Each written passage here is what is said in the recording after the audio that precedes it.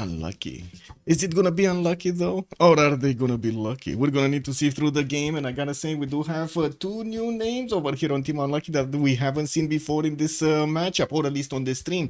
It looks like Jack the Ripper is in the lobby, and we do have also Carrier joining them. They are starting through the pick and ban phase. The map has been already chosen. If I remember correctly, it is the 7 Seas. And let me actually double check. We do have the information right here.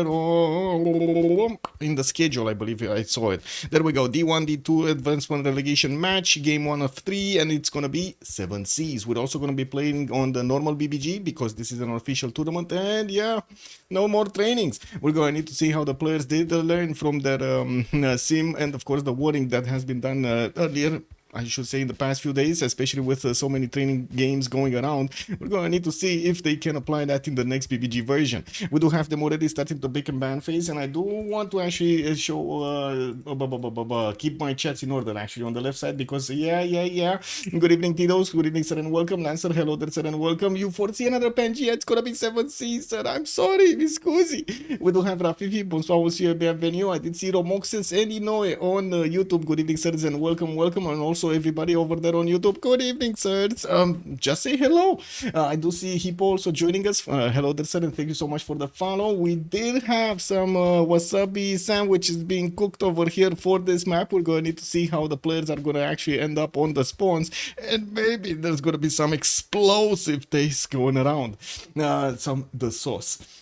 Lancer also, good evening, sir. Bonsoir, monsieur Andy Reo. I see Eddie Coffin. Good evening, sir. Fortuna Belli, good morning, sir. Project Cisco, good evening, sir, and welcome. I did also hear something else. Oh, the big blue robot. Good evening, sir, and welcome. Didn't see they already picked a map. They did. What is Jack the Ripper playing? We don't know yet. We don't know. They're still on the ban phase, as you can see. CivUkraine is on the left side. We do have Unlucky on the right side. We're gonna have Brazil with Chandra Gupta, Genghis Khan, and the Sumeria being banned on the side of CivUkraine at the moment, while on the right side it looks like Spain with Portugal, and also Uzbekistan is going to be banned. They do need another 3 bans in total, 2 for Unlucky, 1 for CivUkraine, to actually see the first picks. We're going to have 4 picks first, and it looks like CivUkraine does have over there the flank for the first pick. They're going to need to show us if they can pick something that will change the game totally.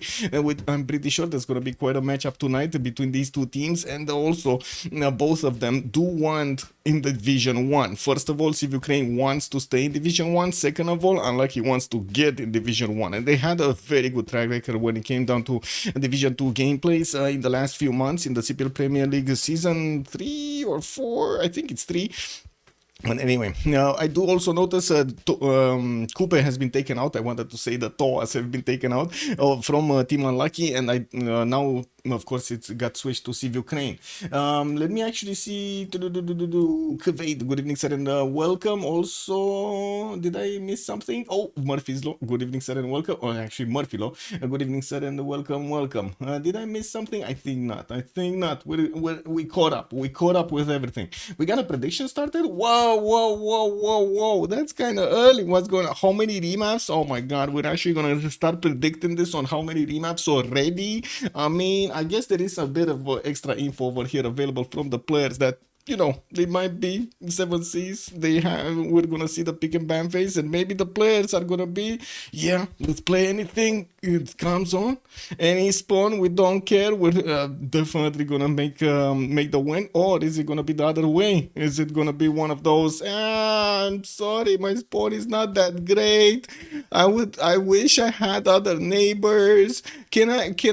Yeah, let's roll another map and see how it goes. Maybe we're gonna get lucky the second time, the third time, the fourth time, etc. Anyway, I do see City has also been banned over here by CivUkraine. They're not going to allow in the Saka horse archers to just wreak havoc. Even though yesterday we did have a push into Babylon with the Sakas, too late.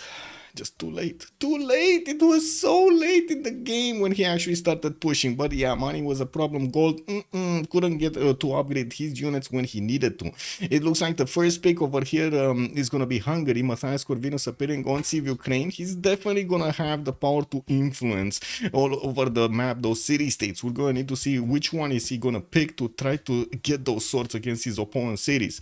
I do see also Lotaro has been banned by Unlucky. That's kind of unlucky for us too, not only for for them. Because, yeah, Malo Raiders, man, we're not going to see the Malo Raiders. It looks like we might see some samurais. Unlucky is going to go for Japan over here. Hojo Tokugawa is gonna be their might be their pick, and we don't know yet. It didn't actually lock it in. They need to lock it in. Hojo plus Caesar, oh, equals love. Maybe it's gonna be Trajan plus Caesar plus Hojo in the same team. Can you imagine that? All of them clumped in over there, and maybe some Gran Colombia, you know, just sprinkled in for the power spike at the beginning. Norway city states can be a solution. Varangian, you mean? That's interesting if they actually want to pick Varangian. Oh my god, wait a second, I see the double trouble. Double trouble, and it's not the Roman trouble. We got some Japanese sauces coming in. And there we go. There we go. What was cooking? We got wasabi sandwiches are cooking. We got over here Japan and also Tokugawa being picked up by Unlucky, while CivUkraine are still thinking about their second choice here. We're going to need to wait for them to show us what are they going to put on the table here. These are basically their cards, you know. How are they going to try to play this from the beginning? A lot of the times, actually, the games, I gotta say, the game's future and sometimes even the results are decided by their drafts at the beginning. They need to be extremely careful how they do try to counter their opponent and also give themselves advantages. It looks like Trajan has been picked up by CivUkraine. We do have on one side full land civs, on the other side coastal civs. Let's actually see if there's going to be a bit of a balancing over here. CivUkraine may be picking one or two naval civilizations to get those coastal trade routes connecting, right?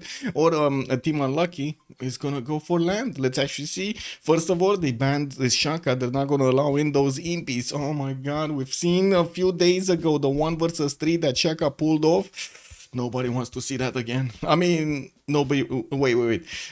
We want to see that again. No, I'm sorry. We want to see that again. But I don't think anybody wants to play it like that. You know, like play on the other side, on the receiving end of Shaka over there. Just trying to send millions of units against an opponent that can withstand any damage and doesn't take any hits. And he's like totally fine. And then he comes in and takes your cities. Oh, the horror. 1 versus 3 situation. Shaka stood tall against all three. We do need to see how they're going to go through the next bans. It looks like Tamar has been banned by CivUkraine. Indonesia is being dabbled on over here on the side of Unlucky. We do have them playing a little bit with our hearts. Are they not actually going to let in Indonesia? But why? I mean, don't get me wrong, I do like Indonesia's power spike, or I should say Indonesia's sim, and it looks like they did take her out. No more Jongs. We're not going to see Jongs in the game, and we do need to see how CivUkraine is actually going to try to put their last ban here. This is just a minute. We got a minute until Team Unlucky is going to start to pick up their next civilizations, and we're going to need to see how this will end up. And I do notice a bit of back and forth over here in the lobby. They are coming in, they're going out. Oh, we got Kale over here also, 832. So wait, we got Lapata, we got Valanchik, we got Vladimir and Alfasomets for CivUkraine, and on the other side we got Kale, Carrion, Jack the Ripper, and somebody who must not be named. I don't know exactly who is that. Your kid's hero, good evening sir. We're playing on the normal BBG. Sir. It was in the announcement over here from Linda that they should be playing, because it's an official game, they should be playing on the stable version of BBG, the one that they have played during the tournament, so it doesn't actually give skewed results over here. Usually between the versions of BBG, there are quite a few different balancing acts, I guess. Settings, acts, results, whatever you want to call them. And unfortunately, because of that, you kind of get a different, different result in the games. We do have over here also Theodora being banned last by CivUkraine. Looks like Kublai, Mongolia immediately got picked up by Unlucky. So we got lucky a little bit. We're gonna see some a samurai plus Keshik action over here from Team Unlucky. We do need to see also on the CivUkraine side, Gaul and Gran Colombia immediately picked up. So they have the gold, they have the power spike. We're going to need to see if they do manage to actually push this win through. With also Team Unlucky needing to pick up their last civ here. I don't know who's gonna come over here. It does seem like, yes, I agree with Rafifi in the chat over here. CivUkraine kind of feels like they're running away from the coast, and that's kind of bad. That is kind of bad. Actually, it is the 7C, so I don't think it's that bad, but it's not ideal. Let's see who's the fourth. Oh, we got a fourth and a fifth. Tob or Guilty Crown. Those are gonna be the two ones. Okay. Guilty Crown or Tob. Restitutor Orbis 123 has joined the round table. Restitutor Orbis 123, good evening, sir, and thank you so much for the follow. Also, Ugo Supreme, interesting setup indeed. And that's it, Basil the second. Okay, chat, this is time to actually vote on what Civ will Jack the Ripper play. Is it gonna be Basil? Is it gonna be Basil? Or is it gonna be something like Tokugawa? What is it? What is it? What is he gonna go for? Who adopt these tactics and didn't take a single naval on tilted axis? Wait a second, it's 7C, sir, Rafifi. But yeah, we did have actually a few teams that did try to stay away from the coast, even on the tilted axis map. Yeah. Jack the Ripper will be Jack the Ripper. He's playing Jack the Ripper. Got it.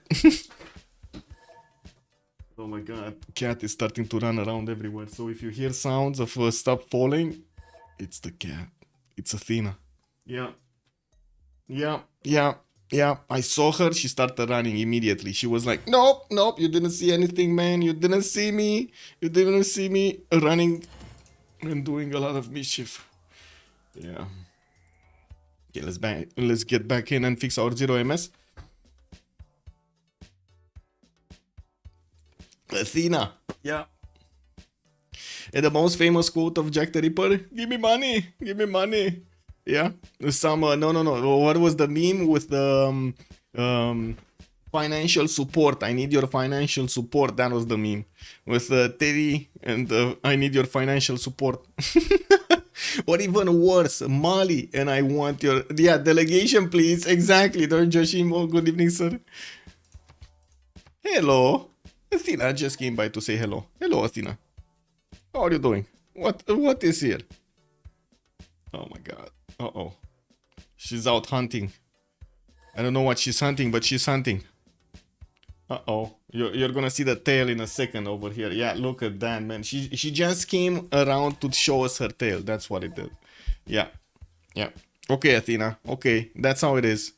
We saw the tail. It is a beautiful tale, I gotta say. It is what it is. Anyway, we do have the players also starting to get in and selecting the civilizations. I'm pretty sure we actually fixed any 0MS issues. We do have the mods. Actually, we don't have the extension mods, but it shouldn't be that big of a problem. And by the looks of it, we do have a missing player, Kale. Okay, he's reconnecting and fixing. So, Vladimir is going to go for Matthias Corvinus on Hungary. Carrier still needs to pick up something. Jack the Ripper on Basil. Yeah. We know it, what he's gonna play. We do have Alfasomets on Ambiotics. It looks like Guilty Crown is gonna be the one with Kublai Khan, Mongolia.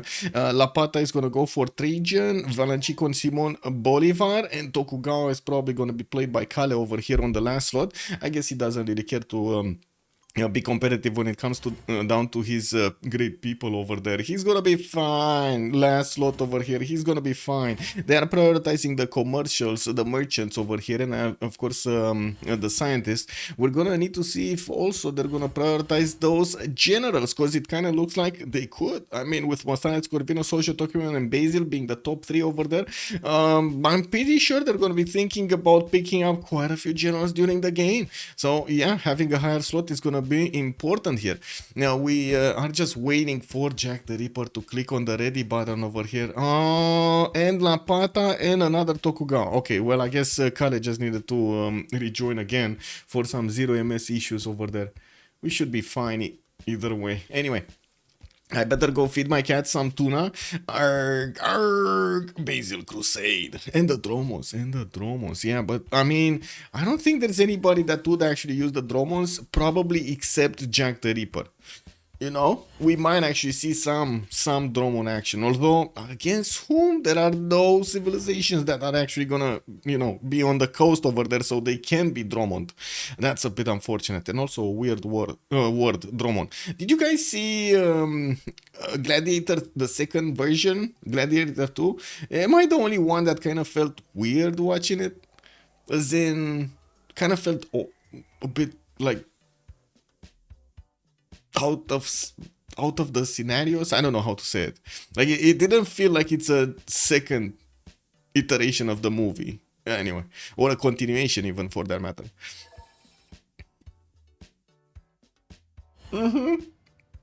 Yeah, yeah.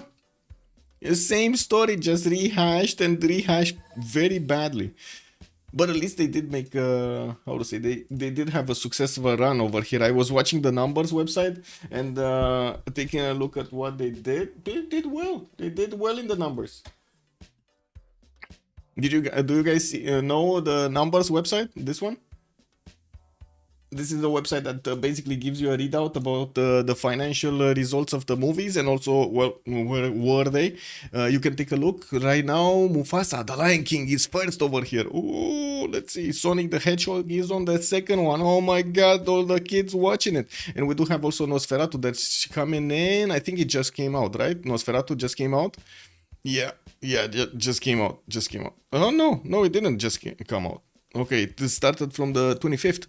Actually, yeah, you can actually see weekly results. It's incredible. Actually, even daily results, as you can see, it's amazing. This website is amazing. Definitely much better than IMDb. Anyway, nice historical effects, bland story. Yeah, basically Uko Supreme. Also, Kick W, Jack, Vladimir, Lapata, Valanchik is gonna be fun. Yeah, yes, great. Also, different teams over here. I think I need to ready up again. Not sure what happened, but I guess they changed the map or settings or something, and yeah. It got Duke of Ducks. Good evening, sir. Ridley Scott is totally cooked now. He should have retired on a high note. Wait a second. Ridley Scott made that movie? I'm not sure if he actually had anything to say, like a lot of things to say about the movie, but yeah. And if it's gonna be anything, Ridley Scott actually helped out with the historical effects, but couldn't help out the story, right? That's on the writers, not on the directors. You could only do so much as a director, right? Change the story. If the story is bad, you can't really do anything with it. So confusing. Anyway, Nosferatu is excellent. Okay, not much new story, but the actors are okay. Yeah, the actors were indeed quite fine. Okay, what did happen in the box office over here? What do we have? Oh, actually, wait a second. I wanted to take a look at what was it? Gladiator, right? Gladiator. Let's see. What do we find?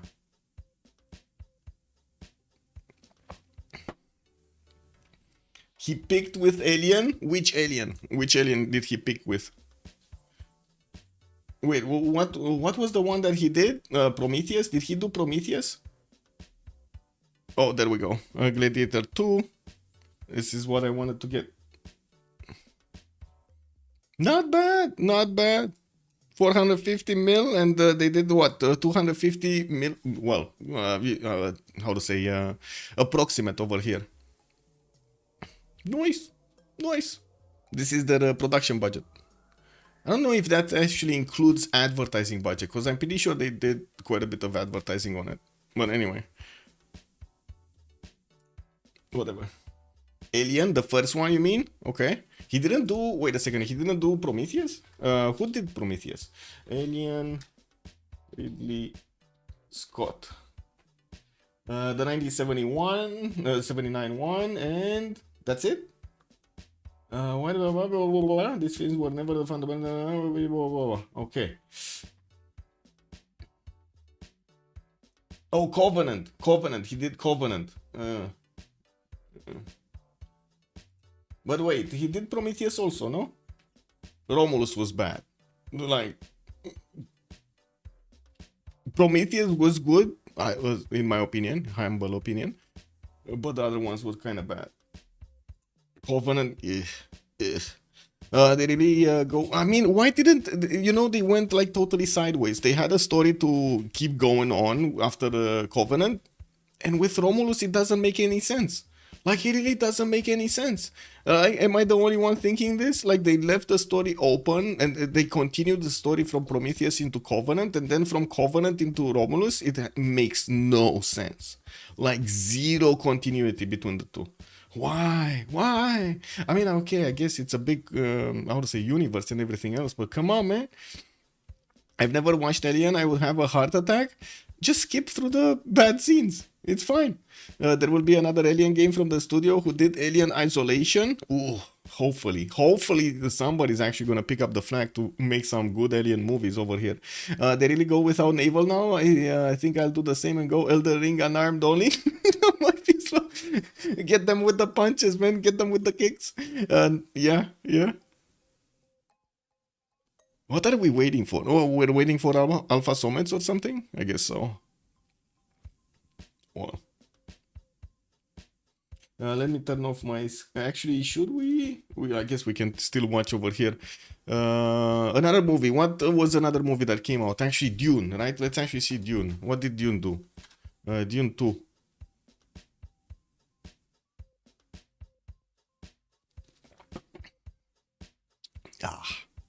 Searching through the web over here. Through the web sphere. Well, do fits count as a weapon? Kick. It should. They should. Oh yeah, there we go. Dune Part 2. Wow, there's another one. Dune Messiah. What is this one? What is this one? Dune Messiah. What is this? Who's making this one? We got a new Dune coming up next year. So like in 2026. Warner Bros. It is true. It is true, guys. We got another Dune coming in. Oh my god. Amazing. But it's like next year. So we're gonna need to, keep ourselves in order. Oh my, Alfasomets need to reconnect again. 700 mil. Ooh, better story, man. Yeah, there we go. Better story. Look where the story leads.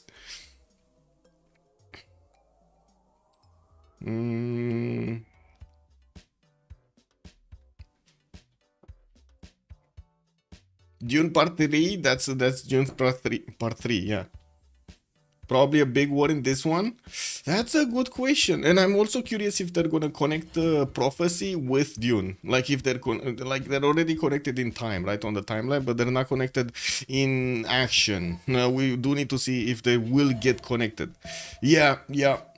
So you say in the books there's a big war coming? Ooh, but are they gonna keep the books? Because that's another thing, right? With all of these like movie studios, they think that they're better than the original writers, and unfortunately that's so much disrespect being shown to the original creators of the idea and so on and so forth, that unfortunately us that did read the books and wanted to actually, have that particular story over there written properly with the values in it and so on and so forth that we liked initially, now they're changing everything. This is so annoying. Like, I gotta say, I would really wish they're not changing that much from the original stories and just pack it as much as possible and deliver it properly with like good actors, good effects and so on. Who cares about what they want to push?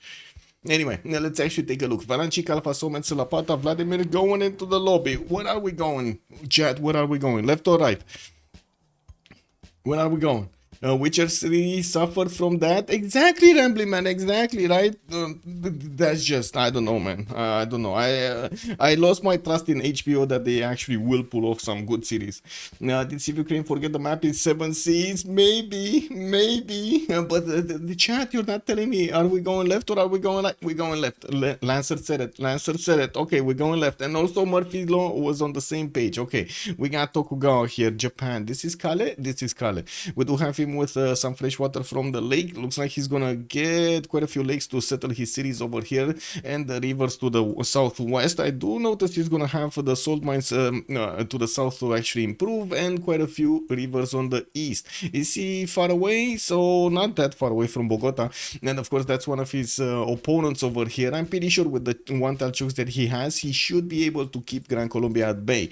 In the south there's nobody, so he doesn't need to care about that, and he doesn't even have a possibility to actually, get on the coast to actually fight the Lapata over there. Excuse me. We do have Constantinople also coming up here on the right side of southeast, actually, of Tokugawa. Quite far away, but still in on the same continent. It looks like we're gonna have a bit of a a bit of a clash of titans over here between Vladimir and Jack the Reaper. I mean, this is gonna be quite big over here. Two giants walking into the game. We're gonna need to see if one is gonna go walk out or not. We do have to take a look at Guilty Crown first, and then we're gonna come back to Jack the Ripper there. Looks like Mongolia, Xanadu is going to be on the northwest of Gran Colombia, and that's going to be his opponent. And he does also have in the south Japan, that's another ally. It looks like the land is kind of giving him the opportunity to go against Gran Colombia here in between the mountains, but also the opportunity to Gran Colombia to defend himself if he wants to. Especially with this big mountain range, it's going to take quite a bit of effort to get that army through these one-tile chokes all around the mountain range through the north. Oh my god, can you imagine actually getting... oh my, that's just gonna be too big. There is also Torres del Paine in the south that he could actually go for, and I do notice there's also Japan on that coast, so it's gonna be good if he actually gets a city over here, so he could trade directly to Kyoto with those coastal trade routes. Yes? What is going on? Kiss on the blood. She's starting to meow. I'm not sure why, but she's starting to meow. So yeah, meowing all over the place. Anyway, the Banana Kings. Oh, wait a second. Do we have actually bananas in Xanadu? No, we don't. But I did see bananas in Jack the Ripper's territory. It looks like Xanadu here is also getting shafted by a marble tile. Unfortunately, that marble tile is sitting on his +3 campus. And we do have him with a decent amount of fresh water from lakes, from rivers. It shouldn't be a problem to actually get his cities here with the decent housing he needs. On Basil II, it looks like we're going to have him with 2 bananas. 2 bananas in the capital, some sugar tiles to put on top of the bananas, and I do see him also with the possibility to go and settle directly northwards towards Hungary, so he can actually flex that military against his opponent. We do have him with the possible rice settle over there that, to be honest, doesn't have that many hills, but at least, well, it's gonna be big. We do have him also to the southwest with this river. That's his probably... oh my god, is he actually gonna settle the wheat at any point? Because this just lacks food. This is just so bad. It lacks food. Anyway, good rivers to go for otherwise, and it does seem like he's gonna have a decent chop advantage here. Not that big over Hungary, but I would say it is better than Hungary's. Well, I did also notice a bit of a jewel over there in Hungary's territory, but we're gonna keep that until we actually get there. Hojo Tokugawa on the coast, Kyoto 3-2 banana, 1-2-3 truffle tile, and we do have him getting his builder out in 2 turns. We're gonna have 2 fish tiles here for him to improve quite early on. Mount Kailash, a bit far away and not really worth to actually get the extra faith and the culture over there in your cities, while of course he's too far away from everybody? No, he actually has somebody to go against. It's gonna be Alfasomets directly westward, but it's gonna be quite late in the game when they're actually gonna clash here. I wouldn't really imagine that Japan carrier is gonna want to get the night attack or maybe even a cuirassier attack against Gaul, but what do I know? What do I know? There is also Zanzibar in the middle. Maybe they're gonna get to fight for Zanzibar. This is just gonna be the extra hulk of meat just placed into between these 2 bears over here. Valanchik, let's see, well, he's gonna Colombia. We got Bogota getting his settled out in 6. Looks like he's gonna get that T-tile on the right side to settle. Well, he does have a few hills and good enough horses there to go for. We'll have the ability to go for some coast, and from what I do notice, he's gonna have Rome to the southeast to trade with. This, I'm pretty sure Rome is gonna try to get a canal city over here on this whatever it is connection between the 2 water bodies, so he can actually get those trade routes going. Maybe even a settle on the Stowe tile or somewhere, so he can actually directly send those trade routes to Gran Colombia. Probably this rice tile is going to be settled quite early on from Valanchik. We're going to need to see how they're going to get that economy going, but it's good to know that they're going to have this ability. On Rome, it does seem like we're going to have him with some turtles, possible +4 over here, campus in the capital, by the looks of it in the 3rd ring. Quite expensive, but you know, it is what it is. You gotta get some money. We do have him also with the possibility to settle these rivers to the west side, and I gotta say this land kind of looks bad. I don't know how to say it otherwise. It looks bad. Like, it's not one of those ideal territories. You know, you look at Hungary, you see a lot of rivers, some mountains, some wonders, and so on. You see Rome, you see 1 river, very few chops, you see some coastal resources, and not that many hills. So you know what I mean? It's kind of feels sad over here. He will have a possible Temenaki city to go for if he wants to, but I wouldn't really say it's going to be that valuable here to get it. And that's a big amount of investment at the beginning of the game. Let's take a look at Alfasomets' stones. The stones of Alfasomets. We do have him with a +6 in the capital, actually. A stone tile, a horse, and a iron tile is going to give him the +6 oppidum advantage. And I do see another one that's going to connect to the gypsum tile over there in the north, and I'm pretty sure he's going to want to improve both. We do have him also on the right side with some more of these horses, another +4 here. But I gotta say, I don't really see that many stones. I see a lot of marble, and I see quite a bit of gypsum, but still these resources are going to give him the quarry to improve, and that's going to give him the adjacency towards oppidums. It's still going to be nice. Now we do have him with the fresh water. Galapagos Islands also as a wonder here, not the best wonder that you could actually have, but at least there's a fish tile that he's going to get some extra science on. It is what it is, right? You need to make do with what you have over here. And I'm pretty sure he can actually settle the 1-2 there and get it, but there's not going to be that much of a good oppidum to put down there. It is what it is.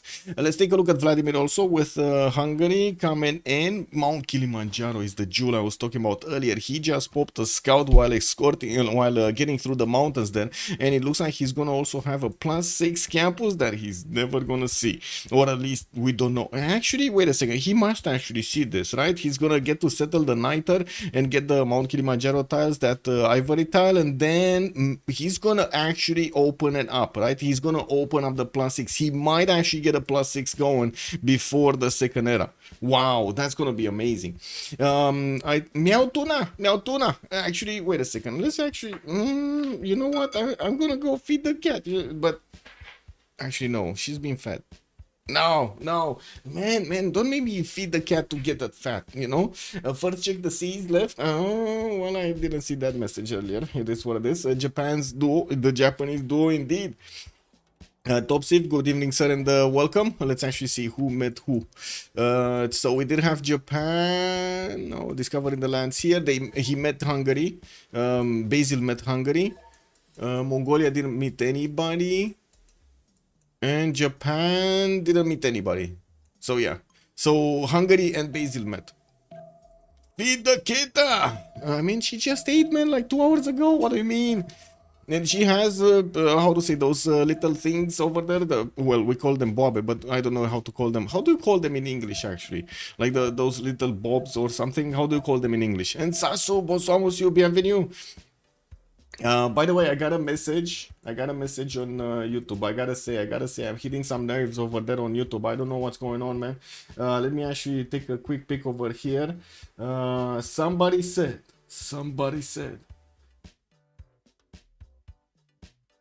it's unwatchable. This man talks way too much. Wow. I don't know if I should take that as a compliment. Should I take that as a compliment, guys? I think I should take that as a compliment, right? I think so. Look at this. Yeah, this man talks way too much. Man, being a dude that actually wasn't talking that much before his 30s, I feel very, very comfortable right now. I'm actually very happy that I can talk. Right? Yeah, I don't know, man. I don't know. That's kind of weird. Anyway, it is what it is. Who the Priester? Good evening, sir, and welcome. Who? I don't know. Random guy. I don't know. It is what it is. When used to prime cricket, it's all compliments. Prior? Wait, to umpire? I'm not sure what that is. If unwatchable, why he watching? That's a good question. That is a good question, and Sasu, yes.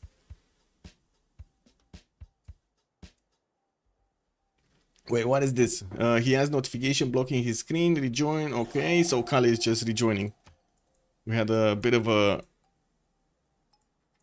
bad thing over there, but anyway, let's actually finish this. You talking makes you a great caster. Oh, thank you so much, Hilarious Lotus, much appreciated, sir. Also on folk, good evening, sir. Also saying that the caster talks too much is pretty much telling them they're doing their job well. I was thinking exactly that, right? Yeah. And host for the games, yes sir. Let's actually see. Did we finish the prediction? No, so it's gonna be 0 remaps. We didn't have anybody from this game choosing to use the remap token, we might actually need to reload before Kale so he can actually, so you know, he doesn't desync and so on and so forth. And we're going to need to see if it actually works properly. I did actually. I did. What do you mean, Oko Supreme? I did. Now, okay, so we're probably going to need to take a look at everybody over here, slowly but surely look at their strategic resources and how they're using them. Not to mention how are they doing their early moves. I'm still expecting two nations here to go for bronze working quite early on, and it does look like at the moment Jack the Ripper going for his mining, getting his foreign trade, and on the other side we got Vladimir actually opening up currency. I do have to say these geothermals in the capital do look very, very juicy, and well, he's gonna have some time until the tag marks come towards him, but not that much time, and there's gonna be a lot of tag marks. So yeah, over here I'm pretty sure Jack the Ripper is preparing his attack. We do need to move towards. Well, actually, let's get Tokugawa talked about first. We're just gonna need to wait for Kale to join and successfully unpause, so we get to actually see stuff moving.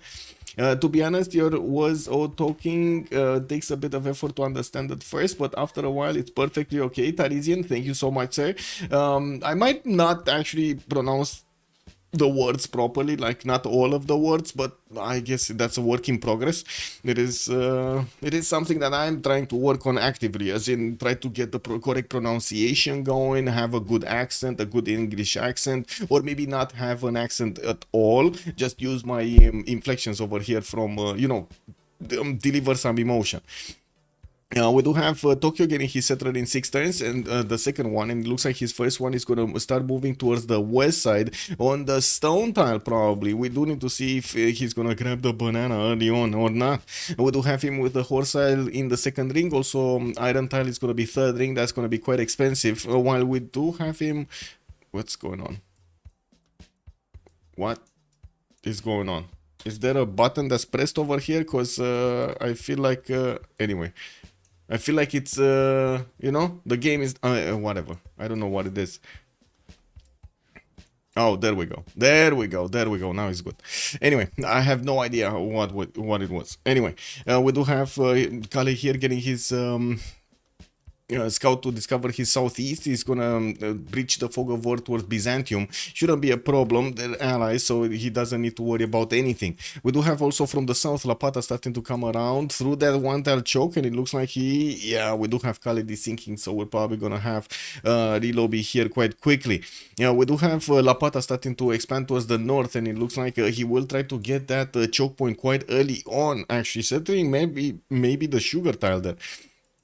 Now let's move forward towards Kublai Khan. What do we have on Kublai Khan? Kublai Khan, Mongolia. Shanadu getting a settler out in 6. Already his first one is moving north, and it looks like he's gonna wanna settle next to the horses. He already has one horse tile and one iron tile in the capital. In the second rings, he's gonna have another 3 in his second city, depending on where he actually settles with it. I'm quite expecting him to settle on the river, right? I don't think he's gonna go coastal with that city center. That sounds like a little bit out, you know, out of the box.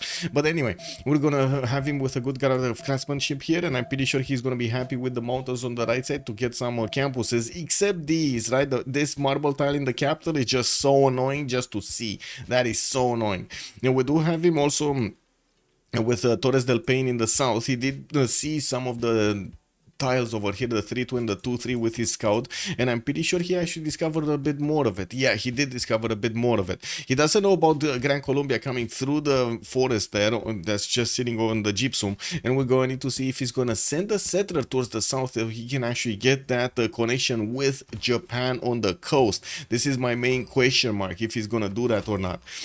So Korakota actually did settle on the coast. He's going to grab the horses immediately and not settle on the river for the fresh water. Well, I guess he's gonna get some extra housing from improving the pastures, but is this the correct decision? Would you have done this or not? That is what I want to ask. Maybe he does want to actually place as many cities as possible, and he didn't want to, you know, disturb the second placement over here on the right side. To be honest, it is what it is, right? The burning ham, smelling burning ham in the morning, perfect. It's okay to watch YouTube later. We have the speed if it is too much. True, true. Oh my god. Actually, the teams are positioned quite nice and like no 1 versus 3. Yeah, they're quite spread out and a lot of 1v1s. Yes, true. Actually, the Birmingham game is broken. Lobby simulator incoming. Well, hopefully not. I gotta say, hopefully not. Basil the second here. Let's see. What is Jack the Ripper doing? Getting his second city towards that 1-3. Looks like we're gonna have a warrior from Hungary that might actually go across and sit on his holy side. This is gonna be a bit awkward for him. We do have another settler, third one coming up from Constantinople, and I'm pretty sure, yeah, there we go. He's gonna move that slinger in front of the Hungarian warrior, even throwing rocks at him. He's so annoying right now. The Hungarian warrior is gonna want a piece of that slinger. We're gonna need to see if there's gonna be any chance of that slinger to actually take trade punches with the warrior and keep him away.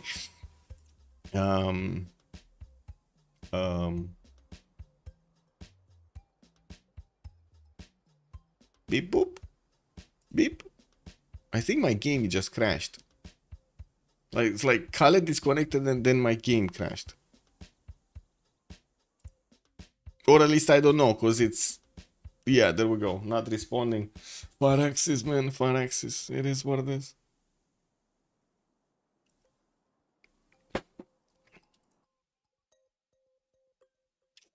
Yeah.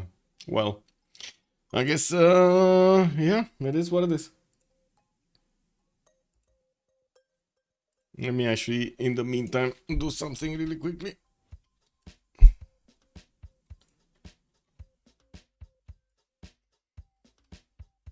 Hey. There we go.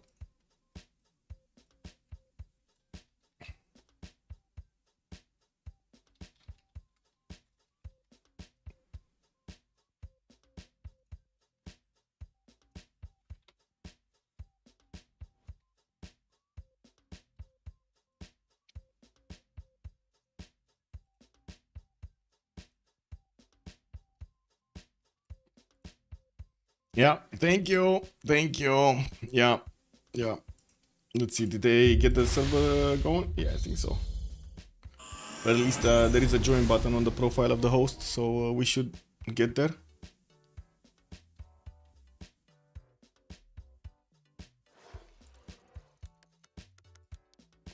Hello, Cool Whip. Good evening, sir. Also, not sure. Were you yesterday or anyway? Happy New Year. I'm probably gonna need to say Happy New Year for the next few days anyway, because I'm not sure exactly who did I say to it or not. There were a lot of people. It is what it is. Okay, borderless. I do need to double check that because yeah, I really dislike actually not having it.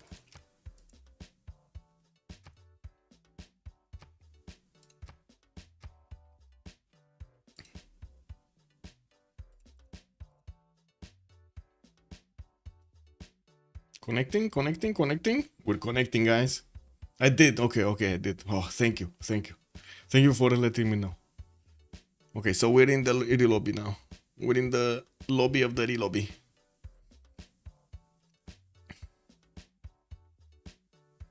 Did you guys see the Escape from Tarkov Arena, the new maps and the new, I would say, game modes, I guess?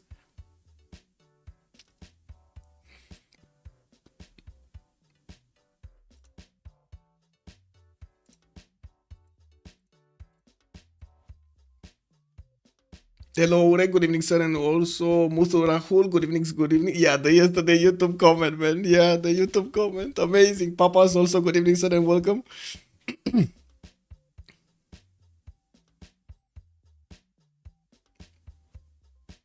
I guess we're gonna need to give them a bit of time over here to get going. We need Carrier and Hannibal to join the lobby, and I guess Kale? Kale is the one with Tokugawa, right? Okay.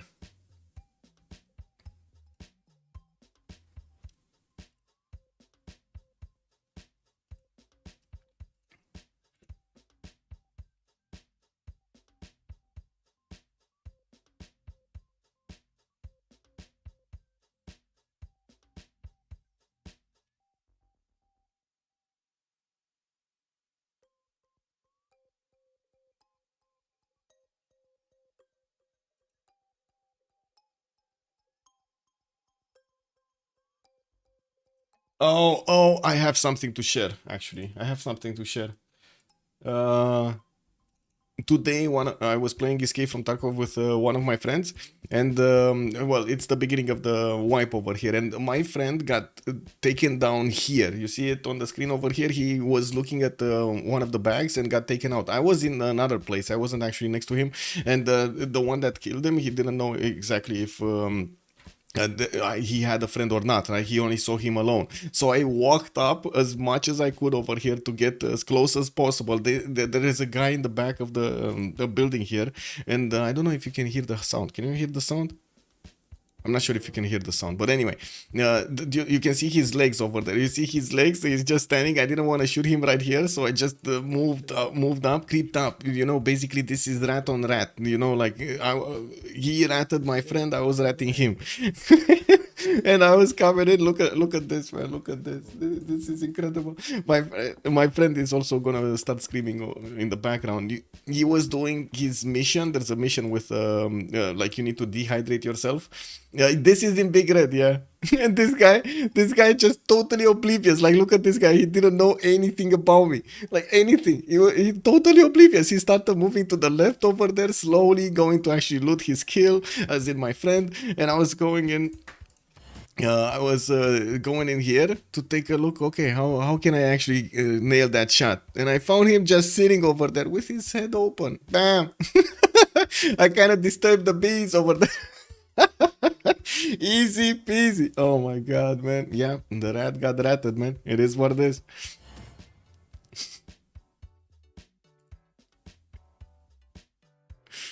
Oh man. I gotta say, it is quite an interesting wipe that they did, and especially with the connection towards Escape from Tarkov Arena. Very good, very good. They did very well. Tarkov, it is such a good game. The ship that could. Good evening, sir, and welcome. It has all of these like amazing scenes, like amazing, you know, scenarios that you actually get into. It's incredible. That's the most thing I like about this. And I'm pretty sure a lot of people actually like it also. Amazing. The stories, man. The stories coming out.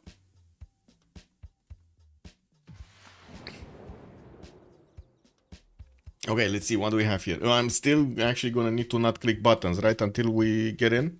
Not clicking buttons. Tarkov, when I first played customs, I was so scared. I know, right? I mean, oh my god, my first time in Tarkov, I sat in a bush for like 20 minutes. I didn't understand where I was. What is going on with the sounds? Why is there so much echo? Why? You know, why? There was like the scavs coming towards me. What is this? But yeah, after a while, you just get whatever. It is what it is. Jack double loaded. I mean, maybe stop clicking buttons. Well, now we know who click buttons. Okay, let's see. No, I'm kidding. We don't know if he actually click buttons or not. Somebody click buttons. So we don't know if it's. Oh wait, no, I'm pretty sure he didn't want to shift enter. I mean, he wanted to shift enter, but I don't think he actually went. Oh well. Oh well.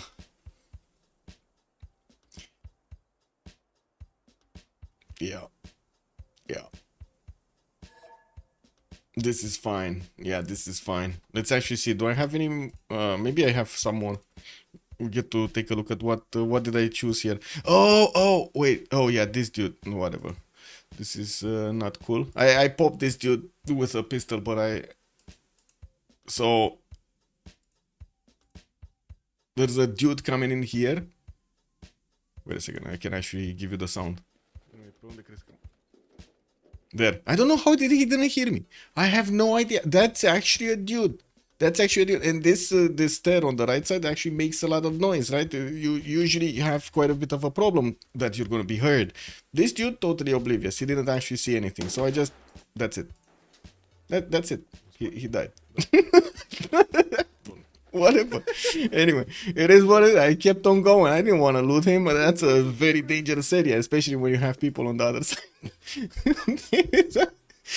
I mean, I don't know what the dude wanted, you know? He was just there. Anyway, what do I have here? Oh. My first one of the wipe, guys. My first one of the wipe, you know, just casually not having anything on my scav, going in factory over here to do my scav reset. Check this out. What is it? So I checked the I checked this, and it's there wasn't anything there. And then let me see, where is it? Where is it?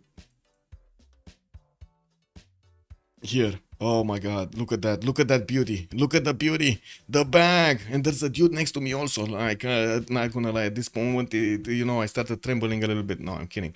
Got the GPU. First one of the wipe, man. First one of the wipe. I got the GPU right there. Yeah, red bag it is. I bagged it also. Yeah, very nice. Very casually, you know, like making like nothing's going on. Just got out. Like immediately. No running, no nothing, man. Don't you don't wanna make noise when you have something like that on you. Yeah, exactly. I have to walk out casually to Nakish. Exactly. Like, you can imagine if I started running over there, they would have noticed, man. They would have noticed. Anyway. I think I have some arena also. I played some arena, but I only played like yesterday a little bit and today a little bit. But I still need to actually get a hang of it and also level up my thing. Ugh, that was a bad death over there. I don't know how I didn't actually get his head over there, but it is what it is. I guess I clicked a little bit later. And I have no idea of any maps, by the way. Like, if you see me here, I have no idea on any maps. I'm totally lost. It will take some time, like even sounds, to know where the sounds are coming from or from which level and so on. Like, totally lost. Yeah, it is what it is. So let's see. Was this better? The second clip, was it better? Wait. Did I kill somebody? Yeah, I did kill somebody. It's incredible that I find it easier to actually shoot without the scope than with the scope. Like, without the ADS on. Okay, took out this one also. What is this? Aerial athlete. Achievement achieved. Wait, did I kill a guy when jumping? Oh, got the third one also. Oh my god, I got the third headshot also. We're gonna need to reconnect. Yeah. BlazeCat Games, good evening, sir. We're still waiting for the game. We're waiting for the game. That's what. So one of them said he has an error, and then he got to back out of the lobby, got to rejoin, started desyncing because, yeah, netcode is extremely good in this game. And now we're waiting for a change of host. So we're gonna need to see what the change of host is. Wait a second. Somebody's messaging me. What is this?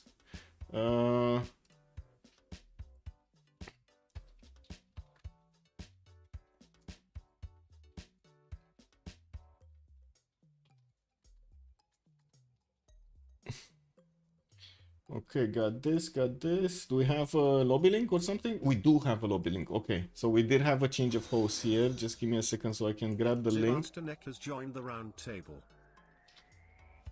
There we go. And Sebastianek, good evening, sir, and thank you so much for the follow, much appreciated.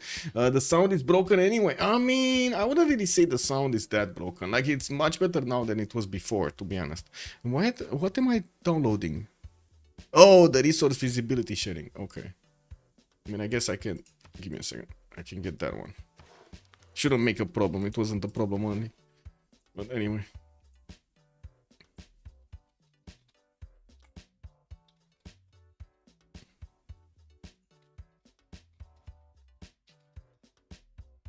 There we go. Found it. Oh, nice. It's so nice to actually see animated GIFs starting to, become more popular. It's so much better right now. But I do have to say I'm a bit worried that we're going to get to that moment where we're going to have like little advertisements in all of these like GIFs that we're going to get to see. I get over there, no problem. Bam, bam, bam. A lot of flashy stuff and so on. Can you imagine? That's just going to be terrible. Anyway, they updated the sound. I have not played in a long time. Yes, they did update the sound and it's much better right now. Like, you can actually pinpoint somebody, like look at him, like in Counter-Strike, like look at him where the sounds are coming from and be accurate, which is like incredible. It's still quite a bit of a problem and it takes time to get used to between like levels and so on.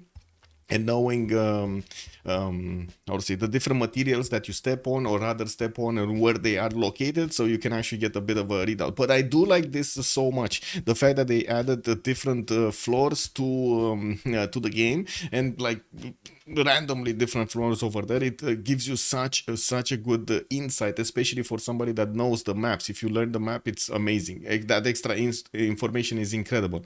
Yeah, that is a good step forward. Yeah. And they did add also some more environmental sounds, like you hear dogs, you start to hear wolves, on woods. You start to hear owls or other birds over there on the map. It's very cool. I really like that. It actually adds quite a bit to the how do you call it? How do you call it? There's a word for this. Immersion. I believe it's called immersion.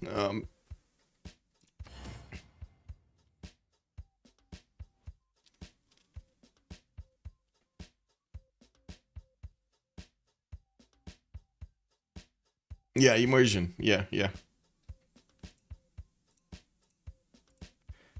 Also 420 here. Any? No, no. You still don't have the YouTube comment integrator. Any cat related news? Wait, the YouTube comment integrator. As in, I am watching the comments on YouTube, as in on the chat. If that's what you're meaning, on the left side of my screen. That's actually, so I have my look. I have my chats like this, one next to each other, basically. Well, they're on the other screen, and they're actually big enough. But anyway, you know what I mean. There we go. They're big enough. So that's how I see chat. They're side by side. They're really side by side. There we go. Yeah. Hello, mom. Hello. Yeah. You hear a meow for tuna in there too? Meow for tuna. Yeah. I know. You know. I know. I'm sorry. I'm sorry. It's a combination between like me not actually glancing over, between me trying to actually follow a subject on the Twitch chat, and watching the game. I'm sorry, it's a combination of things. I need to get better at this. I do have to agree, and I thank you for the comment. I do need to get better at this. And sometimes, because like there's different windows, they just get overlapped whenever I need to change something in OBS, or I need to take a look at the the dashboard of Twitch and so on. Those get overlapped on the chats, and sometimes I don't pop them back out properly. Let's see if we get in. This is the time we need to pray, guys. This is the time we need to put our hands up and say, come on, Firaxis, load the game. Show us that you can. Show us, Firaxis, that you can load the game properly for 10 people. Yes, please. What region is unlucky from? I think it's kind of... I mean, at least one of them, Jack the Ripper, is Russia. Carrier, I believe he's from Switzerland. I'm not sure if originally he's from Serbia or not, because he's a very good friend with Falcon, but I'm not sure if they're from the same country or they just met at some point. Anyway, Kale 32, I have no idea where he is from, actually. I have no idea. And Guilty Crown, again, no idea. So let me actually see. Oh my god, I clicked the button. I clicked Alt Tab. Oh, I don't know about this. It still says please wait, and the globe is turning. We're good. We're good for now. The globe is turning, guys. Whenever the globe is turning, it's good. It's good, okay? And I think Kale is the one that we're waiting for over here. Oh, he double loaded again? Oh.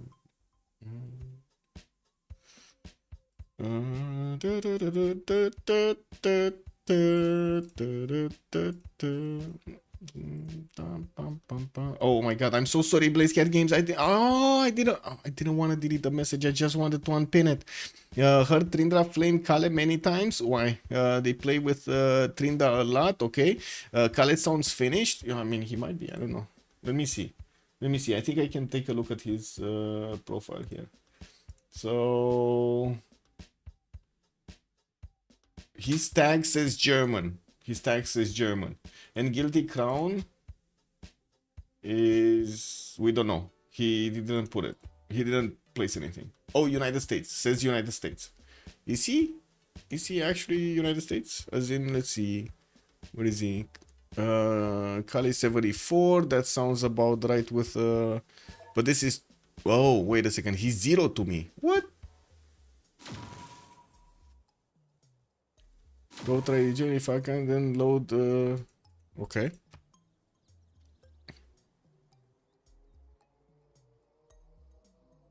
Okay, sure, I can host.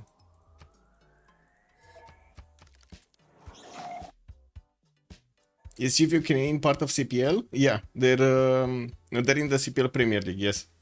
I bet one has the beta instead of the normal one. I hope not. I hope not. Calais, well, I don't know what that is. Boreal, good evening, sir. For Carl? Oh, but I don't know what you said over there. It's like a short name or a... How to say something else. Give me a second.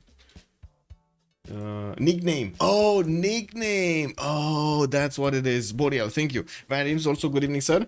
New start. You think they're gonna go for a new map? I don't think. I mean, I hope not. Michael host is trash. Man, this guy, man, he doesn't even know. But yeah, it's trash.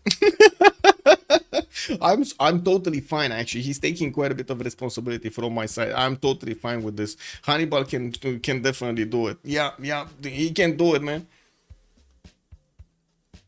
How does each community select teams for CWC? Do the servers all have a limit to how many teams can enter? So basically, the CWC assigns slots to each community, and the majority of the slots are given to the big communities. Like the bigger the community is, the more the slots. So we had like what 4 or 5 for CPL, 4 or 5 for CVFR. I'm not sure exactly about the numbers because it's been some time since I've watched the exact numbers over there. And then we do have the Russian community with 3, if I'm not mistaken, and then we do have the wildcard with there were like 2 of them last time, but we might need to actually think a little bit how we spread them out because of what happened with LBC last tournament. They had like we gave them a slot, we gave them the opportunity to showcase their community and so on, and unfortunately their team wasn't showing up to the games. So yeah, we ended up with quite a few unplayed games, and we can't have that. So yeah, the same can be said about Civ China. We would love to actually see a qualifier from their side, but yeah, it's not there. So we're wait, it's Hannibal loading or am I loading? Which one was it?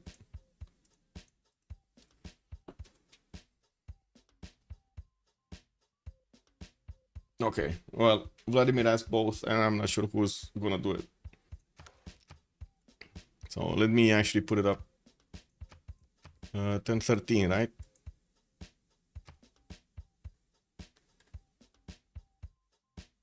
And let me get my link. Let me get them the link, actually. What is it? Here? Here?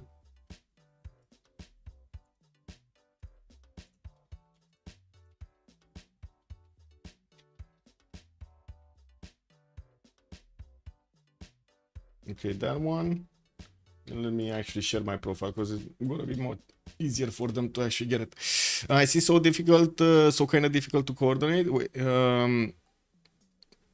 Sometimes it's difficult, sometimes it's not. The most important part, the biggest difficulty that we found is actually synchronizing the tournaments, especially the qualifier tournaments, to end at the same time. It's not a problem when they start, but it is a problem when they end.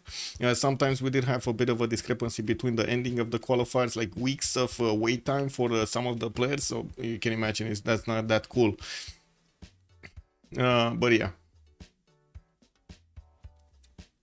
It is what it is. We're gonna need to see. I think there are a lot of questions that are gonna need to be answered in the next period, and a lot of them don't actually depend on us, the organizers, right? We're gonna need to see a lot of the reaction of the community to Civ7. We're gonna need to see how much interest there's gonna be in Civ6. We're gonna need to see also if all of the things keep going, like all of the cogs keep going. The BBG, the BBS development, or I should say BBM development, MBH, and so on. We'll see. We shall see. It's all about the community over here, and of course, I've seen it's getting bigger. We still have, I gotta say, quite a few games per day in FFAs. Even though Civ6 is kind of end of life right now, we got like what 1, 2, 3, 4, 5, 6, 7, 8, 9, 10, 11, 12, 13, 14, 15, 16 games. I believe that's a record. 16 games at the same time. 16 games at the same time on Discord.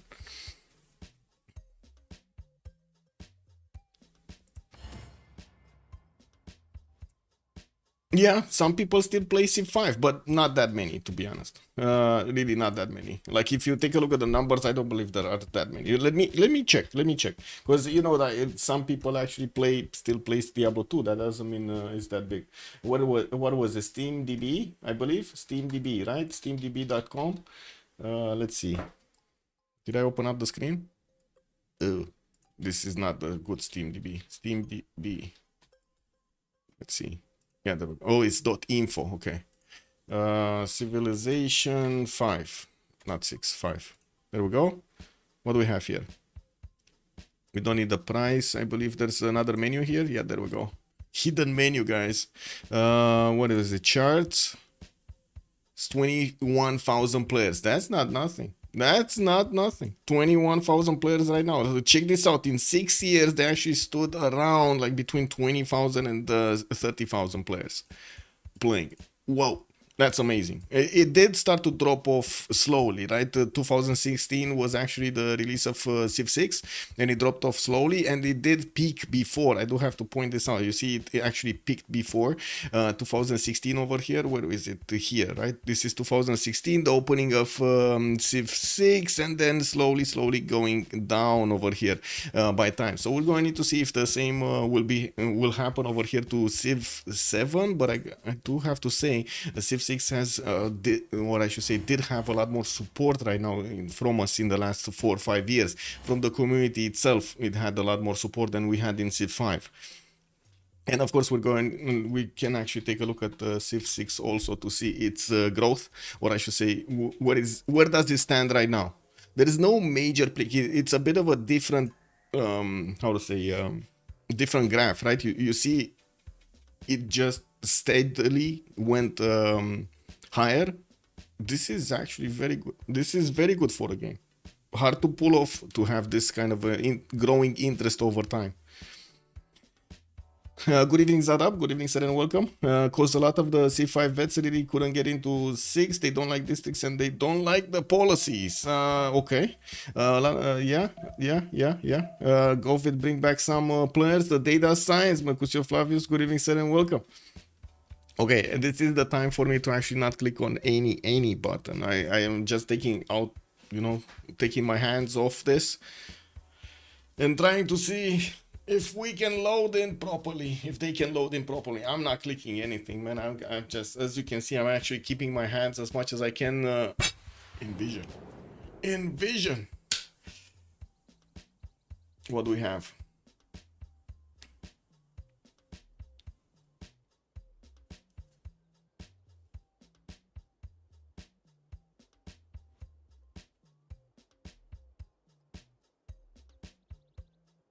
I do have to say I turned off my Intel Turbo technology from BIOS because it was causing constant crashes in Escape from Tarkov.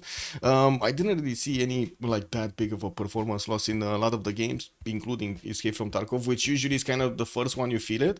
But I do have to say I'm a bit worried about hosting. It shouldn't be that big of a problem. It's still a 14900K, right? Without the Intel Turbo Boost technology, it shouldn't have that big of an issue.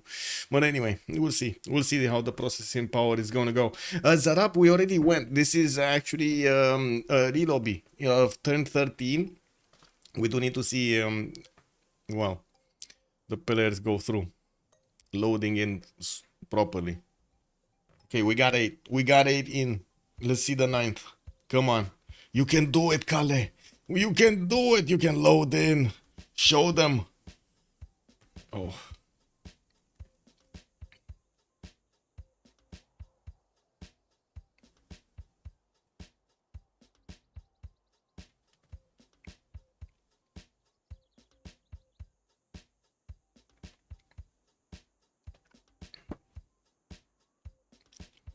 Also, I do have to say there are quite a few major changes in Civ 7 versus Civ 6 that are much bigger in this time around than we had in Civ 5 to Civ 6. If Civ 5 to Civ 6 only added like districts and shopping to Kale, I don't want to touch buttons, Linda. I'm sorry, let them load. If I touch buttons, there's that risk. I don't want to touch buttons. No, no touchy, no touchy. I'm not touching anything. Also, good evening, ma'am.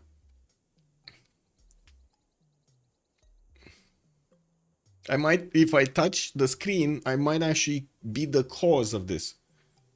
When everybody says loaded, yes. When everybody loaded, yes. Jack the Ripper dropped. Oh my god. Okay, I can actually take a look now. Kale is resyncing actually. Oh, never mind, he dropped.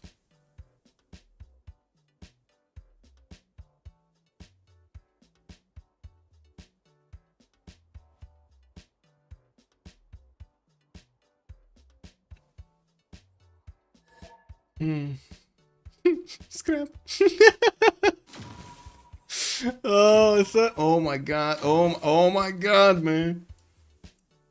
Wow.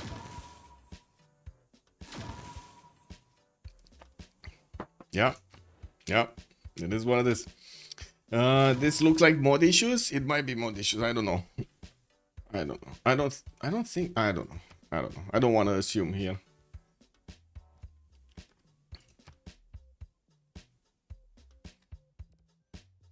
Not sure what they want to do. Do they want to try on Hannibal next?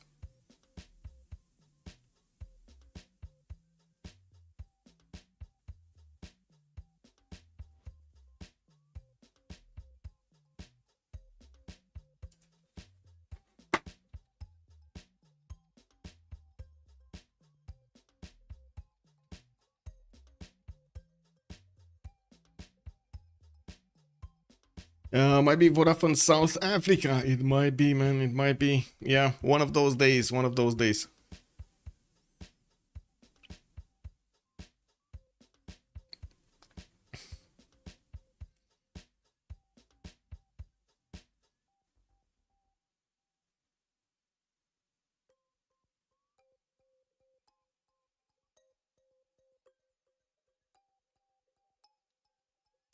VPN issues? You think there are VPN issues? I don't know. But I think, actually, wait a second. Jack the Ripper plays constantly with other people, no? If I remember correctly, we've seen him quite a few times. And I mean, I guess I don't know if he actually got this or not. What's good? What's going on here? Not much. Oh, wait, I'm getting pinged? No, welcome channel. Somebody wants to join.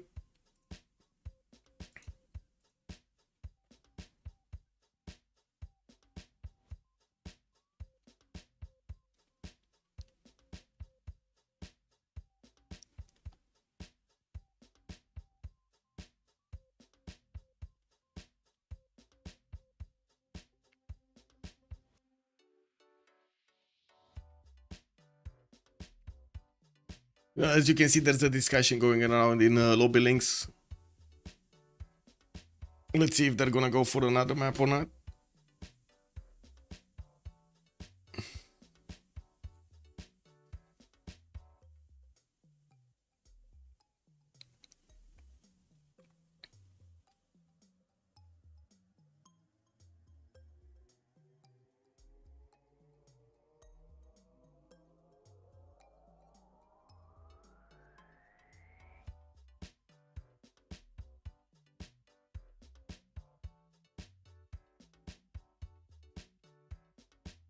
Okay, well, I guess we can see carrier.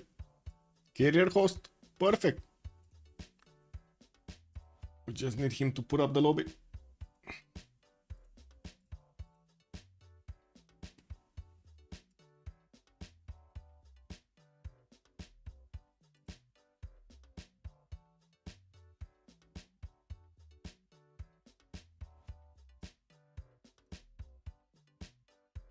Post mods? Sure. Where? In the...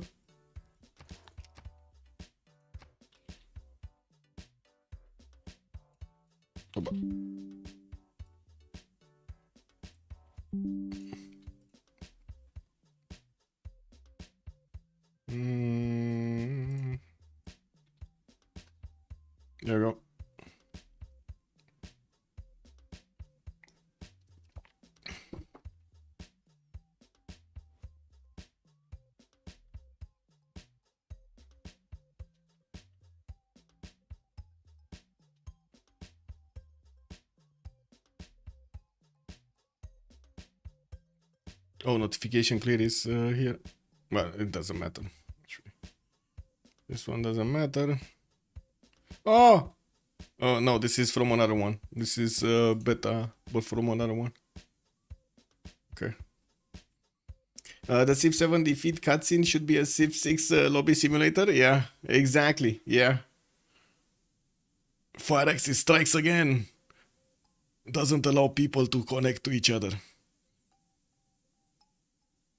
Man, they really hate this. I don't know if I've seen another game that had zero interest in actually fixing this. It's incredible.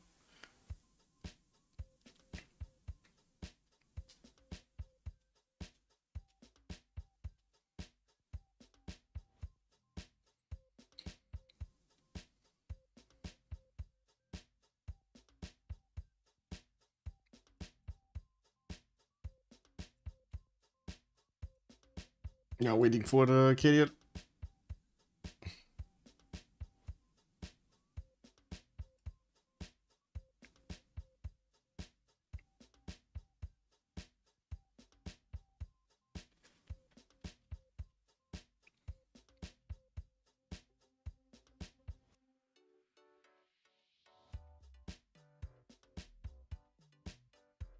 Okay, well, I guess mods are looking fine.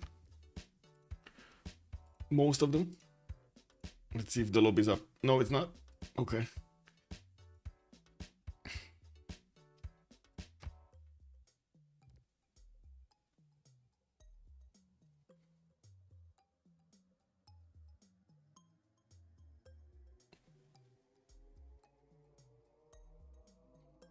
Good to know, but to be honest, know enough countries in Europe with shitty connections. Wait, what are you? Hey, I was just in South Africa, had no problems with Vodafone, wasn't streaming though. Yeah. I mean, to be honest, Jack, oh my god, he has the beta.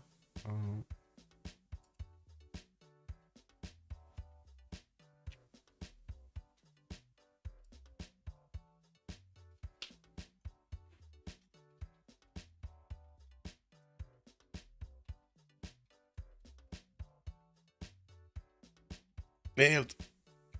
Nailed. Nailed. Oh my god. Yeah. Yeah. He got caught. He got caught. Yeah. Yeah. He got caught, man. Oh my god.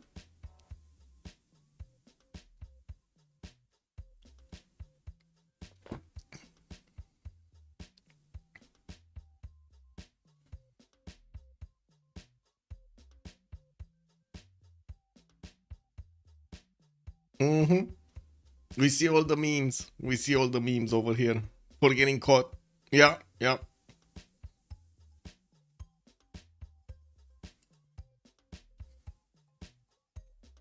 Wow. Wait a second. He's calling Linda delusional to the moon. Is that delusional to the moon existing, or being on the sky, in the sky, actually being a body and not a starship or something? What's the delusion about?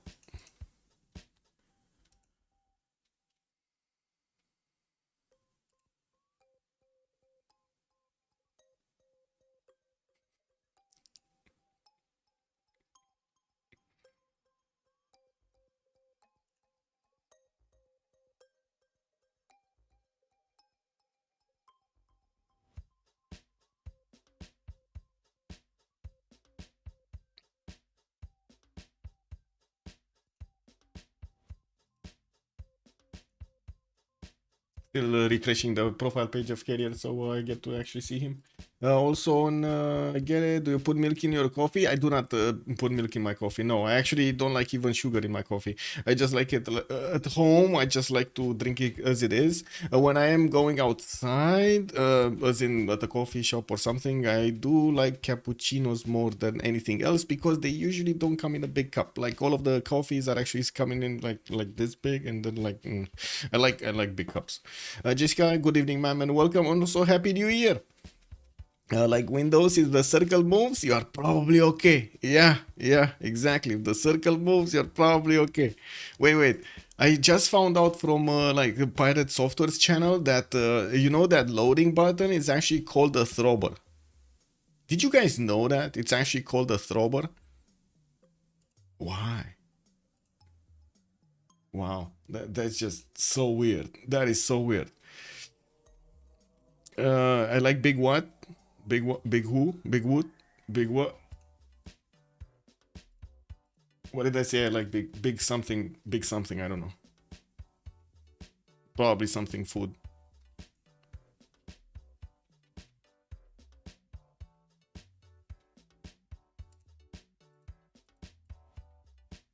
Right it. Throw. But there we go. Actually, wait. I can put it up on the screen. Give me a second. There we go. The loading icon. Look, this is the throbber. This is actually the name. I couldn't believe it, man. Yeah, I think it was a cup. Oh, I like big cups. Yes, big cups. Cups of coffee. Yes, big cups of coffee, you know. Yeah, Johnny Mormont. Good evening, sir. Yeah, big cups of coffee. Yes, indeed. I like them. Yes, big cups. You've had a throbber for years, but it won't go away. Oh, man.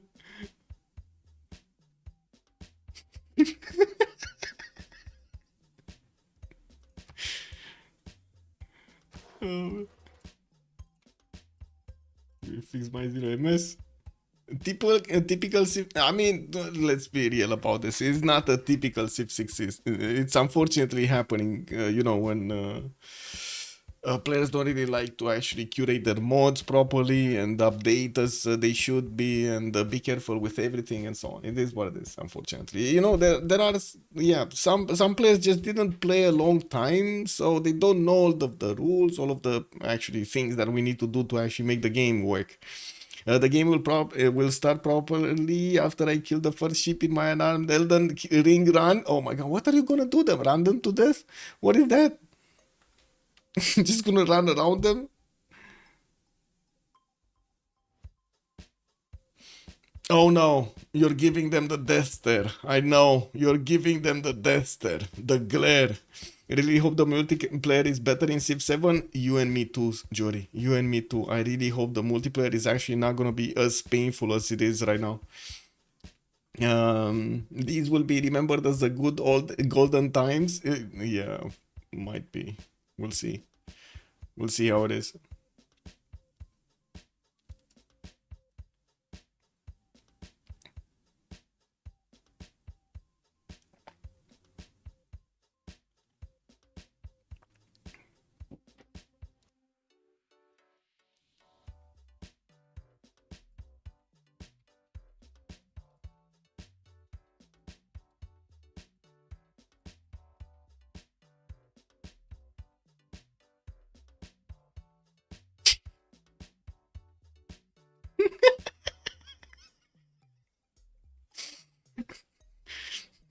I heard they catered Civ7 to be more single player. Is that true? Yes. I mean, to be honest, a lot of their mechanics don't make that much sense. We'll see how it goes. I do want to see the game before I totally put it aside, but we'll see.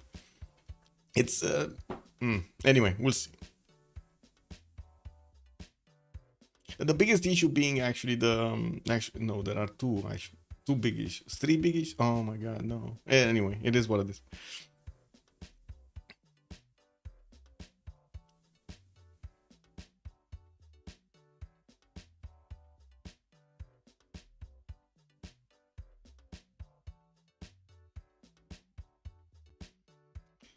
I hope you stream your exploration of the game. Oh, okay. Oh man, that might be a bit toxic though. I'm not sure. Like usually I do try to reserve my opinions and only give short and you've seen what happened last time I actually went on a rant. I got called out on YouTube over there. What did you do? Ranting, complaining about Civ 7 for an hour, man. For an hour complaining about Civ 7. I was like, yeah, there's a lot of, I had a lot of thoughts about it. I'm sorry. Like, oh, I had to get it out. Anyway, it is what it is.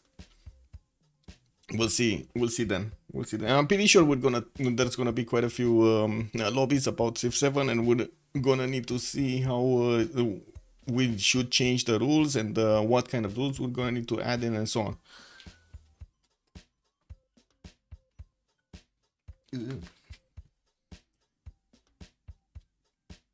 What are we missing? Oh, we're missing Jack the Ripper. Yeah. Yeah. Will they show full gameplay before the early release? They showed some gameplay, but I wouldn't really call it gameplay, to be honest. Like, it was more like, you know, playing in the dirt than anything else. We didn't really see the full gameplay that we would want to see, like, to understand what the tempo will be of the game, what kind of how to say continuity we're gonna have between the first, the second, and the third stage of the game, and so on. Like, is it something like you're gonna finish in a few, you know, minutes, or is it something that you're gonna click 2 buttons and that's it? And they showed graphics. Yeah, basically they showed graphics and small maps. They only showed small maps, which it's extremely painful actually to see them showing us show maps. I guess my impression of Civ7 or how it should have been, based on the idea of how the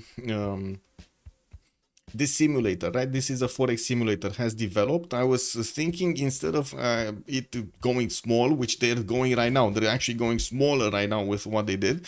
Instead, they should have gone larger, right? They should have gone for trying to actually give you a simulation of the 4X of a planet.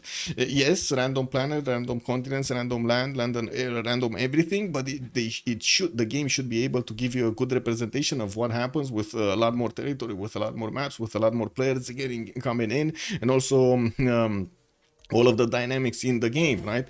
That kind of was the target of Civilization as a series for a long time.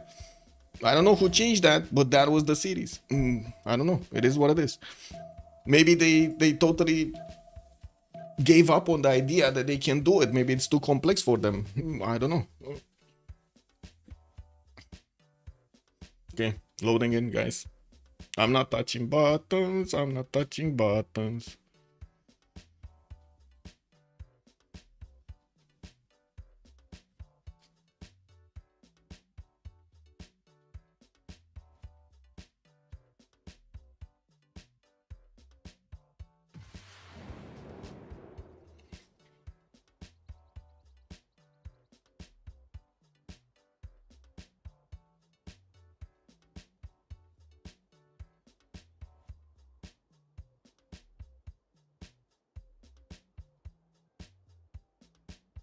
I'm watching the globe just, you know, go around over there on the bottom right. I see 8 players join. I still don't want to click buttons.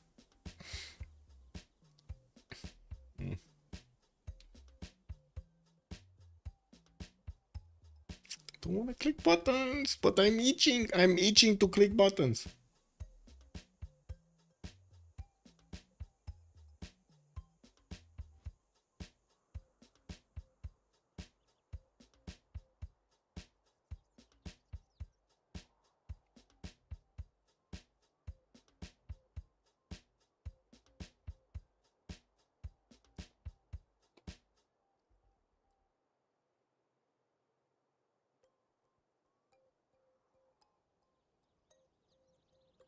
Okay, it started, guys. Whoa, guys.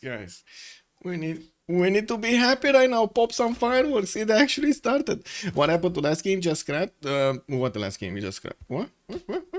Anyway. Let's actually see. Wow, it actually loaded in. So we do have Rome next to Byzantium, Jack the Ripper. Their opponents, right? Yeah, their opponents. So Jack the Ripper knows about Rome's presence on the western side.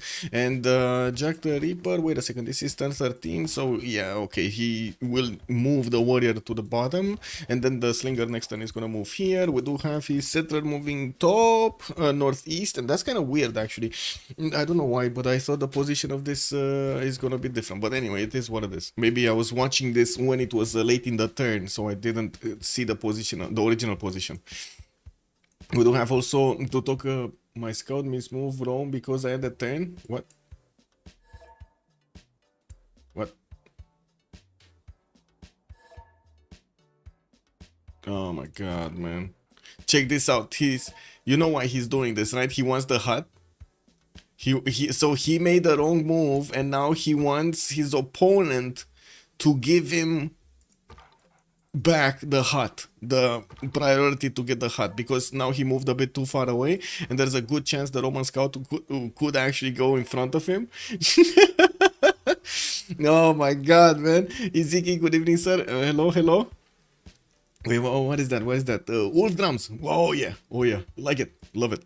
Okay, what do we have here? We do need to take a look from Vladimir, right? Let's take it from. Oh, wait a second. No, we were Basil. Sorry, we were talking about Basil. He does have his iron tile in the second ring. Horses third ring out to the northwest. I'm not sure if he actually has horses underneath the holy side. That is a +3 holy side with the help of the 2 forests over here next to him.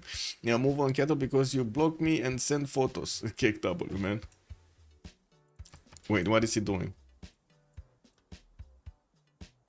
Move on, cat. I blocked you. Oh my god, man.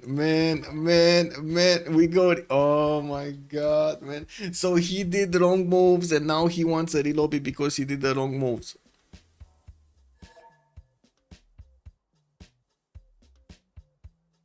Now that's just peak drama, man. Now that is just peak drama. What can I say? Amazing, amazing.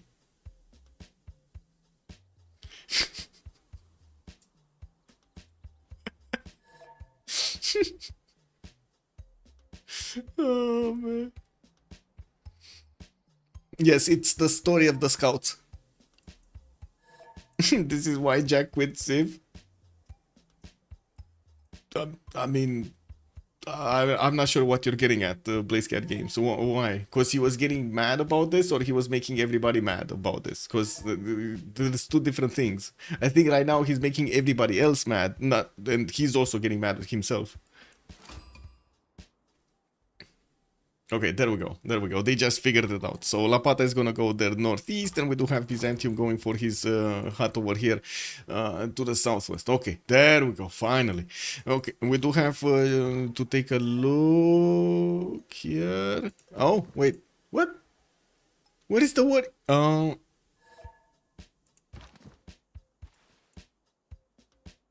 my god, man. This is a different move. So you remember when we were talking about the slinger actually attacking with the rocks against that warrior? The warrior actually moved on the 2-1 after he got hit by the slinger of Byzantium. This time around, Hungary actually got his warrior out of there. He wanted to get it out on the left side, and the slinger just couldn't hit anybody. So there's a different move here. But anyway, it is what it is. Byzantium is going to get his the second city to the northeast. We do have a settler coming out from Constantinople. And what about Jack's cap? Hang on, that's different moves. Yeah, I was wondering about. Yeah. New timeline created. Exactly the ship that could knows the way, man. Yeah, new timeline created. It branched off. Yeah, Steins Gate reboot coming out this year. Steins Gate? Well, I don't know what that is. Anyway, let's move forward towards Carrier and see Japan. Where is Japan? Takamatsu and Kyoto gonna get those fish intact here in his borders. He does have horses in the second ring to the northeast, and I do see mostly harmless. Thank you so much for the follow, sir. Much appreciated. A monument in Takamatsu to get that extra culture going, and we do have him with another city towards the north there next to those dice tiles to get the faith generation out. I'm pretty sure he's also gonna keep settling this coast towards the southeast to get some more cities. It does have an island to also get some cities on, while the rivers to the north and the west side here do look pretty okay-ish. Good enough settles over there, on maybe directly on the truffle tile to get the amenity and the gold, not to mention get next to the mountains so he gets some extra adjacency. We were pointing out that Gaul is going to be on the direct west side, and I'm pretty sure he's going to figure him out soon. He didn't meet the scout from what I do see. There's no unit that came through this side, so we might see a problem. Japan's settler is about to go for the truffle. You see he actually has the waypoint set on the truffle tile over there. there is a universe in which Alfasomets is a scout. Mine actually grabbed the settler, but that universe just disappeared, I think.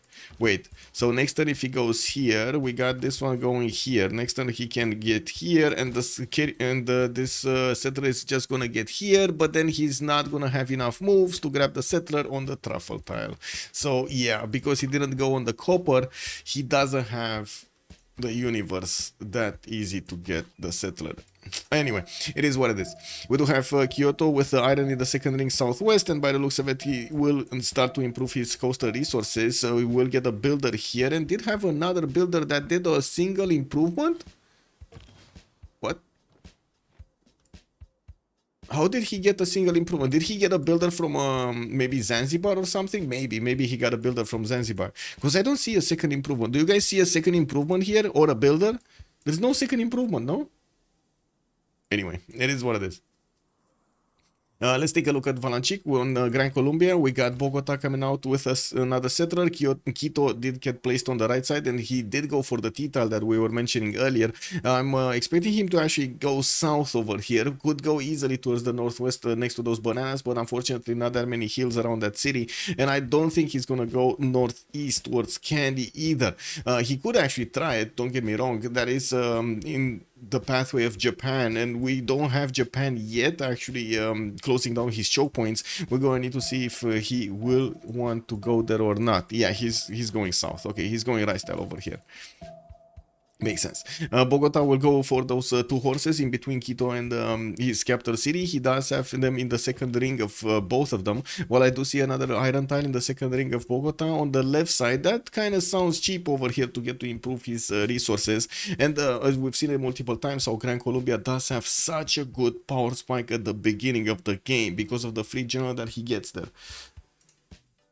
Wait, I just realized it was the same song playing all over again. Did you guys not care at all that it was literally the same song behind my voice for like the last hour or so?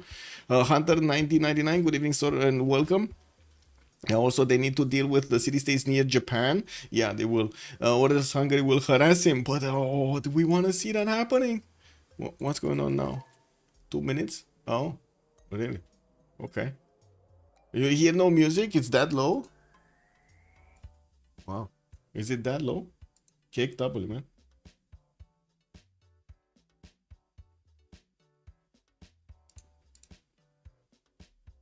It is what it is. Cannot hear no music.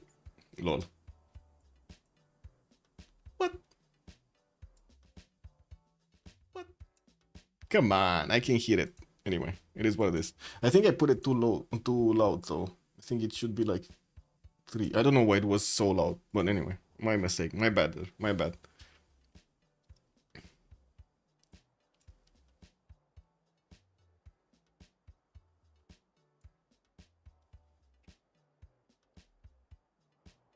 Wait, you hear it now, but you didn't hear it earlier? Wow, okay.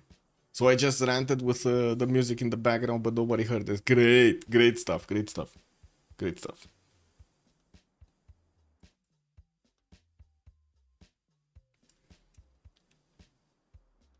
Oh, you're paying attention to it now. That's the... Okay, I see. I see. Yeah. It is what it is. When you hear it, you cannot unhear it, right? Yeah. Mm-hmm.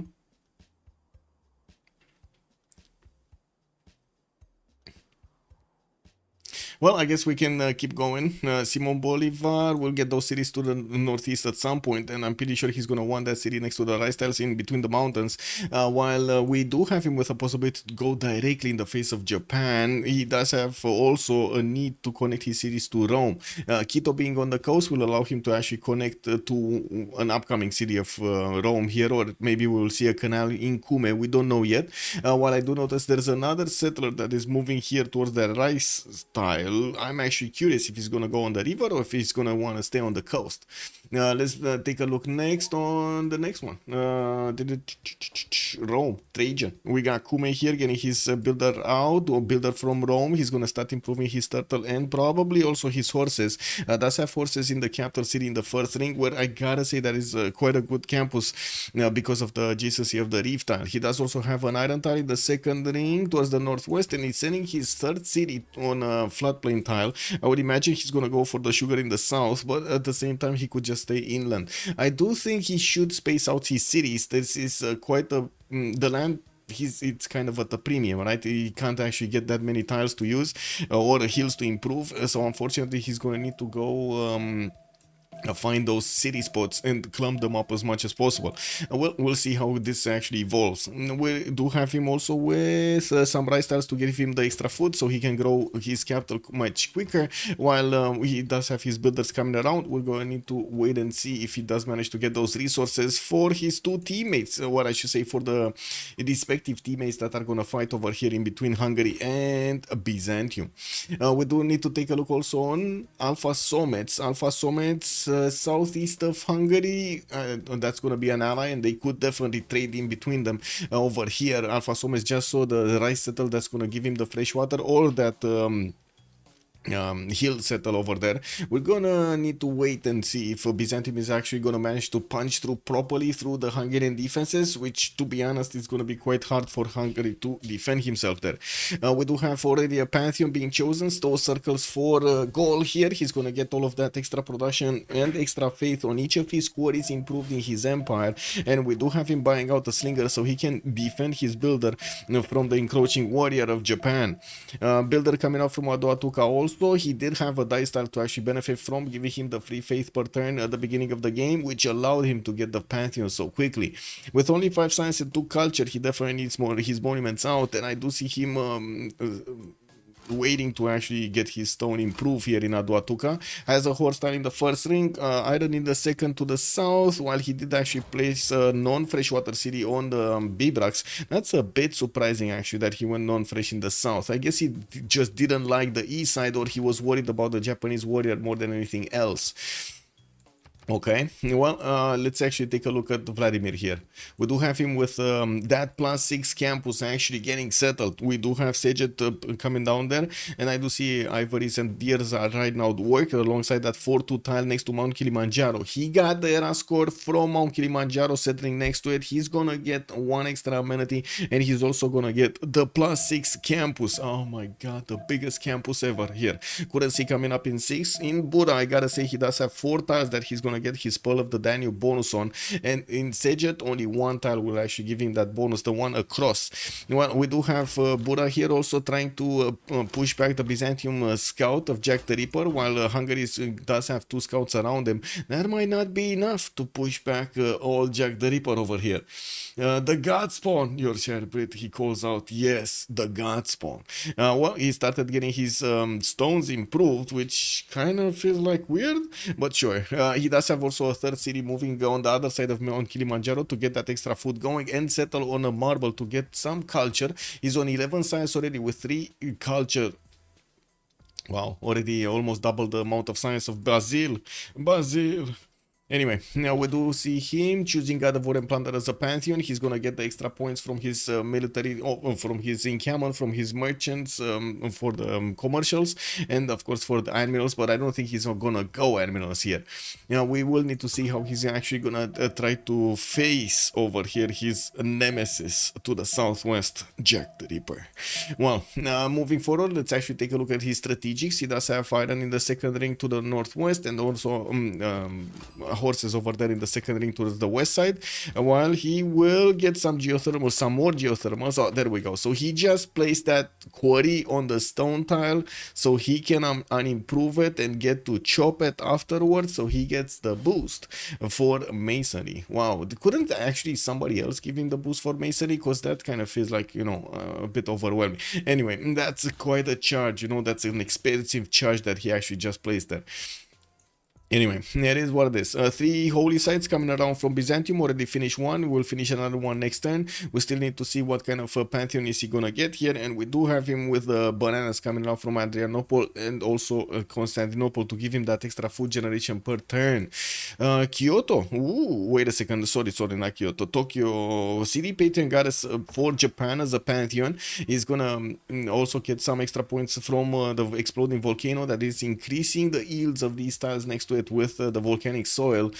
We do have also Gran Colombia getting religious settlements as a pantheon, connecting his cities, already putting down the commercial hubs from his cities. We're turn 22 and those commercial hubs are going to finish quite quickly. I do also notice Mongolia did choose to go for God of Craftsman. That was kind of easy to predict, right? With so many horses and so many iron tiles here around him, that kind of feels like it was the only choice here for Mongolia. He's gonna get a +2 campus, unfortunately, not a +3. Well, is this a +2? Anyway, isn't this a single mountain? Whatever. But am I missing something over here? Is there a geothermal here? Anyway, whatever. Ulaanbaatar gonna get the monument out, and I do notice maybe chat is gonna enlighten me here. But anyway, it is what it is. He's gonna get his campus research project in 2 turns. Looks like Hypatia, being the first one, is gonna create a challenge between him and Hungary for whoever actually gets this going. They are on opposing teams and they're gonna need to race for it. Looks like the moment Sejet is not going for the projects, he's just grabbing a trader out, and he's getting another one of these campuses in Buda, which is gonna be another +4 there. Very nice, very nice. These 2 mountains just look like one because of the map art. Is it 2? Give me a second. Are you? Where was it? Wait. Here, right here. Oh, I see. So it's this one somehow and this one, right? It gives, but it's in a corner and it is what it is. Okay. Yeah. If you switch to strategic view, you can see it easily. Got it. We do have monuments coming up from Ulaanbaatar over there, and also some more builders in the south in Korabalgasun to start improving his tiles. He does have a Grand Colombian warrior here that is trying to see what's going on, and of course you do see the trader is actually being sent to Jerusalem, going externally towards Jerusalem here, so he gets some extra gold, some extra bonuses from that city. I would imagine he's actually going to try to go for Amani externals, although he did have the opportunity to go externals directly towards Hojo Tokimun here. Well, I'm pretty sure without Wieselbanken at the beginning of the game, it's not going to give you that extra food and production that you really want on your traders. With the second holy site finished, Byzantium is now safe to actually pick up a prophet. He's already on 5 great prophet points a turn, so he's going to get to pick it up in the next 3 turns here and activate his religion.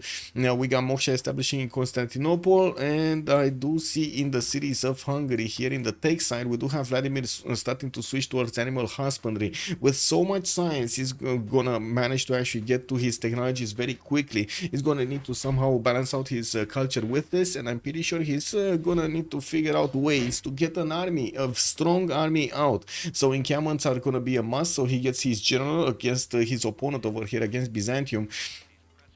He does have at least a lot of science. That's gonna help him out discover those higher strength units. Moksha establishing in Bogota in 2 turns. Slinger coming around to deal with the Mongolian scout, which, to be honest, he might actually just get in there and steal the princess from the trader. Oh, that's gonna be bad. That's gonna be bad for the princess. We got Rome here getting a harbor out. Kume is gonna get a settler out in 5, and I do see Ostia is also starting on his trader, going for a 4th city, moving towards the southeast. I would imagine he's actually gonna go around here somewhere, but I guess we're going to need to wait to see where Lapata is actually gonna wanna go. Could go south, no problem, on the soul mine to get an extra amenity if he wants to. And from Kume, we will probably see him actually settling the northeast. Tokimun just finished off an opposing unit here next to Osaka. It wasn't that much of a challenge, but unfortunately couldn't kill it with the slinger, so he gets the boost. That's a bit unfortunate over here. Yeah, I mean, man, he had the opportunity to be better than under Civ. Get that slinger boost, but no. Kale said no. We got under Civ over there, king of getting the slinger boost. It is what it is. He cannot be dethroned. It's the mountain of the bottom right. Yes, I always wonder how Civ workers are able to build campus surrounded by mountains, but Newton can't get there. True. Yeah, I mean, you know, builders have a way. They have a way, Lancer. They have a way.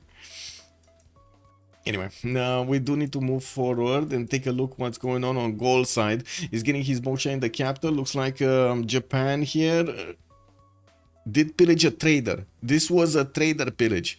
We don't have a trader actually moving here. Okay, and I do see another trader is coming out from Bagakum. We did have two roads being built by the trader before Japan managed to take it out, and there are two of these slingers able to actually shoot these warriors down of Japan, and of course the Japanese scout. We're gonna need to wait and see if Carrier is gonna manage to get them out of there. There is a universe in which he can actually get out of there, but not on the right side.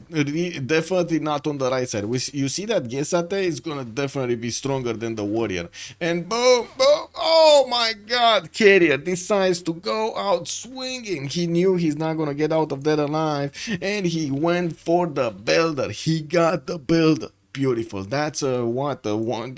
I think that was actually a two-charge builder that just disappeared over here, got taken out by Japan. Right now, those two units just paid for themselves. With the amount of damage they did, it's definitely worth what their sacrifice. Now we do have to see also Atuka getting another builder out. He did manage to improve quite a few tiles here in Bagakum with another builder, and has quite a bit of production. We're talking about 33, while everybody else is like on 27, 26, 30 on his team. On the other side though, Kublai, Mongolia and Jack the Ripper do manage to get 34 and 35, while Kale already has 40 in his empire per turn. Did manage to get that trader going and started to work on his harbors, 3 of them coming around in the next 3 turns. While I do notice, well, CDP Goddess got picked up, Copper Mines getting upgraded. He does need to actually get his other things improved here, other resources improved. On Japan's side, I do have to say both Japans actually started off with harbors. Usually you do see a bit of a mix over here, like sometimes Hojo does like to actually go holy sites into something else. Sometimes he does like to prioritize a bit too much on the theater square side, or is going for that encampment. It looks like this time around he does want to just get the gold, and that's it. We're going to need to see him definitely go forward with another technology, and I would assume it's going to be campuses next year. Pottery coming up in 210s, a military tradition in 2/4 Hojo, while he does have Mongolia towards the north. That's an ally. West side here is going to be Kublai Khan. That's going to be his only opponent. In the cities of Hungary, we do have him going horseback riding in 3 turns. That's going to be significantly faster than the Basil II is going to manage to get that technology. There's 10 times difference between them, and oh my god, that's actually more than double actually on Vladimir, more than double size than we do have on Byzantium.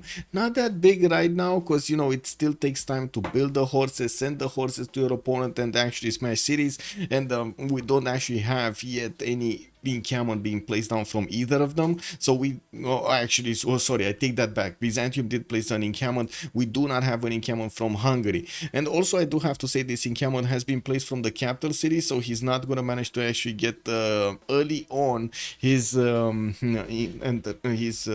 government plaza from the capital. He's going to need to build it from another city, which usually does take a lot longer because you don't have the extra production from the palace.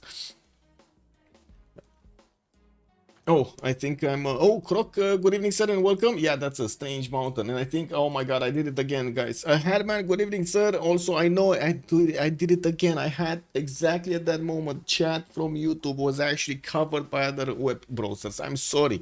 Herman, good evening, sir. Hello, biggest fan here. Why stream for the hats? Even name my account after him, not matches. I'm so sorry, Herman. I'm so sorry. It's the cat. It's the cat. She actually barfed on it. It is what it is. Lord Zaros, good evening, sir. Thank you so much for the raid and welcome everybody. Hello to the Civ6 multiplayer scene. We do have a game tonight, advancement / relegation game in our CPL Premier League from the 4v4 scene. And on the actually, let me put up the team labels here really quickly. I'm gonna put up the team labels. On the left side we do have Team Unlucky. That's actually their name, Team Unlucky. And on the right side we're actually gonna have CivUkraine. CivUkraine is on the division, is in division 1, but they didn't have the best results this time around, so they did need to get to fight in a best of 3 against their opponents here, Unlucky, who did manage to get the first place of division 2 this time around in the tournament. So they're gonna need to fight for whoever stays in division 1. Also, Constantine, good evening, sir. You should just set up a fund me for a new hat. I was thinking about fund me's and stuff like that, but to be honest, I was more like on the how to say, I was thinking more like a slash fund for Paris than anything else, because I would really like to actually have a lot of fun there. Change your sub goal to sub for a new hat goal. I don't know if I can do that actually. That's kind of weird because you know Twitch things.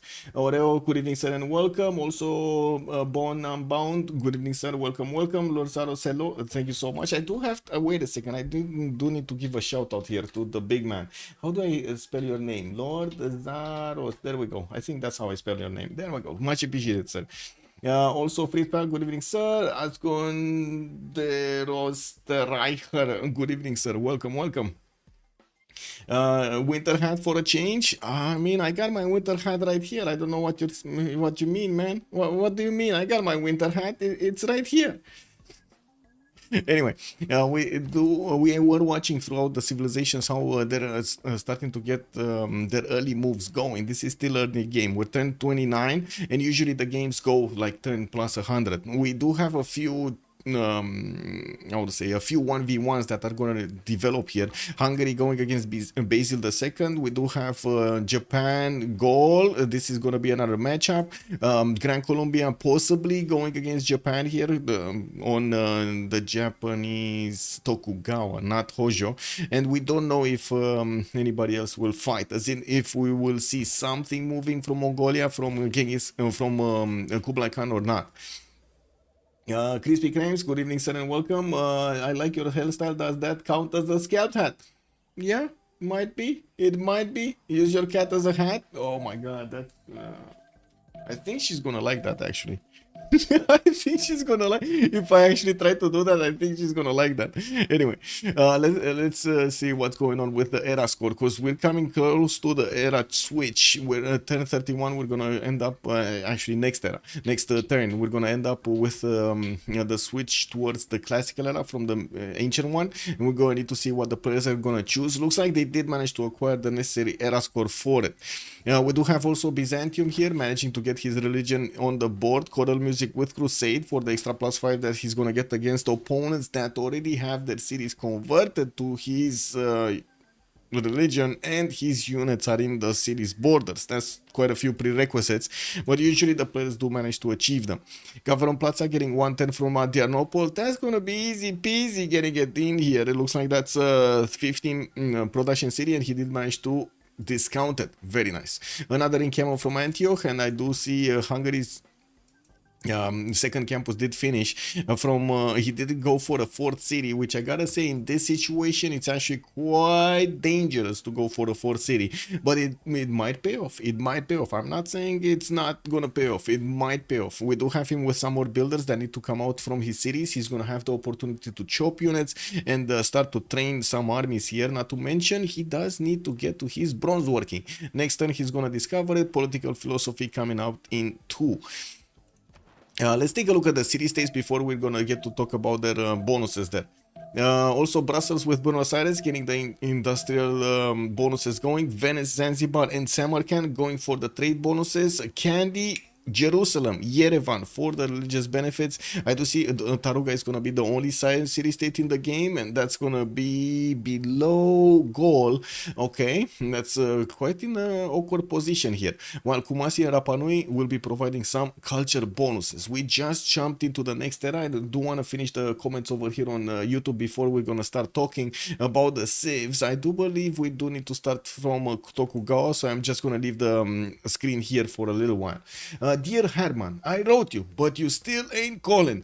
Herman, I feel like we're having a conversation over here. How to say, just like Stan did with Eminem, right? If I'm not mistaken. Oh my God, man, Stan and Eminem. Dear oh no, you didn't. No, you didn't. You brought my, oh my God, man. He got my memory back in the day over there, 2000 or whatever it was when that what that album came out. What was it? Real Slim Shady or what was it? Anyway, I can relate to wait, you still ain't calling, you have cancer. Oh my God, man, I can relate to that. You're saying when I have a oh my God, it's happening, it's happening. He's actually pulling a stand on me. He's pulling a stand on me. Herman, you're doing it, man. Anyway, Mongolia showing us the new meta: build one campus plus one adjacency and get two non-discounted commercials. Constantine, that's the way, no? How much adjacency has Hungary's campus? +6 and +4. There's a +6 over here from Sejet and a +4 in the city of Buda. Yeah. Okay, so let's take a look. Kale 832 did go for Pen Russian Voice Golden Age. He does have his Governor Plaza coming around from Tokyo soon. He didn't actually finish it. He pre-placed it. Has a few builders. Actually, I think he just bought a builder there or got it from a hut. Anyway, getting his lighthouses for the extra trade routes to connect everything, and also discounted the holy site here in Okayama. Did he actually discount this? Because it feels like it takes a long time anyway. 2 extra turns over what he already built. That sounds like he didn't discount it. I think he didn't discount it, to be honest. Artemisi, good evening, sir, or ma'am, I'm not sure. Mongolia and Hungary in the same sea. Mongolia and Hungary. I'm going to assume, sir, so, you know, I'm sorry. Let me know if I make a mistake. Mongolia and Hungary. Yes, Mongolia and Hungary on the same seas. There could be some mischief coming in from Mongolia from the right side, but very late in the game. You see all of this coast is going to be very hard to actually get through. We might see him try to disembark. We'll see. On the side of Kublai Khan here, we do have Korakoto, Shanadu, Korabalgasun, and Ulaanbaatar coming around. Campus research project, so he actually gets Hypatia. We were thinking something's happening here, but yeah, looks like the projects just weren't made. He didn't make them. I was thinking Hungary is going to want to be competitive in this scenario, but he wasn't. He just didn't want to. Anyway. We do have Guilty Crown here with Political Philosophy coming up next, then 15 Science, 9 Culture, 43 points of production. While he just chopped that project, he's gonna be 1 turn away from recruiting Hypatia. Ulaanbaatar gonna get his next commercials. We got him with that 5th city about to settle on the Maystar to get some extra gold going, and there we go. Hypatia just got picked up, recruited. Yeah. Crispy, what is my favorite Civ to play? It used to be like Persia Cyrus or Nadersha for that matter. Japan, I really like Japan. Some of the coastal civilizations, but not all of them. Like I like Daido, but I don't like that much. I mean, Daido, Japan, coastal nations. I don't like that much Australia, for example, to play. It just is what it is. Also discounted 100%. He built 3 harbs, opened only harbors. Holy site and government. So you see it was discounted and it still took so long to build. Wow. Okay, I mean it is what it is. Anyway, going for Basil the second here, 14 science, 24 culture, still on 3 cities, got those 3 holy sites going, and started making the face generation on 33 right now. He did choose to go for the monumentality golden age. Also Darsh, good evening sir on YouTube. I saw it. Look at Samarkand. What's going on in Samarkand? Wait. What's going on in Samarkand? Where is Samarkand? Here? Oh, look at the boats, man. These are all yachts. These are not galleys. The game is, you know, the game just doesn't know what a yacht is, so it represents it as a galley. I'm pretty sure Samarkand has such a big luxurious population over here that they're just feasting on all of the fish and just sitting idly by. 6 times to build district in new city, not so long. Well, it still feels long, but still feels long. I don't know. It feels long. It's an eternity. What do you mean, Constantine? But yeah, you're right. It's not so long for one pop city. Carrier, 10 science, 27 culture. On Hojo, we do have Nagano, Kyoto, Takamatsu, and Yokohama settled. Two of them on the coast, one of them off, but he did manage to put out one of these harbors, and I do see him going for the campuses. That's a +3. Kyoto did build the government plaza. That did also build audience chamber extremely quickly in the game here. And we do have him following up with quite a few more campuses from his side. And while Carrier here is on 49 points of production and 24 gold, he's going to need to make quite a bit of gold for his teammate, especially Jack the Ripper here, because we know what's going to happen here. So how long until, wait a second, it's not how long. Did Jack the Ripper start to ask for gold yet or not? What is chat gonna say about this? Especially Twitch, because you guys know him better, right? What is chat gonna say about this? Is Jack the Ripper already starting to ask for some economic help over here from his teammates or not? He has, obviously. Okay, yeah. I was imagining this happen, right? Wall of Strong coming up in 2 turns. He's already getting like almost dabbling in the negative side. He's on 3 gold at the end here with Magnus establishing in Antioch for those extra chops. So the fact is, he will manage to actually get quite a bit of those. Yeah, we do have Carrier, right? We talked about Carrier. We kind of talked about Carrier. We don't see a holy site. That's another thing that I wanted to ask here, but no.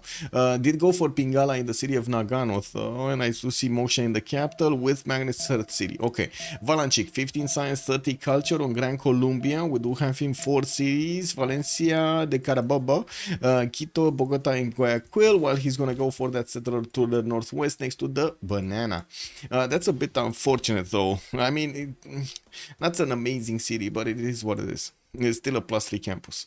We do have him getting some archers to push back any unit from Japan. He lost a unit in the Japanese cities there, so yeah, right now we're gonna need to see how he's gonna get through.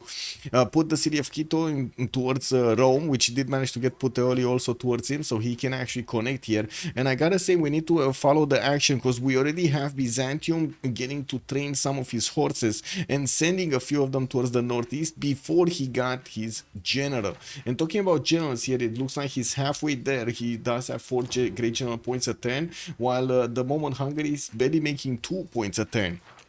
We're going to need to see some more extra chops, both of them going for Wall of Throne. So, okay, come back to Simon Bolivar. Simon here, pen, brush, and voice, 28 points of gold per turn, 47 points of production, getting markets out, and also getting his traders to connect his cities. Okay. 2 horses improve, no iron. Okay, 2 horses, no iron. It is what it is. And he did try to put as much adjacency as possible on these commercials with the use of the river and, of course, the government plaza with the city center next to it. Send me gold! Send me gold! Bex is calling out. Bom dia, senor. He sold them bananas? Wait, he actually sold them bananas? You think so? Oh, that's some expensive bananas, man. That's some expensive bananas. But yeah, it could happen. We got Lapata also, 17 science with 41 culture, already 2 for 5 cities, getting his builders out, 6 city and 7 city coming out from Kume and Antium. He does have Pingala establishing in Kume in 3 turns, while he already got Moksha in the capital for the extra culture. He did also choose to go for, what was this, natural tradition. What's the new one? Goddess of Festivals, I believe, the pantheon that gives you the extra culture per turn. The Goddess of Festivals. From these improved plantations, while he did manage to improve quite a few of them, he still has tea tiles and coffee tiles to get improved there. Doesn't really have an access to a wonder, and by the looks of it, he's going to get to connect his economy with Gran Colombia to generate the gold points. He's going harbors here into campuses, and he still has quite a few chops to keep on developing his cities. Okay, next up, Alfasomets, 9 science, 28 culture, getting audience chamber in Aduatuca for the extra population cap over there, especially the housing that he needs. He did already get hanging gardens, which is amazing, I gotta say, on Gaul. Gonna have Stonehenge coming out from Bagakum, which is gonna give him the ability to get a religion, and usually it is Zen meditation. We're gonna need to see if that's gonna happen. He didn't build a second holy site, or I should say a holy site in another city than the city that built Stonehenge, so he could actually get that religion passively expanded everywhere. Like initially when you establish it, it's going to establish in the cities that you have either Stonehenge or a holy site, and then boom, it just passively expands to everywhere else in the empire. But you do still need those 2 cities. It doesn't seem like it's going to happen here. It doesn't managed to get his horses improved and still has quite a few of these quarries to get for the extra production, and right now he's on 69 points of production, steaming ahead of everybody else by quite a bit. And well, he still needs his science to come around, and I'm pretty sure he's gonna be happy just improving his oppidums everywhere. He did manage to get this +7 with another +6 over here and another +4 over here. Government Plaza plays down. Okay, he's gonna finish that one. Oh my god. Now that's a problem. We got 2, 4, 6, 8, 10 units. 0 gold per 10. 10 units, 0 gold per 10. Jack the Money Reaper. Yeah. Have 5 bananas at my start, so city name is Bananarnia. Oh, love it, Buffalo, love it. Bananarnia, yeah. Oh man, wait a second. Is anybody streaming this game? Somebody needs to change a name over here. Isn't Valanchik streaming? Maybe he can change his name. Can somebody redeem Valanchik's how to say capital name? Who is Gran Colombia, right? Imagine that Bananarnia over here instead of Bogota. Love it. Anyway, Vladimir, right? 46 science, 34 culture. I gotta say that's quite a lot more than Basil has. But you do see he also has 3 times less the military of Jack the Ripper. We do have Vladimir here that does need to actually get his horses and the swordsman out. He didn't make quite a few of these spearmen, but well, I guess we'll see. It looks like it's gonna take a few more turns for Byzantium to get here to his cities, and Hungary does have a few builders out, so he can keep on chopping. Actually, I say a few builders out, but then I say it's like a builder with a charge. There's no S in there. There's just one builder with 1 charge on it, and that's it. Did you guys see, by the way, what happened with that girl from, where was it? Not The Wire, I believe? Cooper? Is she Cooper? Did she get... What happened to her? How did she get out of there? Does anybody know the story in chat? Anyway, it is what it is. Now, we do have over here spearmen coming around from Hungary, and by the looks of it, we're gonna need to see how... the horses of Byzantium are going to manage to get through the spearman line. It does seem like the moment they can't really move and attack. We do not have yet a general being recruited by Byzantium, even though he does have very close points. It looks like he's going to be at the same time as Hungary is going to get his own general. Didn't we have any general recruited? No, admiral here, and of course the commandant general from Gran Colombia. Got it.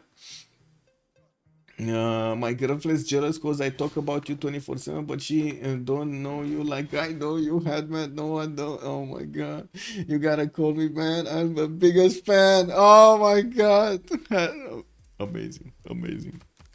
I'm getting stand here. Anyway, Euclid, Marcus Licinius Crassus, recruited by Hungary. Where is his general? Hungary?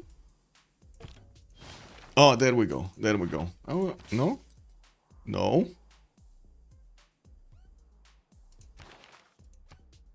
Oh, okay. We didn't switch into the next 10. I got it. Okay, it's fine. When it comes to the merchant screen, we already have Gran Colombia with 4 merchant points. Mongolia is going to be 3.4, Hungary on 4, and that's about it. And by the looks of it in the scientist screen, Mongolia 2.3, Rome 1, Japan 1, not that much over here. Engineers, of course, only Gaul is making them because he does have his oppidums out. They do come earlier than the industrial zone, so yeah, he did manage to get them out quite quickly. It does also seem like Alfasomets is not going to activate his religion over here. I gotta say, this is a good move to deny the possible taxes straight of your opponent, because you do manage to get the profit away, right? There's a limited number of profits in the game, and it is also depending on the map, so they won't be able to make more than 5 religions now that the profit just got taken away, and it's not gonna get to activate. He's just gonna, not have that ability. So yeah, I do have to say it would be quite interesting to see if Gaul is gonna send it to Byzantium just to, you know, show him he has the profit, but he doesn't actually give him the bonus. Um, have five, but okay. Is there a general on Basil? No. Where is the general? There we go. There we go. Trunk track. He just got it. It's gonna take a while. It's gonna take like 3 turns to actually get there. And by the looks of it, Byzantium is quite close to the Hungarian capital. We do have Burica recruited by Bura, and that's going to allow Vladimir here to get that extra +5 on his swordsman and horses. He doesn't get it on archers, on scouts, or spearmen, which is going to be a bit of an issue, but at least the spearmen do have an extra +10 against these cav units that right now Byzantium is using to attack into his opponent with. It doesn't seem like... wait a second, I think he found a flaw. I think he found the flaw. The scout needs to shift enter over there, because otherwise that's gonna be a bad boo-boo. That's gonna be a very bad boo-boo. If the horses find a way to get back, get next to these scouts without the river defense, the scouts are just gonna die. They're gonna die a horrible death over here next to those rivers. Anyway, we do have some more horses coming out from Hungary, and he's building up that line of defense, managing to actually move the scouts so he doesn't give the opportunity to Byzantium to actually cross the river and get to hit him from behind. We do have some more archers also needing to establish, and I gotta say it's quite interesting that we saw Byzantium push this early without waiting for the Tagma timing. We do have him getting his settler out so far away in the face of Hungary here. He's actually gonna go on the cattle settle? Is this real life? Is he gonna go on the cattle settle? Or is he gonna put it... okay, yeah, he's going for the cattle settle. Wow, okay. Well, that's a very courageous city, I should say. No? Is there another word that could be used in this context? We do have Vresen going for another encampment training project. He probably wants to get another general here alongside Burica so he can activate Burica. Bold? Yeah, I guess bold. That's a bold move. Oh, I like bold more. Also, Tidiati. Good evening, sir, and welcome. Jody Moore, yes, Yorkshire Beef, has he been smoking banana skins? Yeah, it's a bit better, I assume. Prediction time? I think it is prediction time. I think Uko Supreme is correct over here. We should get a prediction here for who will win. And we do have... I didn't put it... did I put the team level? I did put the team levels, no? We do have Unlucky going against CivUkraine here. And 20 minutes as a submission period. Let's go for it. Let's go for it.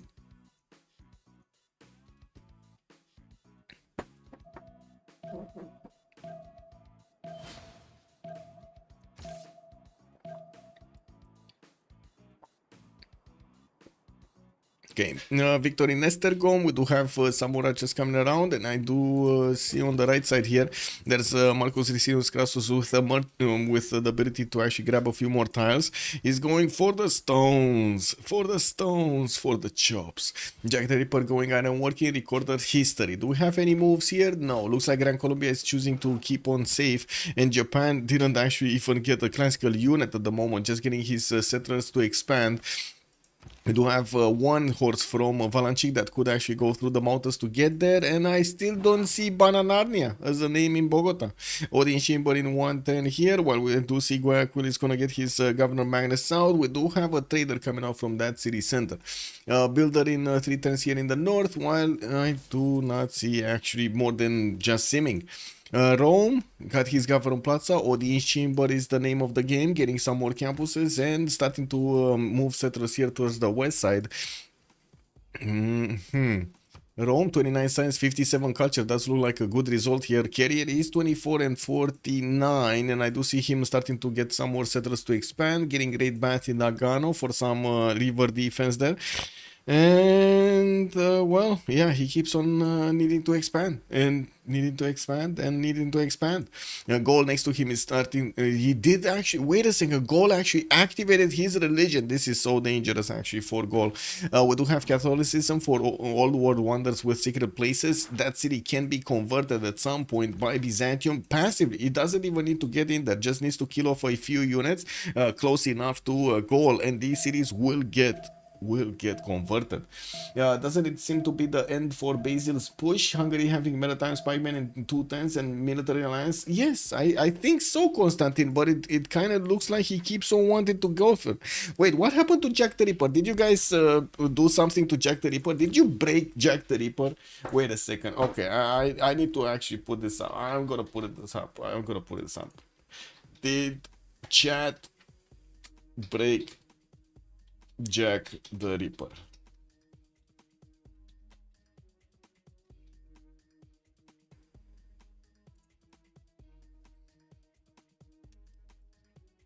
Let's see it. Did you guys break him? Did you break him? Wait, you think Jack broke Jack? I mean, yeah. Yeah, that could have been a third option. I didn't put it. Entropy, good evening, sir. The new year transformed him into Jack the Ripper. My God, man, Chat, you broke Jack. No, why did you break Jack, man? Oh man, I gotta say, I'm expecting very good moves coming out from Jack the Ripper. He was one of the top players that we had, also top streamers that we had a few years ago in the community, and has a lot of experience. Okay, maybe not that much experience right now in the games that we have with the BBG beta and so on and so forth. It takes quite a bit of time to get accustomed to everything new. And as you can see, he did kind of get unlucky here, you know, quote unquote, his team, because his opponent did manage to get all of those amazing campuses, and we do have him with a bit of a discrepancy when it comes to the science. Vladimir already 55 science, 42 culture. Hey, Yorkshire Brit, thank you so much for the sub. Much appreciated, sir. Brit retained his knighthood for 20 months. Also, Jack the Lipper. Oh man, the Lipper. Anyway, I do see all triangle also. Good evening, sir, and welcome. We got him starting to attack into his opponent, and I gotta say, Vladimir here with his swordsman does seem like he's gonna have a much stronger unit than Byzantium can handle. Tagmas would have probably been the way here, but unfortunately, that's that's way too far away at the moment. We do have Jack on 26 science and 43 culture, while he's on machinery in 7 turns and civil service in 3. That's going to be something that Vladimir already has. No, he did already get his military alliance. Yes, he did. Yes, he did. Now, we do also need to see if anybody's gonna give Jack the Ripper here an extra taxi straight. It would be up to Kale to actually build up a holy site, and you do see it in Okayama.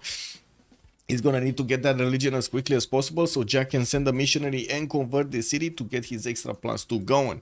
And let me actually put up the chat. What did you guys finish? So it looks like 5 said yes, 1 said no over here. Okay, so we're still sure. Is this sure that we actually have a result here? Did chat break Jack the Ripper? It kind of looks like he did. Anyway, we do have more pikemen coming around. Oh my God, look at the damage. 69 attack strength into the horses of Byzantium. That's going to be so easy to push back Jack here from his cities. And I got right now, I'm not sure if bold is the word that we should use for Ancira. Is there another word to use here, chat? Is there another word to use for Ancira's placement so close to Hungary? No, that he knows what's going on. Anyway, more builders coming around from Vladimir. He did manage to get some gold generation going earlier. We do have him on 33 with Lapata on 45 and Valanchik on 33 of his own. Unfortunately, the production capabilities are not that good, and the Jack the Ripper is outproducing his opponent significantly. Also, Darsh is calling it a free city. Yeah, that might be a free city for all of these upgraded units of Hungary if he does manage to get them. But I gotta say, Vladimir yet, he doesn't have mercenaries. So upgrading a many times, upgrading one of these pikemen, not to mention crossbows, would be quite expensive. He does need to wait to get that mercenaries card so he can actually upgrade all of his units properly. He will also have access to his Black Army, which is a replacement Corsair. It's very, very, very good, even though I don't think in this situation it would be actually that good. We do have too many horses coming around against Hungary here. 2, 4, 6, 8, 10, 12, 14, 16, 18 horses coming around from Jack the Ripper going against his opponent over here, Hungary. Woo! Captain Crash, good evening, sir. Now, why everybody going good spawns? My chance on spawning Tundra with Mansa is like 95%. I mean, you're playing with the original 5x's code, that's why. Yeah, no, he's playing vanilla, that's why. With all of them. Oh my god. Well, I mean, you can't get that. What do you mean? You cannot get with Mansa, you cannot go Tundra. What? Something must be wrong there. Yeah, something must be wrong. Only in the original game you had those situations, like Japan randomly spawning on a one-tile Tundra or somewhere. Anyway, now we do have Liang coming out in 2 turns from Kokekota, in 2 turns into Kokekota to get some extra bonuses there. I do see Oracle is getting building Korabalga soon, and quite a few builders are going to come out next turn for Mongolia with the feudalism bonus. I'm pretty sure he did manage to discover that, or yeah, he did manage to discover that. And while he did manage to also get a few more traders, yeah, he does have 3 traders going, all of them going towards Jerusalem. No, I'm sorry, 1 going to Jerusalem, the other 2 are going through. So, wait. He had the opportunity to send the city to Torres, wait to send those traders from that city that could be coastal and give him like double the amount of gold, but he chose to send them earlier without the bonus from Amani and with half the gold. And without Wieselbanken, because they don't have Wieselbanken. That's another thing, they don't have Wieselbanken. There's something really happening here. Guilty Crown is feeling pressure that he needs to get as much gold generation per turn as possible, and that might be actually Jack screaming I need gold, to be honest. It might be Jack screaming I need gold. Yeah. We'll see. Kalev with 31 science and 48 culture. He did manage to get to 7 cities, 2, 4, 6, 7 cities. And I do see Moksha and Pingala got that established. Samurais are coming around to plug those chokes. And this is going to make it so much more harder to actually go against anybody. I do have to say Japan over here does have the ability to send those samurais to actually roam. Can you imagine if he actually sends them over here towards the south? Does he even know about this? He knows. He actually knows about this. He could send those samurais and deal so much damage to Lapata city of Setia. Great Bath has been finished in Nagano. We do have him putting down some theater squares there for the extra culture, getting his Diplo quarter also in Yokohama while he's building up his science count.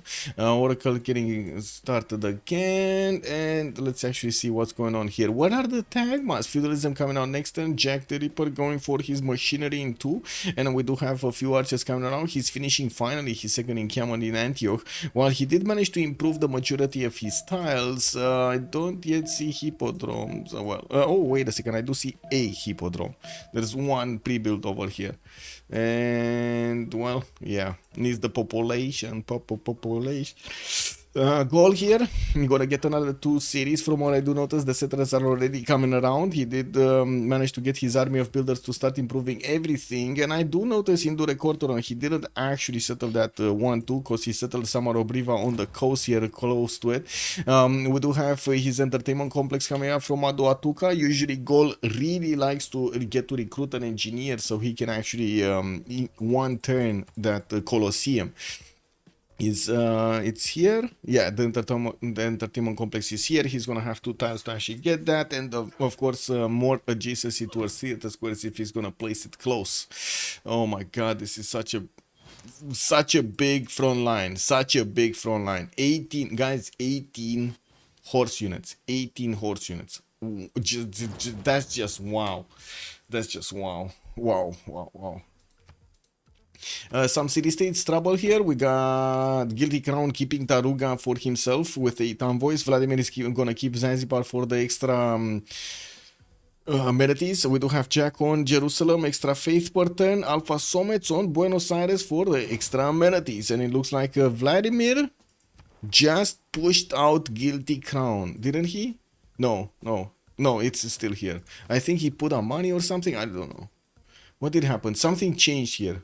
Was it Venice that changed, or was it, or did he put more envoys? Something changed in this area. I saw it with my eyes. It is what it is, but yeah, I'm not sure exactly what. Anyway, maybe you guys saw it and you can give me the answer. Now we do have Reina also establishing the record run, and Alfasomets here. Wait a second, he actually has the opportunity to do some damage to Byzantium directly if he wants to get these units in the water, get shipbuilding, and start crossing this Bay of Biscay, so he can actually disembark next to Adrianople and start smashing cities while all of the units of Byzantium are so far away from the capital city over here, or actually from the main court cities. They're far deployed towards the Hungarian capital. Okay, I do also finally see Rome did manage to get Memorandum on the left side and Arretium right side. 2, 4, 6, 8 cities at the moment for Lapata to make use of and getting those districts in, and also putting down his baths so he can actually get more adjacency towards industrial zones. He's going to need to make quite a bit of an effort here to actually get extra science adjacency towards campuses. Not going to be ideal. Not ideal at all, actually. Venice got changed. Okay. So Venice got changed. Okay, there's a war between Lapata and Carrier. Got it, got it. Okay, thank you, Cool Whip. Much appreciated. Does Jack know about coastal Gaul cities? Jack knows. Jack definitely knows. He knows Samanobriva. He doesn't know about the north one, but he knows Samanobriva and Bibrax are coastal and right next to him. We do have a Hippodrome coming out from Ansira for a free unit, and we do have currency and mercenaries coming out from Jack in 1 or 2 and 2 turns. While on the other side, Vladimir is going to get his construction and mercenaries next turn. We do have another pause. What is this?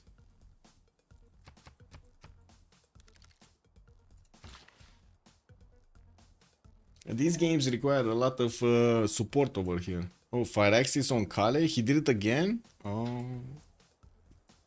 Oh. Yeah, he did it again, guys.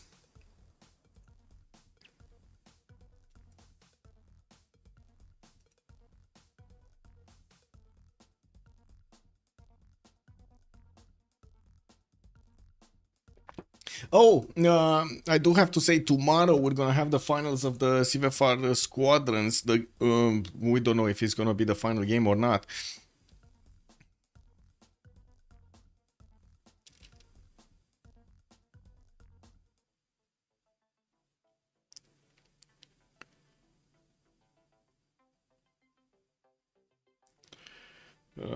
Let me double check. I really hope they didn't do it again. Yeah, Air 1 updated it today. It's gonna be tomorrow, 1930 GMT.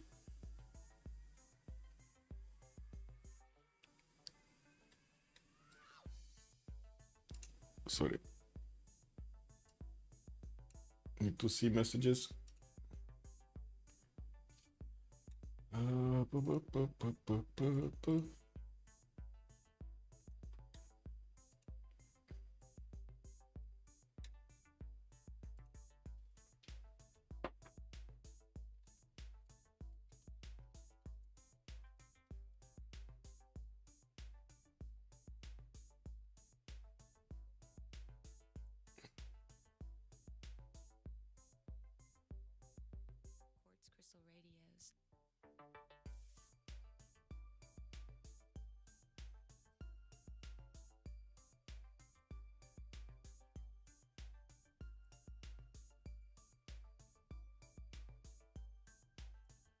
Just going through my pings to click them off. I gotta see, my mind just goes crazy when I see one of those the red bullet points over there. I'm like, no, I need to click it off.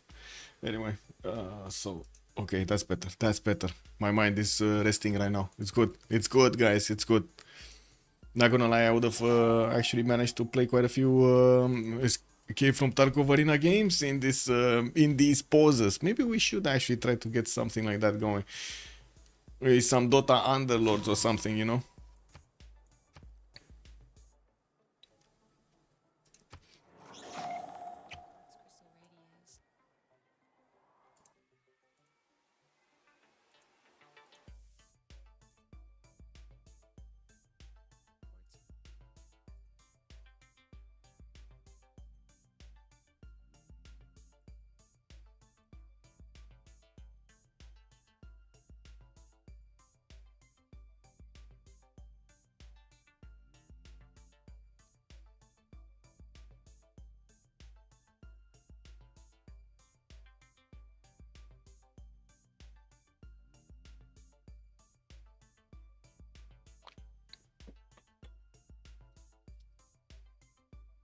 Well, Kale?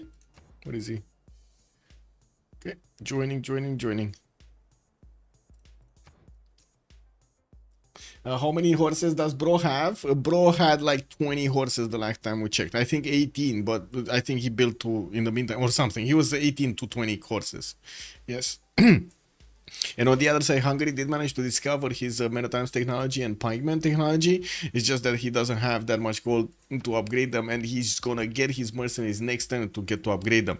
On the other side, I do have to say Jack the Ripper is gonna get a lot of freak tagmas coming around from his not only hippodromes but also the arena inside of them, inside of that district, which is gonna be awesome. He's gonna get quite a bit of a power spike in the next few turns when he's gonna discover those tagmas. The question is, will Hungary be able to defend and or push back with his ability to get a lot more science and culture in his empire? Well, I gotta say also Vladimir has a significant problem when it comes to his production. You see only 46 here for Vladimir. On the other side, Jack the Ripper is 70 points of production in his cities. That's raw production, and then 51 faith points a turn here for him. That's very good. That's very good on him. Oh no. We're getting attacked again. Wee Candy looks like it was a city for Gran Colombia. It got taken out by Valanchik over here. We do have him on 2, 4, 6 cities right now, with the 7th settler moving somewhere. Do we have an 8th? No, it's getting built in Guayaquil right now, so I'm pretty sure he's gonna go next to the Vulcan Furres or Puras. What is this? Volcan Puras. Purace. Puras. No, something. Anyway. Puras. Being established there, Liang established in Valencia de Carabobo. Bit weird, by the way, that he didn't actually send Liang over here in Panama, because you know it felt like there's a lot more floodplains there. We got 1, 2, 3, 4 here, 5 maybe. While here we do have 1, 2, 3, 4, 5, 6. Easy peasy. Classic Gold Gaming, casually 181 production. Yes, a 1047. Imagine that. He just jumped up so quickly, so far away. And he's gonna get his Colosseum soon, and that's just gonna keep on boosting him. We do have Industrial Zone Logistic projects coming up in 210s with a possible project also to that possible chop for the project. Imhotep is the next engineer. That just is a match made in heaven here for Alfasomets to get that wonder, the Colosseum next to Aduatuca. We do have his next settlers about to go and place new cities here on the right side, and I do see walls coming out from Hungary. We do have him placing another campus from Esztergom, which is gonna be another +5, a +6, +5, and a +6 campus. Oh, wow, +2. Oh my god, look at the science. Just 3 campuses, so much science, so much science. Now we do have Debrecen also with the ability to get another +3 over here in between that geothermal and the city center with the campus with the districts next to it. Looking at the gold pattern here, Vladimir is only 31 gold, Alfasomets 25, Lapata 56, and Valanchik on 45. They do have a good gold generation pattern right now to fund the wars that they need. It's just that Vladimir really wants that mercenaries card, really needs the mercenaries card. And the game finally got unpaused. We did have a bit of extra time there for Carrier to get going. Basil in his cities is getting a few more builders. Didn't actually pre-place more of these hippodromes yet. Asia does need to get at least a district down, and I would have imagined he wanted to place down a hippodrome from that one. Anyway, in Kyoto, Diplo quarters coming around, new theater squares. Fukuoka did build the pyramids here in that city center, and I do see Magnus is established there. He's plugging in Liang in Shizuoka for a bit more defense against those floods, and I do see he did get Hakodate. Kale is starting to move some of the samurais towards the southwest, and he might get to disturb the Roman peace past that bay of Setia. Well, we're going to need to see if that's actually going to be the case or not in this scenario. We also need to see if Byzantium's units are going to manage to actually do some damage here. Maybe get to trade some of his units with the Hungarian troops, because it's definitely going to be much more valuable for him to take out any Hungarian troops because of the lack of production that is coming up on Hungary. So it's going to take a longer time to replace those units than it will be for Basil to actually replace those units, mostly because production difference, very big production difference between them. Japan. What did the original Japan Hojo do? Getting some more of these cities. Yeah, I was expecting he's gonna go this southeast coast, and he's also putting finally some cities on these islands. Actually no, wait, he's not putting cities on the islands.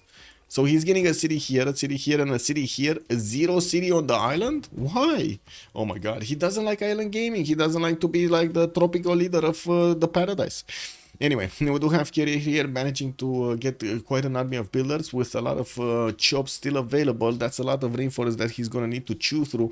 And I do have to ask chat, wouldn't it be more valuable to try to make the sacrifice here to get that chicken Itza build? Maybe even chopped in a city that has quite a few forest tiles? Like, for example, he can chop it in Nagano, right? He can chop it in Nagano. That's 1, 2, 3, 4, 5 chops in Nagano. Yeah, 5 chops. 6 chops actually. He has this one also. Anyway, that's significantly more production and more culture from those rainforest tiles, and he wouldn't need to chop them anymore. Anyway, he's going for Temple of Artemis here from that city center, cause we're coming close to the next era. We're 5 turns away, and everybody does want their golden age points. It looks like Kale is gonna be 6 points out with already the samurais coming around. He did get a boat. He got to recruit an admiral. Is he making a wonder anywhere? No, he's not. So we'll see how he's gonna manage to get the next 4 points here.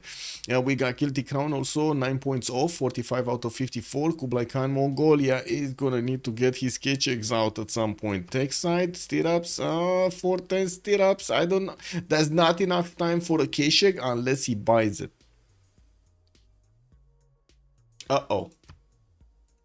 I say, this might be a problem. We got Jack here getting his machinery and mercenaries next turn, and he's going Dark Age, 44 out of 46. Wait a second, he might actually want to go Dark Age, so he might want to actually stay away from upgrading his Tagma. Can he get it so quickly, like get all of these points so quickly that he needs 13 points? That's a lot of points. That's a lot of points. He can't get a Dromon. If he would have managed to actually get a city on the coast, he could have managed to get a Dromon, and it would have been easy. Like Dromon, Tagma, 8 points instantly, and then you do get the point also. That's 10. That should be more than fine. Anyway, Carrier here is also 10 points off, 47 out of 57 to get that golden age. Doesn't look like he added more on his side, and I do see already crossbows coming out from Byzantium with some chops, with the help of some chops. Another city state has been taken out, and I do want to double check which one got taken out. Which one got taken out? Not here, not here. Oh, this one, Taruga. They took Taruga with the levies. Okay, so Hungary did manage to take out Taruga with the levies from Zanzibar, from this time, from this city state. That's good. That's good. That's quite a bit of damage that they did to their opponents over here. And again, Vladimir managing to outmaneuver Byzantium. Well, I do see Valanchik is also 4 points off from getting his golden age. Simon Bolivar wasn't really building wonders, but he's going to get an industrial zone, which hopefully is going to be a +4. Yes, it is. That's going to be giving him the splendid bonus, getting an easy +3 era score. We do have him sending a few more settlers around, and he did manage to get those commercials to build the traders out. Couldn't really put an army towards Japan, while we do see Japan not only caring that much about his western borders. He did manage to get a few samurais to actually keep, you know, law and order in here in Hakodate and Osaka. We do have some heavy chariots coming around also from Lapata, who is already over the threshold of getting a golden age. He's 59 out of 56, putting down some more lighthouses in his cities and getting his industrial zones down. This is going to be a +4 in the capital with another +2 over here in Ostia. I'm pretty sure he's going to get one of those dams over here to give him some extra adjacency and the extra defense that he will need on the river. Getting some legions to help him with the era score. He's also going to manage to chop some time tiles here, especially with the Legion having the ability to get a charge going. I think actually he did, because there's no more charge available. Alfasomets 2 points off. I think he will finish his Colosseum soon. He was about to recruit. Oh no, somebody got it away from him. No, he actually did get Imhotep and Bisheng at the same time. So where did Imhotep go? Oh, he got recruited here, and I think he actually wants to use it for Mausoleum, or at least wait for Mausoleum. Nobody is actually competing for Colosseum right now, so it's the only thing that he's gonna lose right now is the tempo that he would have gotten from the 4 turns. He would have built something else in Aduatuca, and he would have gotten all of those extra amenities, extra culture points in all of the core cities that are being hit by Colosseum, which, to be honest, that's a lot. That is a lot. 4 turns of extra Colosseum bonus, it's amazing. But he did want to get his Mausoleum at Halicarnassus also, which will give him a lot more production later on in the game, and will open up the possibility of building wonders much faster. With theater squares coming around, I gotta say Alfasomets is about to breach the 100 culture mark. He's on 44 science and 90 culture at the moment. They took Taruga for Hungary safety settle. You think it's Hungary safety settle? I think they just wanted to take out the city. I don't think, I mean, it could be a safety settle, but I don't think it was right in their mind over here. Wait, that would actually assume that Hungary already thinks he's not gonna defend Byzantium here. That's quite an assumption. That is quite an assumption, chat.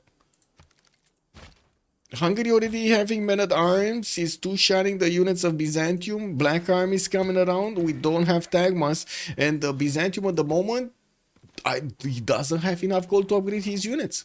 He just doesn't. Well, not at the moment. We do see, and we did talk about Kublai Khan already starting to send his externals because of the lack of gold. Now he's making 81 gold at 10, carrier on 58, and we do have Kale on 49. Maybe they will manage to catch up. Did they get their golden ages? Kale did get his golden age. Guilty Crown is 4 points off. Jack the Ripper. Oh, he misses Dark Age. He misses Dark Age. 47 out of 57. Now the good question is, can he get his golden? Chat, can Jack the Ripper get his golden age here? Just like his color of the Civ. He probably chose this on purpose, right? Oh, chat totally not... chat is stunned. Chat right now is totally stunned. It's like, we don't know what to say, man. Yeah.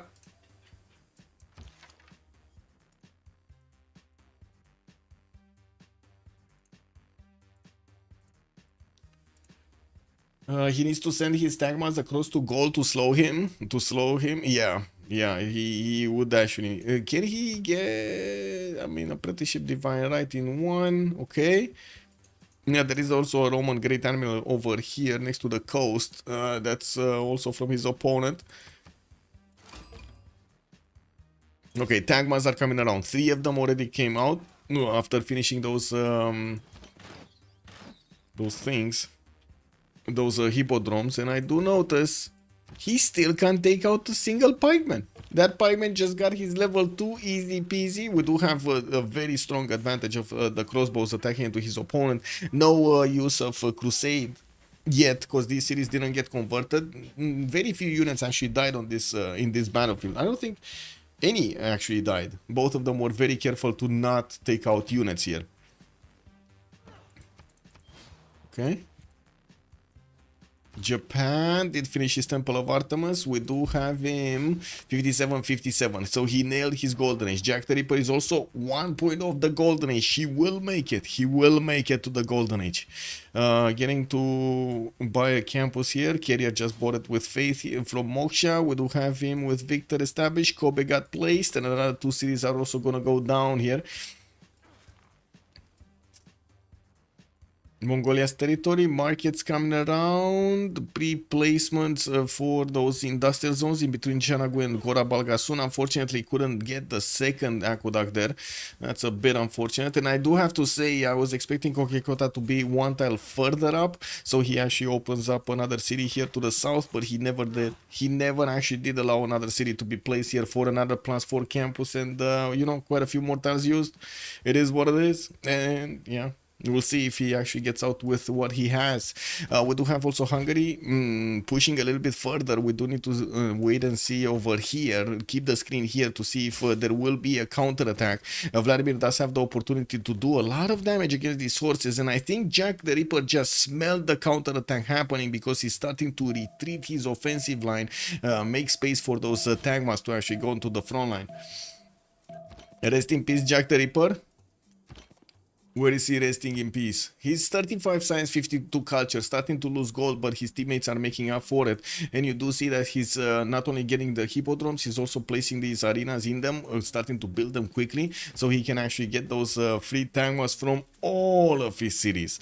We did have him with the ability to actually send them on the coast towards the Bay of Biscay here, towards the cities of Gaul, disembark on the other side. There was a possibility to be spotted by Rome, and probably that's why he didn't do it. I don't know. I think he's actually tunnel visioned into going against Hungary here. That's my impression.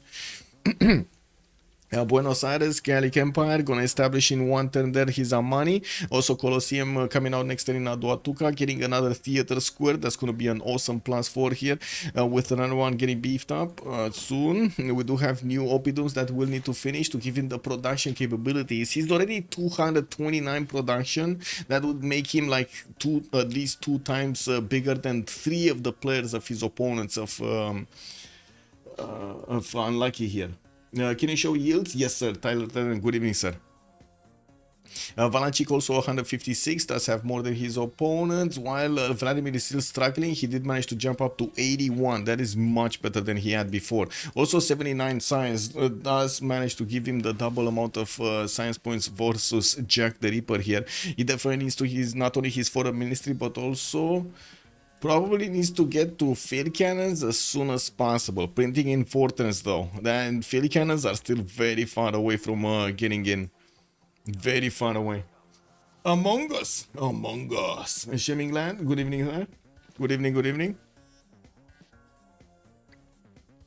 Kabachok, bonsoir monsieur. Good evening, sir. Привет, how are you doing, Kabachok? Oh my god, man. Where games? Where games? When are we gonna get to see you in the Go tournament, Kabachok? Come on, come on. Oh my god, you didn't want to register? Incredible, man. Biggest one on FFAs, he doesn't want to join. When you got banned? Oh my god. What did you do, Kapachok? What did you do? What did you do, Kapachok? I'm not banning, I'm banning. What did you do, Kapachok? Oh my god, let me see. What did you do? Boris. Mention Boris. Oh, you gotta quit. Why you quit? Oh, you can't find some. Okay, I mean, it's one of those days, man. One of those days. So anyway, the Go tournament is gonna be next month, so you're probably gonna get unbanned by then. Anyway, Absolute Lord, good evening, sir. What is the VPE read? What was that? VPE read? I don't know. Jack is washed up. Oh no. Tyler, I actually asked chat earlier if they broke Jack, and they said yes. So yeah, I would actually say, chat is correct this time. It is what it is, no? Now we do have the tank that will keep on pressuring Vladimir here, and I do have to say Vladimir does have quite a bit of experience to defend himself. We did have him keeping his opponent away from converting his main cities, and he's also trying to push them further out. Unfortunately, the river network here is allowing Byzantium to deploy his crossbows to deal the damage, and we just saw Byzantium take out one of the Hungarian troops there. I need to see if there's gonna be any repercussion. Looks like Vladimir just wants to get back his units, and well, at the moment Jack the Ripper will have 1 or 2 turns to start attacking with his Tagmas into the Spearman line, which are at the moment the weakest units that he could actually attack into. That would allow him to two-shot the Spearman, get in the crossbow line, could actually first move the crossbow probably next turn if Vladimir is not going to be ready for this. Yeah, I do have to say also we're gonna have the World Congress session started up in just a few seconds. We did have everybody in the game managing to get their Golden Age options. We're gonna need to see which ones are they actually gonna get after we're gonna manage to get the Congress up, and we're gonna have a pause for 2 minutes for the Congress. They broke Jack. Yeah, yeah, that's what I asked chat, and chat said yes, they broke Jack. They broke Jack. That's kind of bad. That's kind of bad, man.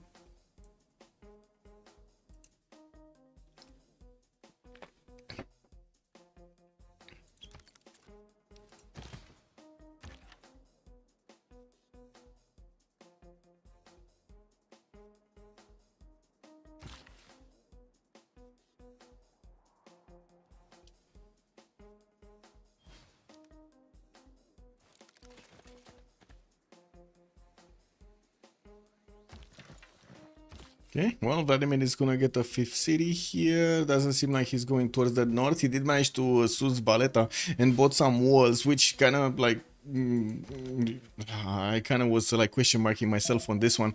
Is it good to actually buy walls in this situation? Because these tagmas are just gonna rip apart those walls whenever that city is gonna get converted. It's gonna be BAM, and the city is gonna be poof. Anyway, begin voting over here. Let me actually get this.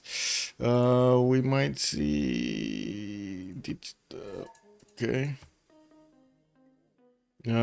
Science, no? Science.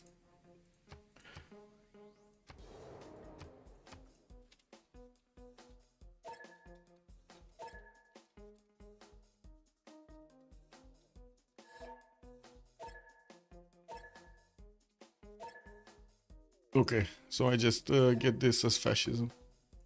Sure, that's fine. Okay, be right back. 2 minutes. Let them vote.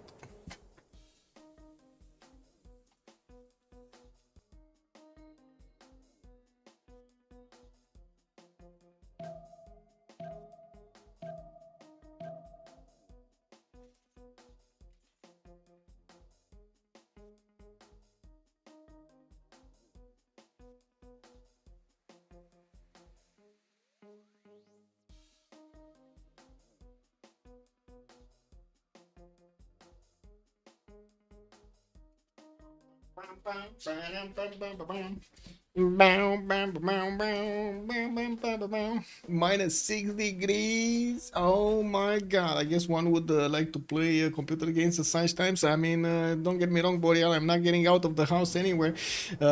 It's not -6 here, but it is, let me see. Within the, how to say, within the winter, no? It's 3 degrees outside. Oh no. That's a low. Yeah, that's kind of low. That's kind of low, man. Anyway, in Moscow can be -25. Yeah, -6 is kind of easy over there. True. Yeah. Yeah, we're on 3 right now and it's too cold. I don't know about -25, man. It sounds like your tears are actually gonna get iced. Anyway, yeah, I guess sometimes it's good to get iced tears. I don't know. Subs, bună seara, domnule, și bine ai venit. Religious cities did not provide the referendum bonus as a result of the Congress. A monarchy loses a wildcard policy card, and I do see victory did go for Alfasomets. Alfasomets actually could get that Statue of Liberty with ease, especially since he did manage to get Mausoleum at Halicarnassus earlier and does have a slot next to Samarobriva for exactly that wonder. He did finish his Colosseum earlier, and we're going to need to go through each and every one of them to see what their bonus points was. Sams, what's happening? Well, we do have a major invasion from Jack the Ripper, Byzantium, going against Hungary, and you do see Hungary, it did manage to get quite a few of these pikemen and spearmen and also black armies to help him defend this. It doesn't seem like he's gonna manage to, well, have a good time here, I gotta say. All of this game, he's just gonna see Byzantium trying to get his cities away from him. We do have a new settle for him coming up in the southeast, and Vladimir is in Drums of War Golden Age, and he did manage to get to 81 science with 31 culture, and boom, another unit goes out, and Jack the Ripper does manage to get a tile next to Hungary. Initial defense, and like I was saying, he's trying to go for the crossbows, man. He's trying to go for the crossbows. Well, way too many units from Byzantium. These guys are everywhere. They cannot really successfully push into the men-at-arms, but oh man, they're doing some damage. A bit of a question mark what's gonna happen here. Byzantium moving up with his crossbow line. I gotta say, this is dangerous. We do have the black armies and some more crossbows from Hungary that are gonna start shooting back. Alfasomets already 65 science with 120 culture. Pen Brush and Voice Golden Age on Ambiotics. We do have him, his foreign ministry is coming up in 2 turns and did manage to put in Dure Corton on his Reina. He will start trading with Hungary as soon as he can here to get the extra gold from the coastal trade routes. We do also see him getting quite a bit of an army out on the right side. He has a problem. Japanese samurais are starting to appear next to Zanzibar, not to mention some horses here. Alfasomets will need to respond in kind with some strong units. Good thing is he has 250 points of production. Alfasomets, Pen Brush and Voice is just leading the way here in the production screen. With Lapata also on 121 science and 59 culture, 133 points of production, good enough series, and started to get some of these pre-built knights, the heavy chariots next to the city of Setia. He's not gonna try to actually get a... wait a second. Is he actually gonna try to do something here? Because it doesn't look like he has enough units to do something. He has enough units to take out the samurai, doesn't have enough units to keep on pushing against Japan. I don't know, we'll see. Anyway, Lapata did choose to go for a free inquiry golden age to get the science from his harbors and maybe commercials. I think only harbors. And I do see he's managing to put another city here to the west side, but not that much of anything else. Still has a lot of his empire to improve. Valanchik, 109 science, 50 culture, did get to 192 points of production, much better result with 2, 4, 6, 8, 9 cities strong. He has his Santiago Marino deployed to the right side with 1 single horse and 1 single archer. We're going to need to see if he's going to manage to actually get the Yanero attack against Tokugawa, which I gotta say at the moment, he's not shining. At the moment, Tokugawa, I wouldn't really call him shining. He doesn't really have that 300 production, 200 science, 300 culture that I would used to.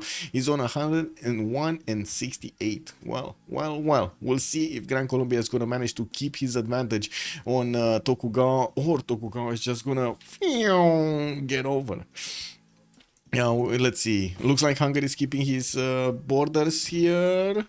And oh my god, the pikemen, man. The pikemen, level 1 pikemen into these dagmas. Oh, they're not standing a chance. But the second line of crossbows here helping out so much. Jack the Ripper punch through the initial defenses of the melee units and the anti-cav units. We're gonna need to wait and see if Hungary is gonna manage to actually replace and position these units properly. Yeah, we do have also carrier here, 110 science, 50 culture. He's 143 points of production, free inquiry golden age, 4 good Hojo here, getting his industrial zones down for the extra production. A +5 is gonna come around, while he did build one in Kyoto. That's a +8 doubled. We do have him settling, newly settled all of these cities to the south, and will need to start improving them. He's right now on 177 points of production, the biggest number in his team when it comes to that.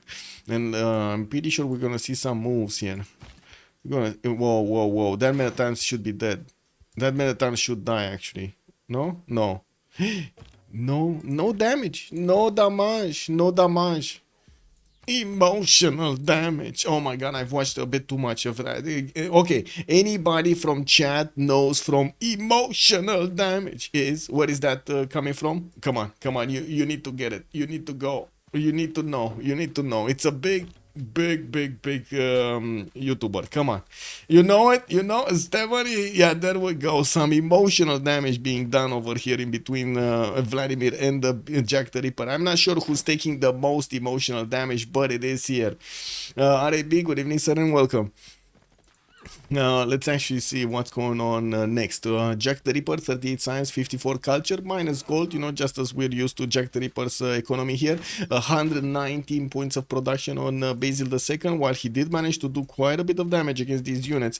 Looks like he cannot actually finish the pikeman. It's just there. It's a sliver of health, but it's there. He's limping away from that front line. We do have him in the cities with intelligence agency coming up in 3 for a free spy, and still getting getting some tagmas, he did want to get an apostle, and the question is, does he actually want to improve his religion, or does he actually want to use it for something else? Oh, convert, wait, convert. He needs to convert Okayama, right? That's the name of the game over here. So he gets that extra +2 taxes trade. That's what he wants. The Uncle Roger. Roger. We do have also Guilty Crown with 73 science and 84 culture in a pen brush and voice cold range on Mongolia. 246 cities at the moment. It's still not that big. We do have him with Urumqi getting Reina, but unfortunately he already sent his trade routes to these cities from Japan, so those trade routes already made routes, and usually they do tend to stay on the same roads. Like these trade routes don't really know how to optimize their route towards their destination. So unfortunately, when you do this, you kind of get locked in like this. Is he, wait a second, what do you think? Is he actually going to manage to get a single trade route through Urumqi from the initial ones, or is he going to need to build new ones? I think he's going to need to build new ones.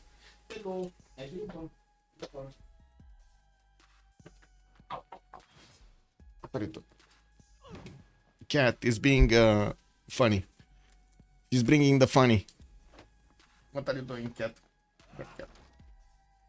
Okay, she just wants to stay in my lap. No? Not even this? Okay, never mind. She just wanted to say hello and she left out of there. It is what it is.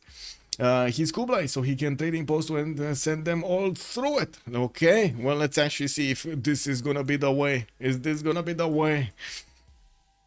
Yeah, we do have Kale here with 118 science and 72 culture on Tokugawa, still getting his samurais out, and I do see some traders.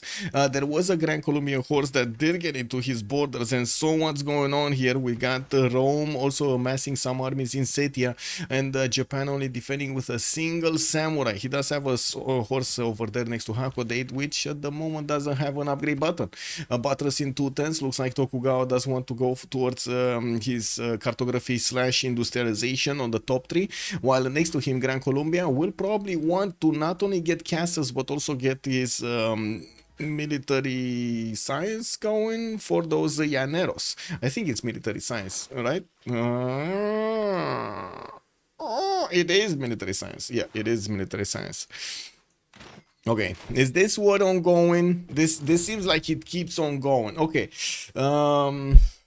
poll, big poll for chat. Big poll for chat. Where is, wait, who is doing most emotional damage here? Jack or Vladimir? Let's actually see. I want to know, chat. I want to know who is doing the most emotional damage here. Let's put it up like this. Is it Jack or Vladimir? Who's doing the most emotional damage against the other? Oh, look at that. Chat doesn't know what to vote. I nailed it. I nailed it. Chat doesn't know how to vote, man. Oh my god, you're... Oh my god. Emotional damage.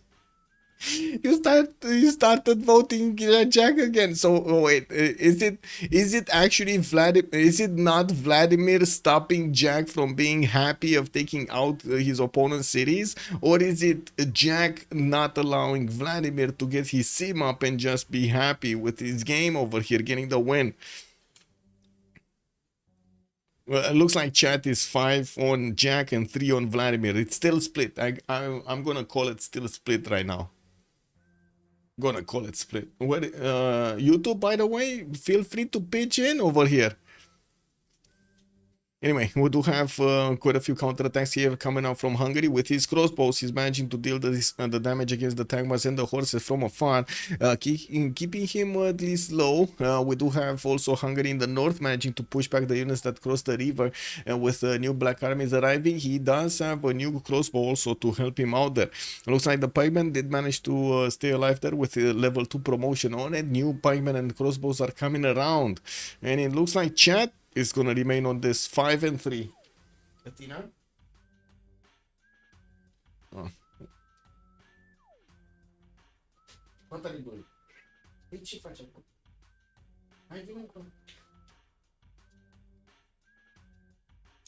Cat is restless again. Why are you restless? She's actually moving around my feet and, you know, like, how to say, tickling me. This is not cool, cat. This is not cool.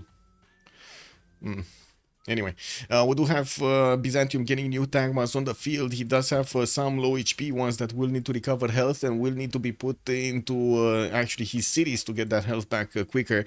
We do have also Japan managing to get, you know, those awesome theater squares, build up his factories, build up his industrial zones. He finally got over 200 production, but that's a bit later than Valanchik and or Alfasomets to get that to that amount of production. We do have Kale also 126.83. Well, can you stop messing around things here? Oh my god, man. Theater squares in Takamatsu, while Japan is gonna get his die style to improve there. He's gonna get that extra amenity to send to his allies. And I gotta say, Mongolia, guilty crown over here is what is he doing? And why is he not actually putting a few more cities here? Oh, well, he just stayed on 246, and I still don't see a connection on through Urumqi. I still don't see it. I'm sorry, Kulu. I don't see the connection through Urumqi. Maybe it's there, but I don't see it. And Jack wins the most emotional damage. Yeah, he wins, man. He wins. He's doing the most by according to chat over here right now. Jack is doing the emotional damage attack against Vladimir and winning. Whoa. Wow, Pest actually got placed quite far away. He's gonna get another city in between probably. Right there. Okay. Oh, Byzantium getting in Estergom here. We do have Vladimir that needs to push him back, and we're gonna need to see if he's gonna have the strength. He does have a pikeman that just got out finished in Estergom, so that will allow him to actually attack into it with a very strong unit, and we'll see. Yeah, he can get out. He should be able to get out. No, he can't attack with this one. Can he attack with? I don't know if the city center will actually give him an attack there. Nah, it's fine. He doesn't actually lose that much strength on the back armies when he's attacking. It's fine. It's fine. It does look like it's gonna be fine. He does have Victor in there to give him an extra +3 from the garrison commander. It should be fine. Bex also Polp or Polop. Yes, Athena, yes. Nu pot să mă joc acum cu tine. Oh my god, she wants me to play with her. Really? Oh my god, nu puteai să-ți găsești un tip mai bun. Oh. The cat, man. Wow. Anyway. Spies coming up in 3 from Atuka. Looks like Gaul did manage to deploy quite a few more horses to deal with the Japanese threat on Zanzibar. Hungary did levy that city, and it looks like he will have quite a decent amount of damage to the samurais. He could even use these to keep going towards Japan, and at the moment Korea doesn't seem like he's actually paying attention to this. He only has like 2 defensive archers that are being placed on the western border, and that's about it. With, of course, Alfasomets having so much production, and he's getting up in science. We're going to need to see if he's actually going to want to flex this production capability against his opponent or not. That's why, yeah, that's why I banned you. What? Because emotional damage, Kabachok. That's why you got banned. Or was it because the kitty? Oh my god, was it because your cat actually wanted to play at that time and you couldn't play with her and she got mad? Oh man, that's kind of nasty. Yeah, cat things, man, cat things. Wife? Oh, I see. Yeah. Oh, that yeah, that's even nastier. I guess I can show some disrespect to the cat, but man, kind of hard to show disrespect to your wife, huh? Shields up. Woo! Yeah. Well, it looks like the shields are up, Scotty. We're gonna need to see if Vladimir is gonna manage to use those properly. Come on. Is Jack actually gonna punch through this? Because he doesn't seem to find a way. Like, Vladimir is very on point with his defense here, and it doesn't seem like at the moment he can actually do anything about it. Oh, it doesn't seem like Jack can do anything about it. That's what I mean. He got the points in Estergom, and I gotta say, whenever these Byzantium units get into his borders right now, Boom! Extra +5 on the Byzantine units against the Hungarian ones. That's quite a problem. Yes. What do you mean? It doesn't. Do you guys hear the cat behind? Or is she just meowing in my ear? Started meowing louder and louder. Așa?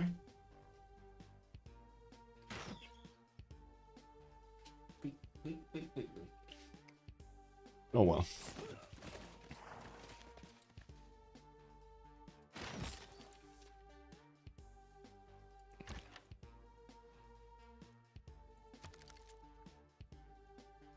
Okay, spy. We do have black armies here. Okay. Workshops in Divodurum. We do have great libraries finally coming out from Alfasomets and the Kilvakizivani. Apadana is also coming up in 3 times. Chief. She's gonna smash something.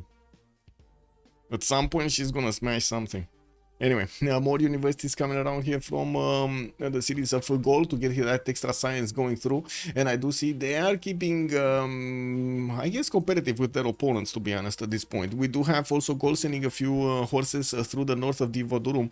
They will get into the Japanese borders quite easily, even with the Gesate in front. He might actually get to grab that tile and pillage the upcoming quarry. Intelligence agency in 2 turns to finish from Japan, from Carrier, also working on Forbidden City, so he can actually get an extra wildcard policy slot to use. This is quite surprising. Alfasomets actually chose to build Apadana instead of going for the Forbidden City, which is usually much better. Oh, never mind. He actually has one in here in Bibrax. Does he have the ability to get Filippo? Yes, he does need a few projects. Is he building projects? He's not making projects. No. Isodor is here. Wait, he has Isodor and he's using it for Kilva. He's not using it for Forbidden. Okay. I mean, I guess it is what it is. Atena, ce dorești? Hai, bate cupă. Nu? Nu vrei doar să fii mângâiată? Bine. Oh well. Cat doing cat things. Okay. Forbidden 7 turns, Forbidden 6 turns. And we do have a quick invasion here coming up from Gaul into the cities of Japan. I was actually thinking the other way around, but it looks like Carrier here kind of ignored the threat for quite some time, and Alfasomets is going to want to capitalize on it. We do have some knights now getting produced in Nagano, but it's going to be too late. Some of these horses are going to manage to get onto the mines and be able to pillage the tiles of Carrier. While here we do have a few more cities from Byzantium on the west side. He got up to 2, 4, 6, 9 cities, and he is managing to keep on pushing through the defenses of Hungary slowly but surely. And now we do have some knights from Hungary and some of the more of these crossbows. I gotta say the production capabilities of Vladimir, yes, kept going higher, but unfortunately as he opens up higher technologies, it also means he needs to invest more production into each unit, which as you can see, it's quite dangerous. He did manage to get 2 generals, so he has the protection of a general in Esztergom and Buda at the same time, while he cannot, oh my god, he cannot push back these Tagmas from the city of Buda. These Tagmas, because they did actually get to convert the city of Buda, they're gonna do full damage against the walls, and you can see they can take chunks out of that wall whenever they hit. The main problem being how much they actually take on return. They lose half their health attacking into the city center itself. Well, I guess he didn't care about that unity anyway. Oh, that's a dead crossbow. That is a dead crossbow. He needs to get a men at arms on that tile.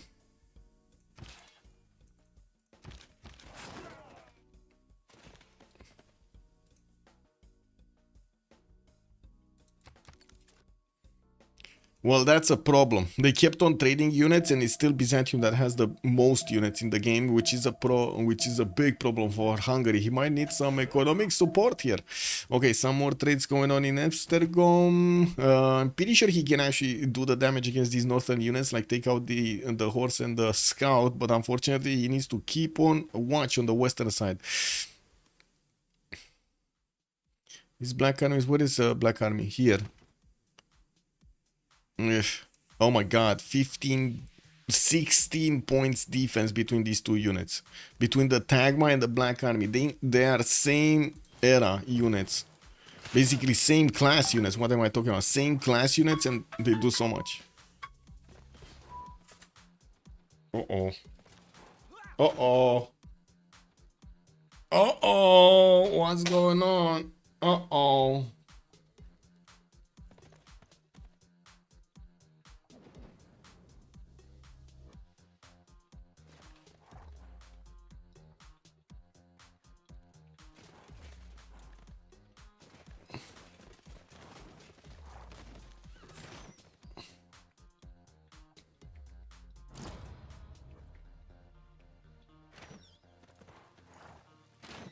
No, 1 second, 1 second. Need to respond to somebody really important.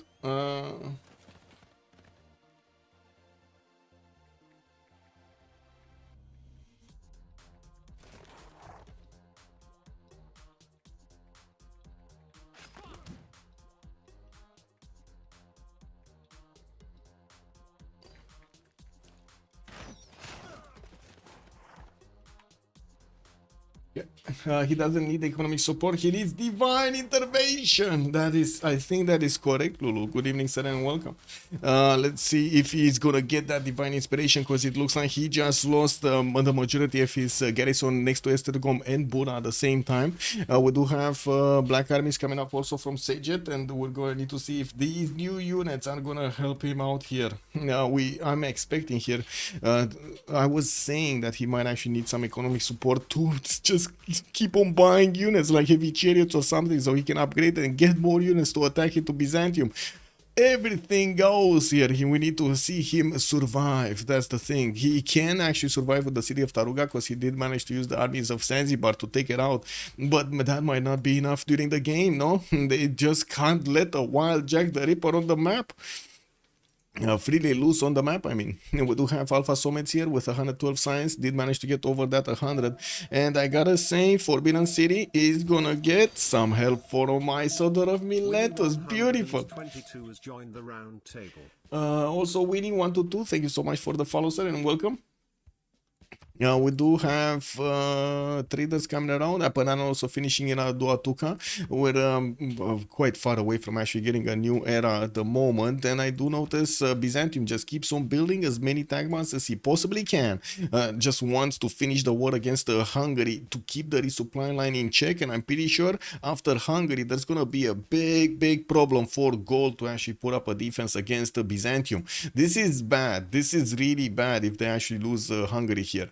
Really bad, extremely bad. We do have also Kale, 832, managed to push out the units attacking Hakodate. We didn't really have Rome actually flexing his knights from what I do notice, but Gran Colombia is starting to build his courser count. I do see 4 of them right now with a possible upgrade on the horse. More are coming from his cities. He's getting his entertainment complex with the arena in it for the extra amenities. And in the tech side, he's only 3 turns out from discovering military science. That will allow him to upgrade the courses into Llaneros, making them significantly stronger. I would imagine actually he didn't get his nationalism, but he shouldn't be far away with mercantilism finishing up in 2. He's right there. He's very close to it. Putting down a lot of haciendas here everywhere, with the unique improvement giving him the gold and a bit more extra production. Unfortunately, not that much food on those tiles.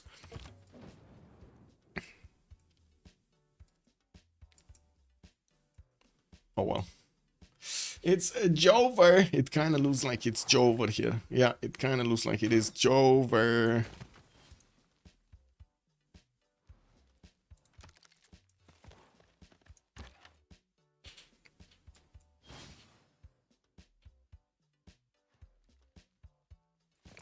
I mean, wait a second, 65 different strength cities, that's still gonna take a while. A hit. Vladimir is also, by the way, Vladimir is 2 turns out from getting Hussars.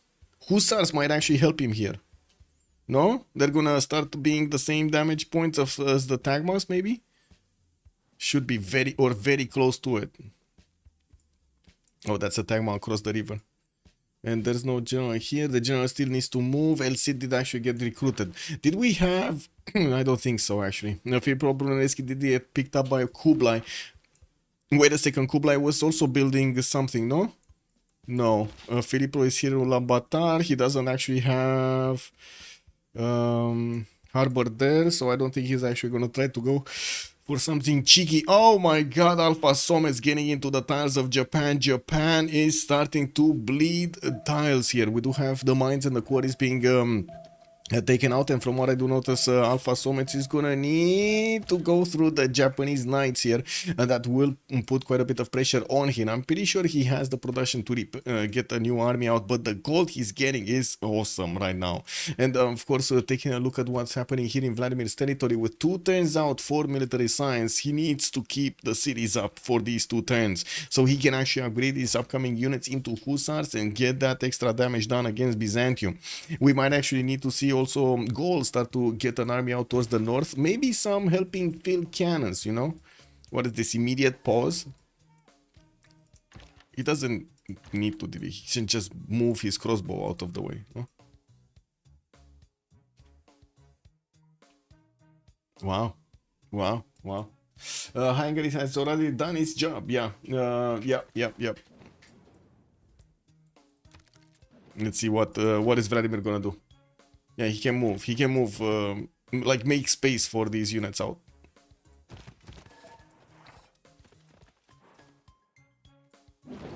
Oh, in Victor City. Oh, the other one. Okay, I only saw this one. Got it. Good. How did this black army? Did he actually click on attacking the Tagma? Oh, that's bad. Athena. Uh-oh. Athena's on the job, guys. Uh-oh. Yeah. She's taking up point over there. Be careful. Be careful.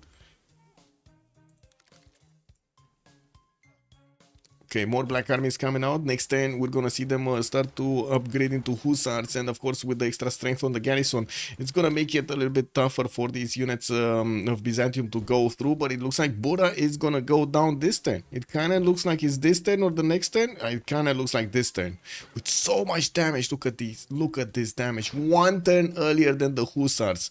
Incredible timing coming out from Jack the Ripper to attack into Vladimir to do that emotional damage. Well, it is what it is. We got some commercial hubs also coming up from Pest, and universities from Gaul are getting ready. They did manage to end up putting a few more science points on his side, while also Valanchik is 165 right now. Lapata is on 165 of his own. We didn't have Japan trying to test the waters here in Rome's territory for real, while I do see Gran Colombia is still trying to get a few more coursers. I don't really see him committing to this attack. Like usually when you see an attack from Gran Colombia, you see like 14 Llaneros that are gonna turn into 7 Llanero corps that are gonna have their Commandant General and go smash their opponent's cities. In this case, we barely have like 6 coursers with an archer. And that's about it. You know what I mean? Like, that's kind of feels like it's underwhelming as a military, you know? Hungary has already... Yeah, Istapa. Okay, let's see next turn. This is gonna be a problem next turn. But yeah, Jack the Ripper managed to push into Vladimir's defenses with such a big army. Such a big army. Oh well. Throwing bodies at the problem. Sometimes it works, sometimes it doesn't. Okay, what's happening with the pillages? Even Hungary is actually getting his levied swordsman in that only has 6 turns to be there.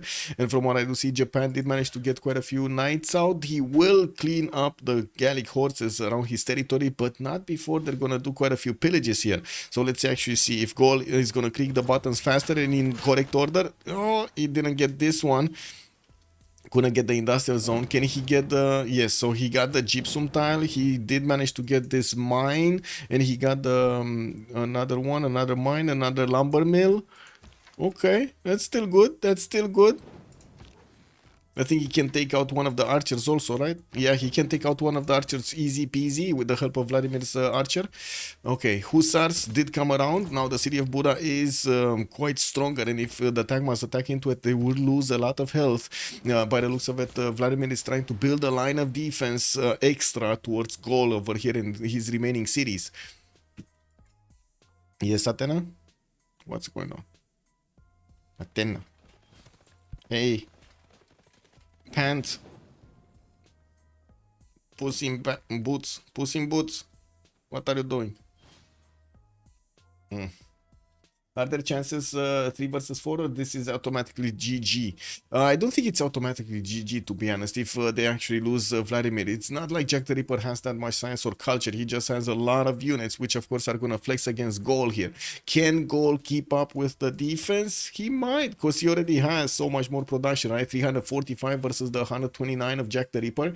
I'm pretty sure he can keep on simming and make units at the same time, while Hungary at the moment is not out of the woods yet.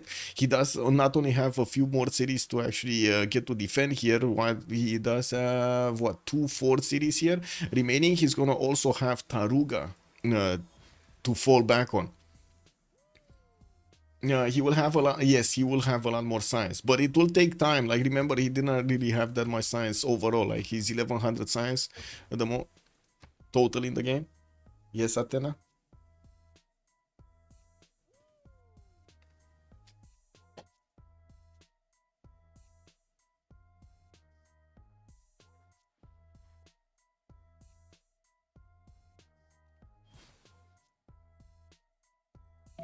This is what it is. This is what it is, boys.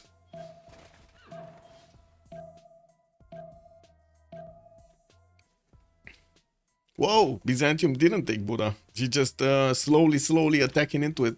Okay, and getting some promotions on these Tagmas to attack into it full strength, not lose that much strength on it. And the Hussars, I gotta say, 78 against the 84 Tagmas. The Tagmas do have a problem pushing into them. They will need to get a lot more numbers here if he actually wants to push into this. But I think he will. I think he will. By the looks of it, he will.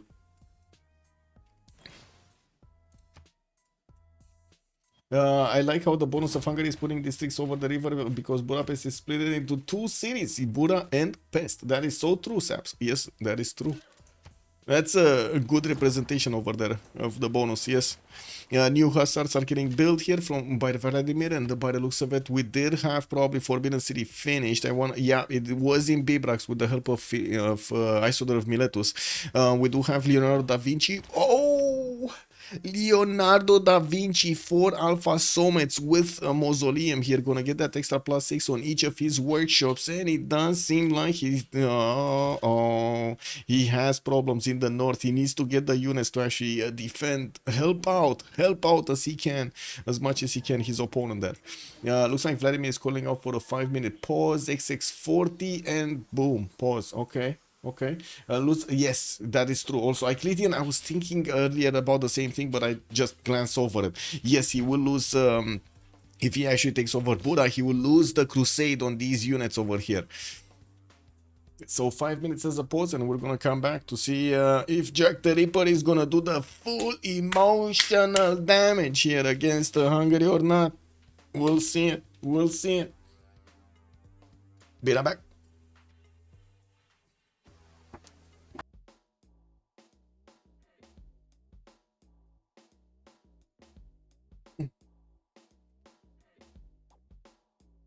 Hello, Muzdrats, good evening, sir.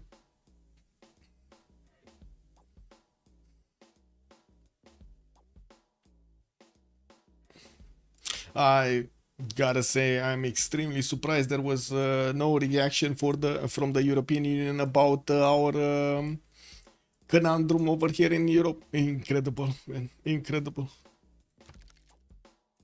That's just wow. It's just wow.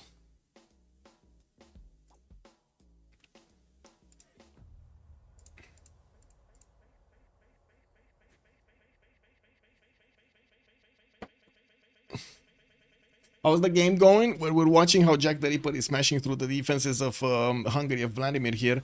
Vladimir did manage to get a safety settler out, so, you know, that's good. Taruga is going to be left out here, and... Thou shall be knighted primer. Winnie 122. Winnie, thank you so much for the prime. Much appreciated, sir. We do have quite a few simmers in the game, with Alapata getting his industrialization, also Simon Bolivar going for it, Alfasomets also going for it. We're gonna see. Oh, he didn't actually get his industrialization yet. civil engineering coming up in 2, and I'm pretty sure he's gonna try to go for a Diplo victory here, even though Hungary is in trouble. He did manage to keep himself safe, and he did manage to also seize quite a few city-states. We do have also Blitzkrieg games. Jack is the king of Basil. I left and came back, and he's crushing it. Yes, sir, he is. I mean, to be honest, he has so much experience on Byzantium for so many years now. We're gonna need to see how he's gonna manage to deal with the next threat. Byzantium does have hussars to go against, and Hungary is putting up a very big fight against him.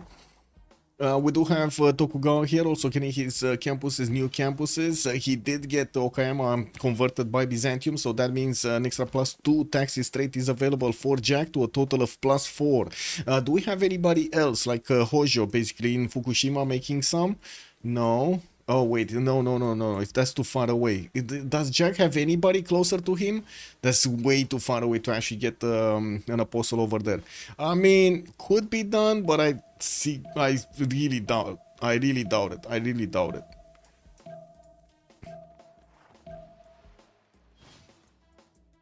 Okay, Llaneros from Gran Colombia, he's gonna start smashing through Kale's defenses.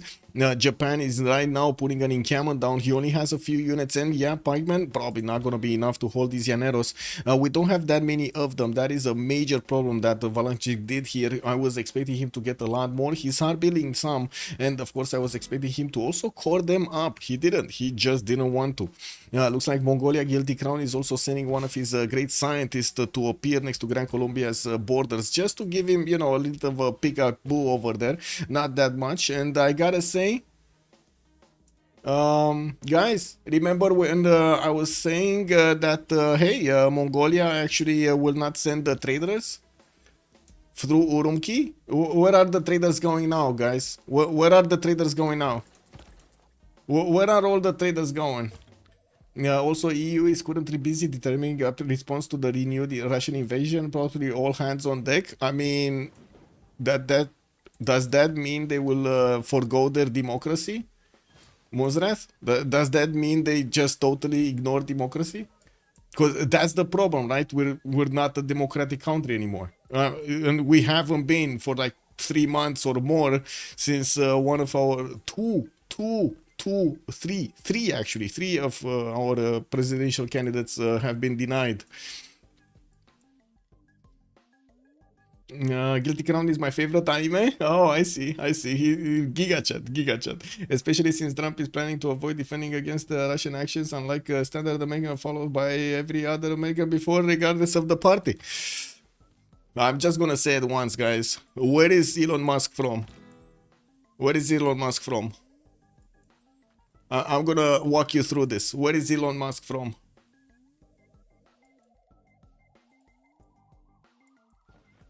And what is South Africa a part of, guys?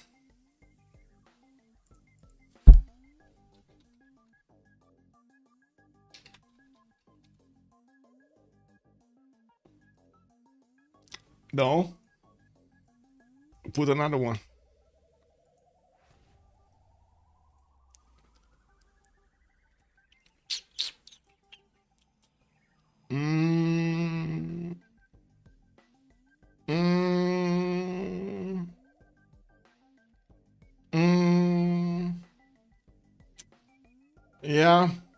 Yeah, I don't know, man.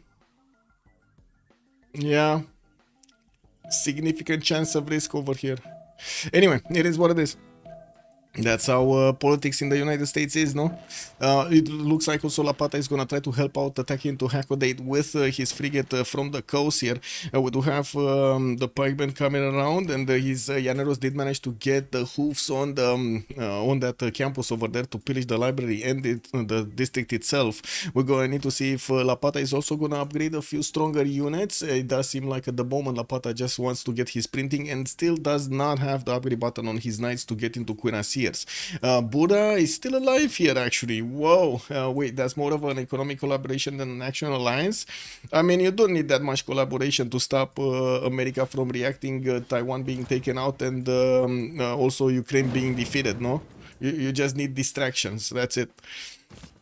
Like, you know, going to space, Green Deal, problems with energy, climate change, all of that, you know, all of that in one.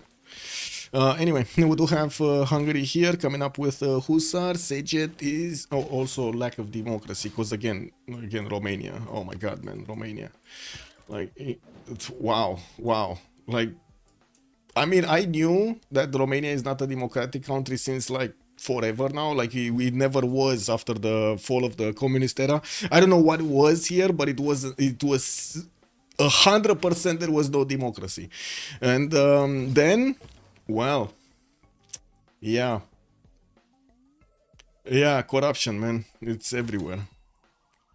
What can I say? Hakodatai is a city in Japan's northern islands, Hokkaido.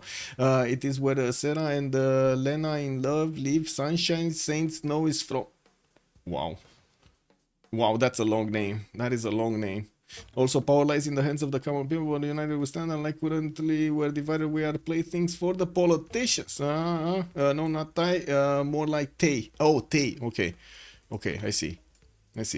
Looks like Maracaibo also has been settled next to Gobustan here in the southwest. I would assume he's actually going to try to build one of those preserves here to get those extra food points there and the faith. And while I do see Valanchik did manage to punch through Japan's initial defense next to Hakodate, while Rome is going to get his frigate armadas to punch through the walls, it does seem like Japan right now is in a pinch. We do have Kale still going for the top 3. I cannot believe he keeps going for the top 3. He wants to get square rigging out. Does he not have pike shots or something like field cannons to actually smash through the Gran Colombian Llaneros? It doesn't look like it. That's a problem. We do have also Byzantium managing to get all of those units to attack into Buda and massing them to attack next into the next line of Hussars here. We're going to need to see if he's going to be successful. He lost his crusade ability to attack into his opponent's units. I do see Hungary did switch all of the tiles here next to Buda, where he does have his units, to his other cities. They were converted though. They just don't get the extra +5 unless the Byzantine units are inside of the borders. So right now Hungary is trying to do his best to keep those units from going there. Ane, also good evening, sir. Japan is very greedy. Yeah, very extremely greedy. Unbelievably greedy, I gotta say. There's also an arrow coming from the north there through the mountain range. We're probably gonna see him try to pillage a few tiles here. Oh my God, encampment just finished. Never mind. That encampment just finished right on time to stop the arrow from going through. But Hakodate is over. This is over for that city center. It's gonna be so easy for these Llaneros to actually take it over and keep going to smash the samurais next. We do have to see what Gaul's reaction is. Does seem like he did manage to lose all of his units attacking into Japan, but not before he actually did quite a bit of damage there. We do have Japan, I believe, that did manage to get his industrialization, because I do see 1-5 mines. Yes, he did manage to get industrialization. With a few shipyards coming around, he has his ironclad upgrades for the extra garrison strength, not to mention a bit more strength there. And I do notice Hungary just levied Zanzibar again. No, these are actually coming up from a long time ago. Shipyards here. Wow, Gaul actually got one of these harbors out from that city center. Okay, I mean, that's a 0 adjacency harbor. Oh, 1 adjacency, excuse me. It's a 1 adjacency harbor with new encampments coming around. And where is his, he did finish, right? Civil engineering, didn't he finish it? He was finishing it, so I would assume he's going to want to get his Statue of Liberty somewhere. He did manage to roll the first points for the Diplo, right? He's on 4 out of 20 right now, and we're still 1069, so, you know, there's still quite a bit of time to get there. Another Congress is coming out next, and it does seem like in the score tab, we do have them with a bit more points, especially Vladimir here with 221 is putting them ahead with a few more votes there. Taking a look at the city-states, looks like Alfasomets has 1, while we do have, where is Valanchik on 1, Lapato on another 1, so that's 3, Vladimir is on 2, that's 5 city-states out of 2, 4, 6, 8, 10. Okay, so they have basically like half the city-states in the lobby here, Suzd on their side to give them the points. Well, let's take a look also on. Wait a second, where was I checking it out? Okay, Galileo Galilei got recruited. That means we did have Mongolia picking up Khaldun, even though he doesn't have that many amenities, while Isaac Newton has been picked up by Gran Colombia. Valanchik here just jumped up over 200 science. Well, it's about that time to lose the Free Inquiry Golden Age and lose the Pen Russian voice. We do have Gran Colombia smashing through Hackle Day's defenses, and we'll keep on going through the next Japanese tiles here. I think Japan just realized in how much danger he is in, and he's getting his metal casting so he can upgrade his pikemen into piking shots, making them significantly harder to actually attack into. He does need, Gran Colombia does need some strong units here, ranged units to go through the piking shot line. If he does manage to get something like field cannons here, it would be awesome, but he only has a single archer that he could upgrade, and right now he wants his industrialization for the extra production. 300. How is this possible? He's on 391 production and Kale is only 239 on Japan Tokugawa. This is Japan Tokugawa, the biggest one. Oh my god, the baddest one, and it doesn't seem like he actually manages to keep up with the production of Simon Bolivar here. Rome is also 255 points of production, Kublai Khan is 256, kind of matching over their production points. We do have him about to get a bit more science from his Galileo Galilei, while at the moment it looks like he did upgrade most of his territory. Let's see what's going on here. Not much. Where is the tech side? Where is Jack? He's on 59 science, 71 culture, 145 points of production. Vladimir still is keeping up with the science necessary, but I'm pretty sure he, feudalism. Oh, never mind. The extra culture over here on Jack the Ripper is gonna give him the ability to core up his units. Very nice, very nice.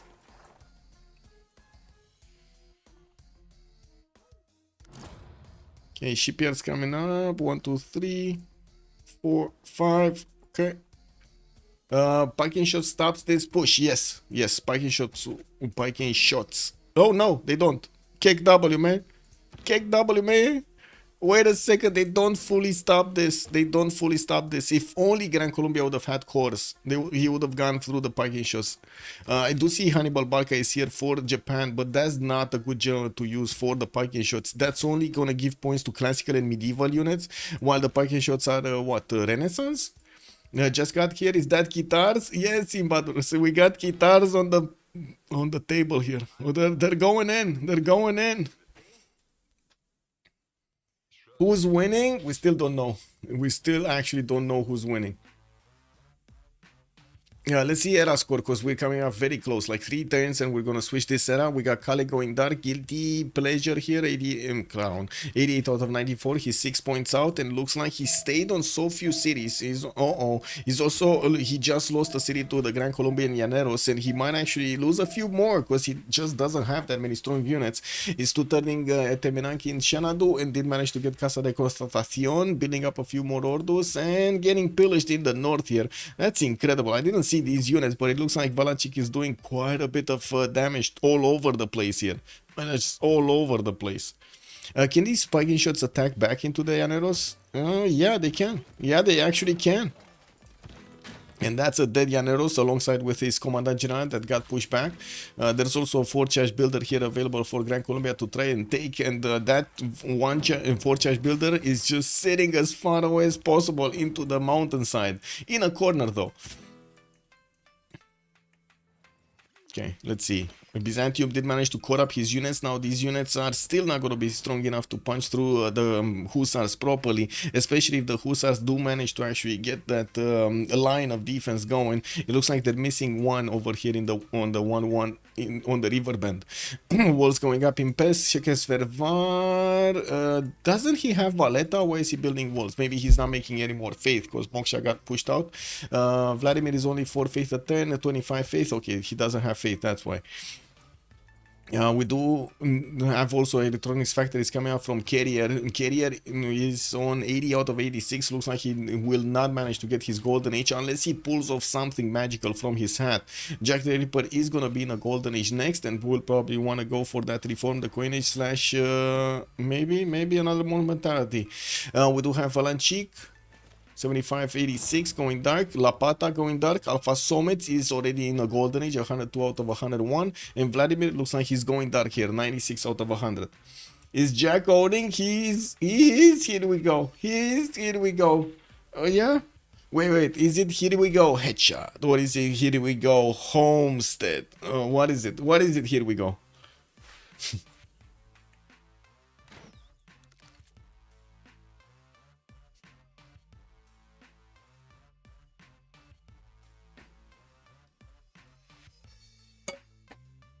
We don't know. We don't know. He doesn't want to tell us. Oh. Give me a sec. Cramp. Oh my god. Anyway, it is what it is. Quite a bit more production capability is going to come out from Alfasomets. I do see him on 438 right now, while the majority of his opponents couldn't even manage to get to 300. As you can see, Kale is 249, Guilty Crown is 283, and Jack is barely on 144. Only Carrier has his 325, and that's right next to Ambiotics. Definitely a lot more science on Japan here than we do see on Ambiotics, but that's about to change, especially since he did manage to finish all of his districts here, and did also managed to get Forbidden City for an extra wildcard policy slot. One of the biggest changes will be the drop in science for Carrier, because he's gonna lose his free inquiry golden age. No more extra GCC coming up from his harbors and or commercials. He's just gonna get his normal science from his campuses, and he doesn't have full universities in all of them. I see one is missing over here. He has another row of campuses needing to be finished in the cities that he just placed on the southeast. And those are multiple levels 2 crossbows for Jack. Yes, multiple level 2 crossbows for Jack, yes. But these still have problems attacking to Hungary, and Jack will definitely need his ballistics. His 10 turns out while he's gonna get boosted by Carrier. I do see also Carrier getting his nationalism in 5. Industrialization in 3 for Tokugawa. Finally, he did manage to get the core ability on these spike shots, and boom! Gran Colombia just finished. Wow, Terracotta Army in Gran Colombia's territory next to Guayaquil here, where there's also a spy from his opponent from Mongolia. I do see Gregor McGregor did get pushed back in Panama, and this Llanero is still alive here, but not for long. He does have a promotion, and I'm pretty sure Gran Colombia needs to be careful with it. Yeah, we do have Gran Colombia trying to figure out what are the weaknesses of the Mongolian defenses, and we can see these Llaneros definitely can pack a punch here against these horses. Yeah, he just needs to go through next turn, and I'm pretty sure we're going to see a few more packing shots coming out to help. A bit still underwhelming how many Llaneros he did put on the table here, and it's not like he's actually resupplying the front line with new ones. He just wants to push his opponents to make them make armies, so they don't have the ability to go for the sim. And of course, Japan over here getting pushed so much is going to slow him down significantly. He's 300 points of production right now because of his discovery of industrialization. But Valanchik, look at Valanchik, 429, Alfasomets 443, and Lapata is also 300 here. There is quite a difference between them, but at the same time, that doesn't guarantee the win yet. That doesn't guarantee the win. We're going to need to see if they do manage to actually guarantee their win somehow or not. It kind of seems like this game is going to keep on going here, and we're going to need to see who's going to manage to get the win at the end. It doesn't seem like neither of these teams actually want to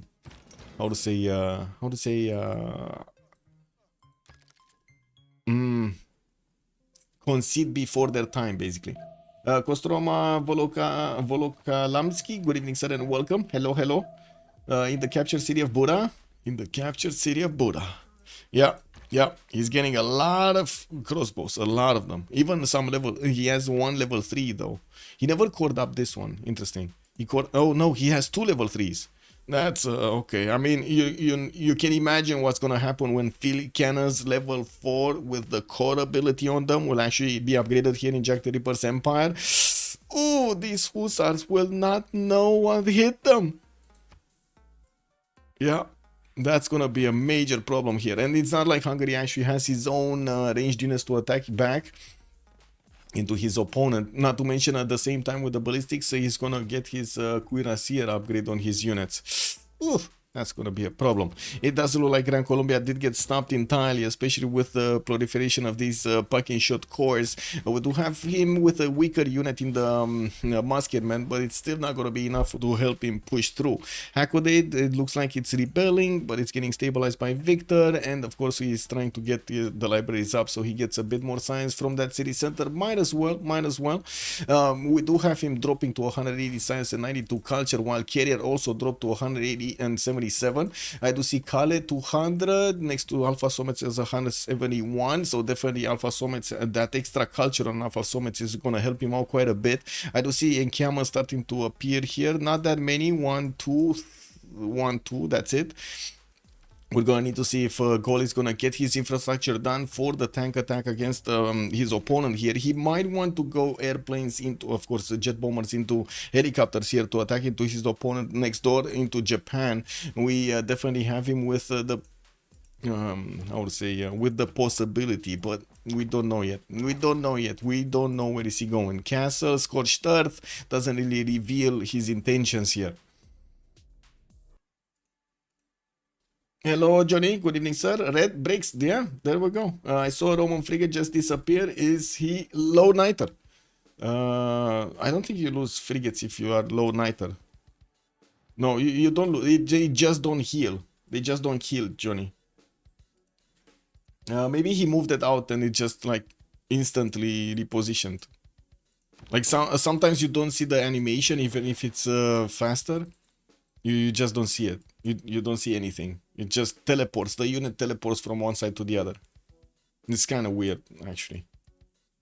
Wait. Did he just delete? Oh, no. He's moving them east side. He's moving them east side. That's where he's going.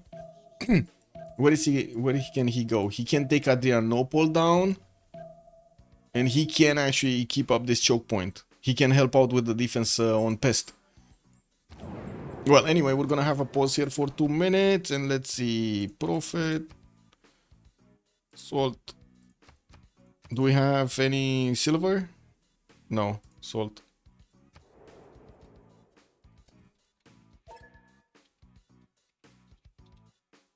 Okay, and 2 minutes is the pause. Yeah, teleported, yeah. Be right back.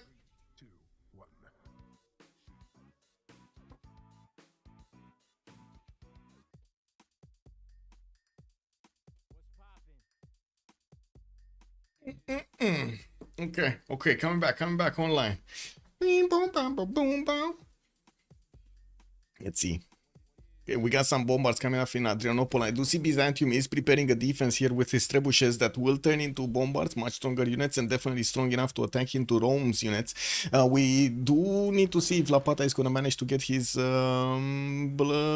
battleships here. We do have him going for gunpowder. It's going to take so long to actually get to refining here. Anyway, in the World Congress, we did have great generals, double the points, Truffles, no amenities, and Ambiorix did get his 2 diplo points. We might actually see him put down soon his Statue of Liberty here, because I'm pretty sure he did manage to get his civil engineering. That does unlock, actually. That's the civic that does unlock the ability to build the Statue of Liberty. Whoa, that's a dead Hussar. That Hussar didn't even know what hit it. It was a level 3 crossbow Mancore, 2 of them actually, with the tank Mancore that did get in there. It does seem like the Hussars just need to keep on resupplying here the front line. And we do have, of course, Byzantium still with 2 turns to get his ballistics, to upgrade those into his own field cannons. While at the moment I do see him trying to get an economy up, he's still on -4 gold a turn. Kali is 200 science with 112 culture, Dark Age. At the moment, well, he did manage to stabilize the defense against Gran Colombia, and by the looks of it, he's getting his universities and electronics factories up. Okay, trying to get a few more encampments so he can actually start working on, guess what, generals. But he can't get the generals. He does need the oil generation though. I do see Guilty Crown also, 200 science, 99 culture. Did manage to get reformed the coinage, and guess what? None of these trade outs are actually going through Murumqi. I gotta say, no, not a single trade out is going from Urunki because he sent those initially here, and unfortunately they got the road. It's faster on the road. They're gonna the Mongolian traders are prioritizing that one. He's losing so much gold from not having Reina there. Anyway. 270 points of production here, and I do see him starting to get quite a few encampments with his orders and probably everything in them.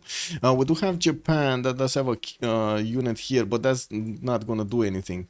There's like no city that he could actually attack into.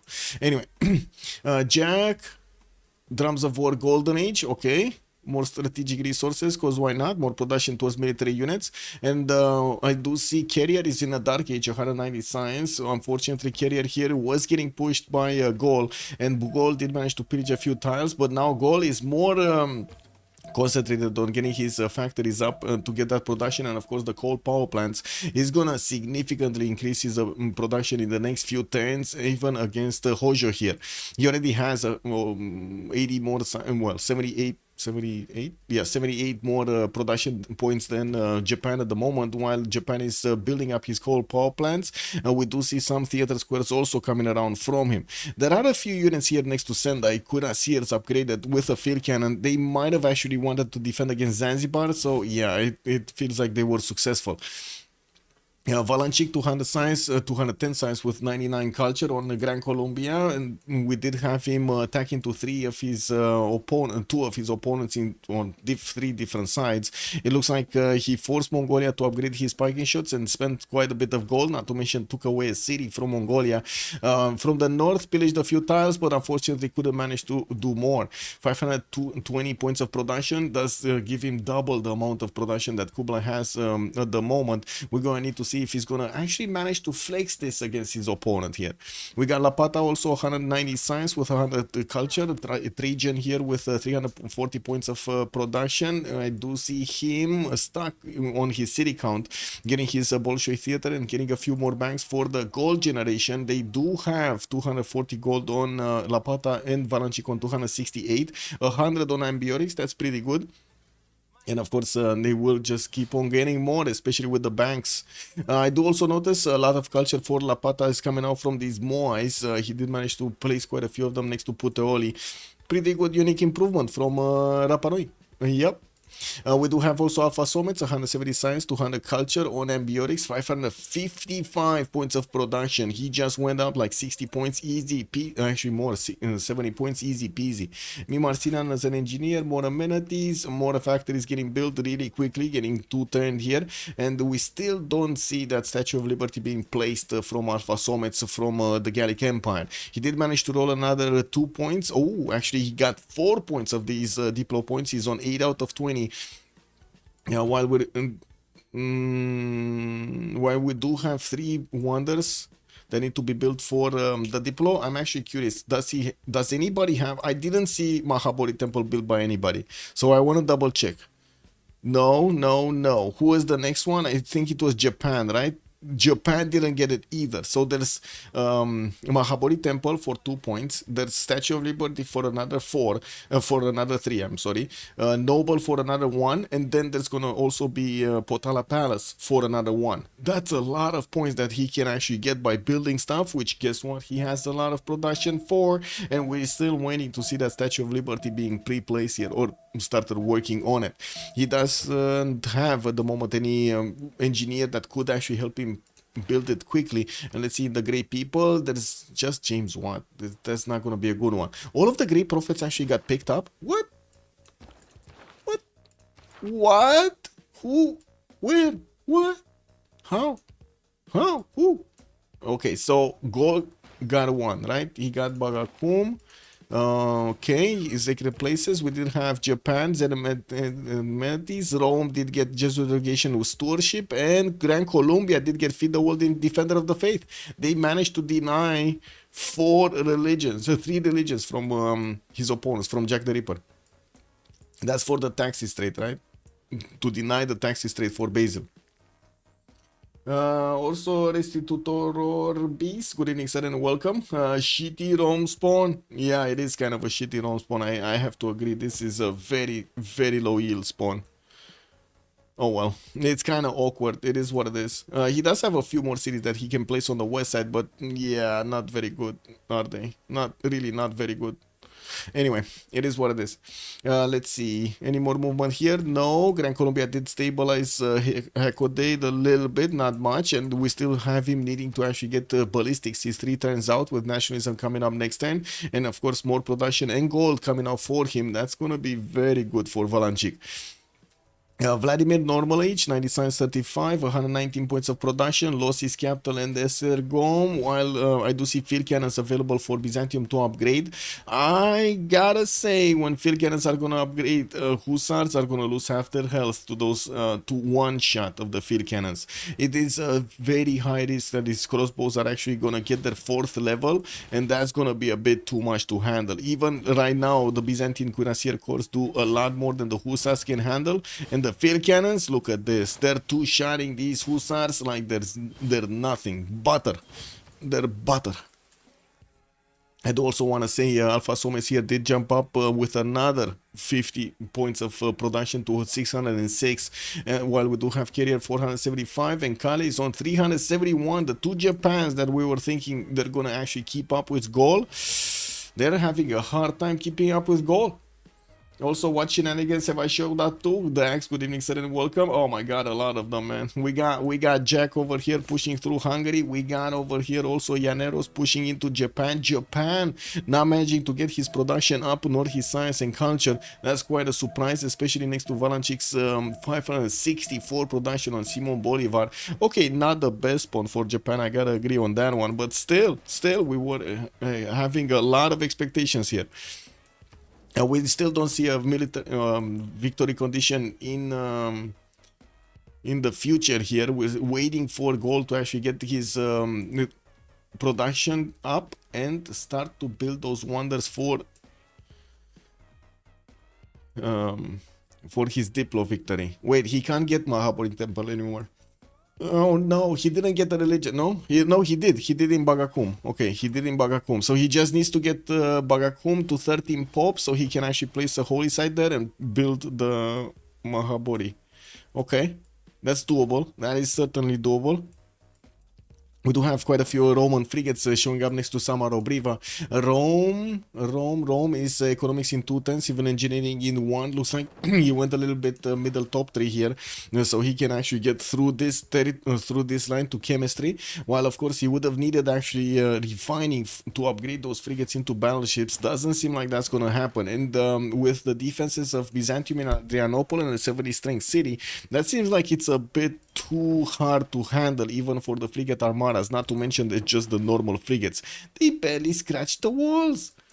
CivUkraine is looking strong, yeah. Also, Trinda would say Pega. Well, I mean... Uh-oh, princess is in trouble.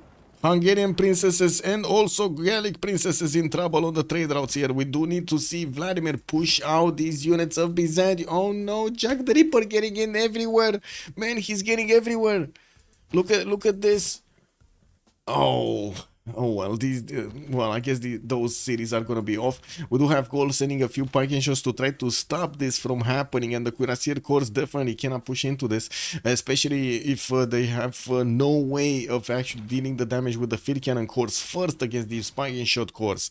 And we're gonna need to see if Alfasomets is also gonna manage to get to 80 crews here. There's a significant chance of him doing that. Ballistics coming up in 2 turns, 180 points of production for science, I mean. While Rome is trying to attack into Byzantium, it doesn't seem like he's doing anything here. He's barely scratching the cuirassiers with his units. Yeah, and he kind of gave up his hand by the time he actually attacked into Byzantium. But anyway, we could see these units just arrive next to the city of Pest, so he can help out attacking to these Byzantine units that are sitting in between the lake and the coast. That would be good. That would help him out quite a bit. Taruga getting spied on, not much happening. Japan still didn't build more units. We didn't have new units coming up from Gaul either, so you know, I can't really blame him. And I do have to say, with a new campus in Duatuca, he's gonna start getting his libraries out, and I do see new campuses in Ratumakos also that are gonna get all of those. One in Bibrax also. Okay, so now it's the science expansion of Alfasomets. We're gonna see him in the next 5 turns, probably getting to 300 science quite easily. He does have high pop cities, and I still have to say it's a bit too low number of encampments. Only 2 of them is probably not going to make the cut. He's going to need at least 4 to get his oil generation up. And of course, we're going to need to see what is he going to choose to do against his next door neighbor, Japan, and also what Japan is going to want to do to defend himself. We do have carrier here with 200 science, a bit more than Alfasomets, and he did have a lot more than Alfasomets on the second era. There's a 1100 difference science advantage for carrier here. Japan still not doing much. We do have a second line of Llaneros here coming out from Gran, Colombia. Still cannot push through the Japanese pike and short core line. No victor established. It's fine here. Let's see what is Lapata gonna do. I mean, he could take out these cuirassiers. That's not a problem. But the LCD is there, and the Byzantine bombards are gonna have more movement. They could move and shoot, and will take out these frigates. They're gonna make very big holes in the sides of these frigates to send them down to the bottom of the seas there. Also, it was an Irel war with Hungary. Yes, I take it back. He's not Jack the Leaper. It feels like an all or nothing play by Unlucky. If Jack doesn't wipe out Hungary in gold, they will lose. Unlucky has expended too many resources on Jack's 50 turn push. Well, let's see, because at the moment it definitely feels like they're not gonna take out Hungary altogether, right? It's still here. He's still here, and he will probably get a few more cities on the western side. He's also probably gonna get protected in the city of Pest by both the fleet of Rome and also these units of Gaul here. They do need to get in front of the city if he actually wants to protect him, because in the back of the city, unless he places field cannons, that's not gonna help. And boom, goes down the frigate. Oh my god, man, these bombards making this big holes in these frigates. This is incredible. Unfortunate, actually. Lapata didn't see this. I'm pretty sure he saw the bombard in the city center, but I guess he didn't really think there are that many bombards. Very good preparation here from Jack the Ripper to get all of these siege units to fend off attacks. Yeah, there we go. There we go. Alfasomets 193 science, getting those universities to 1 turn. Okay, I think I overestimated how much science he's gonna get. He's just gonna get like what, another 8 science, so he's gonna be on 200, not 300 science. It's not that big. We don't have city states in the game with science advantages. Taruga was the only one, and it got taken over earlier.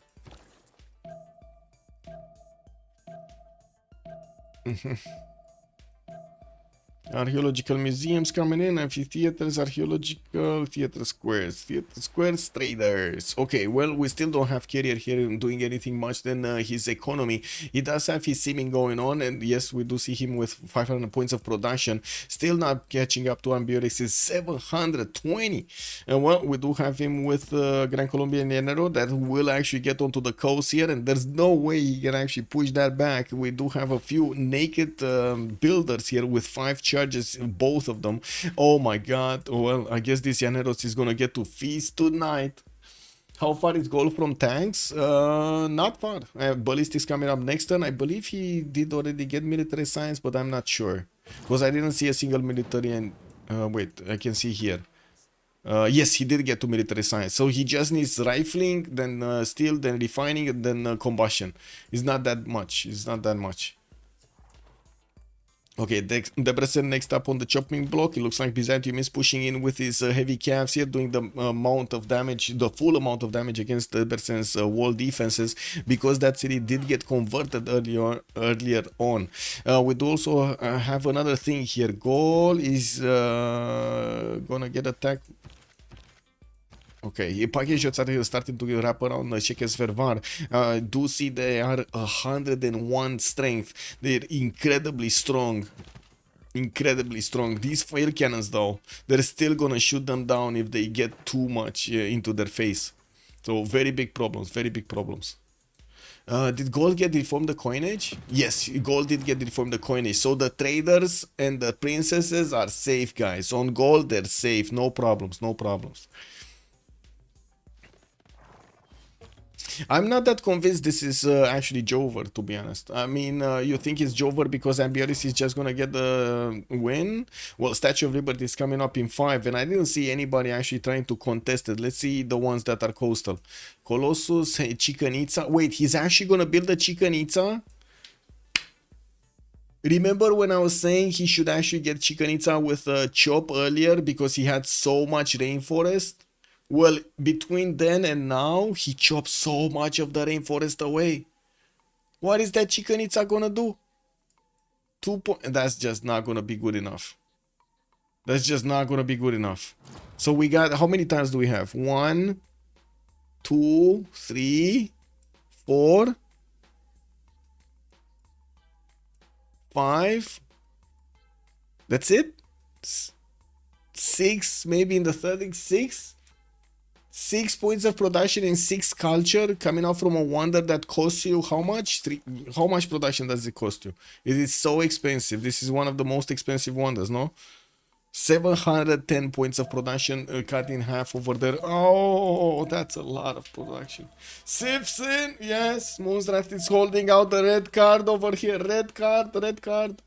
I think CivUkraine is happy for Jack to take these cities if he isn't going to raise them. Yeah, they are easy to liberate for Gaul with fascism tanks. Yes, and he's actually going to get back those points, right? So many Diplo favor points are going to be acquired from the liberation of these cities. We also have Rome's fleet appearing on the front line next to Pest. You will be able to add to the damage that is attacking into the Byzantine horses here. How many Diplo points Gaul get? 8. He's on 8 out of 20. I nearly guessed it right. I was gonna say 720. Yeah, he's on 720, man. Not 420 though. Not 420.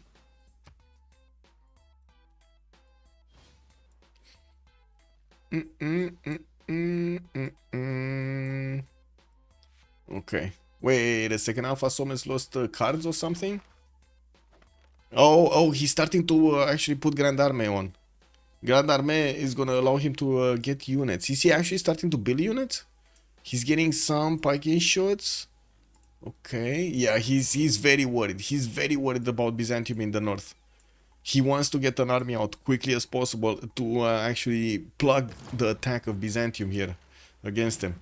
4 turns Potala Palace, 4 turns Statue of Liberty. That's gonna be 2 wonders that he's gonna get 4 points of Diplo win for. That's gonna put him on 12 out of 20. If he can get Mahabori Temple and also Noble, he's gonna get the 15, man. He gonna get the 15.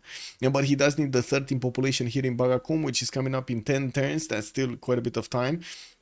1 turn in packing shots is gonna help him out, and he does need to plug these chokes. We do have Divodurum also going for Oxford University in 5 turns, and I do notice at the moment still Japan is not making a military. If only Japan had a military right now to actually attack into Gaul. You know, just show him he's there. You know, just show him he's there.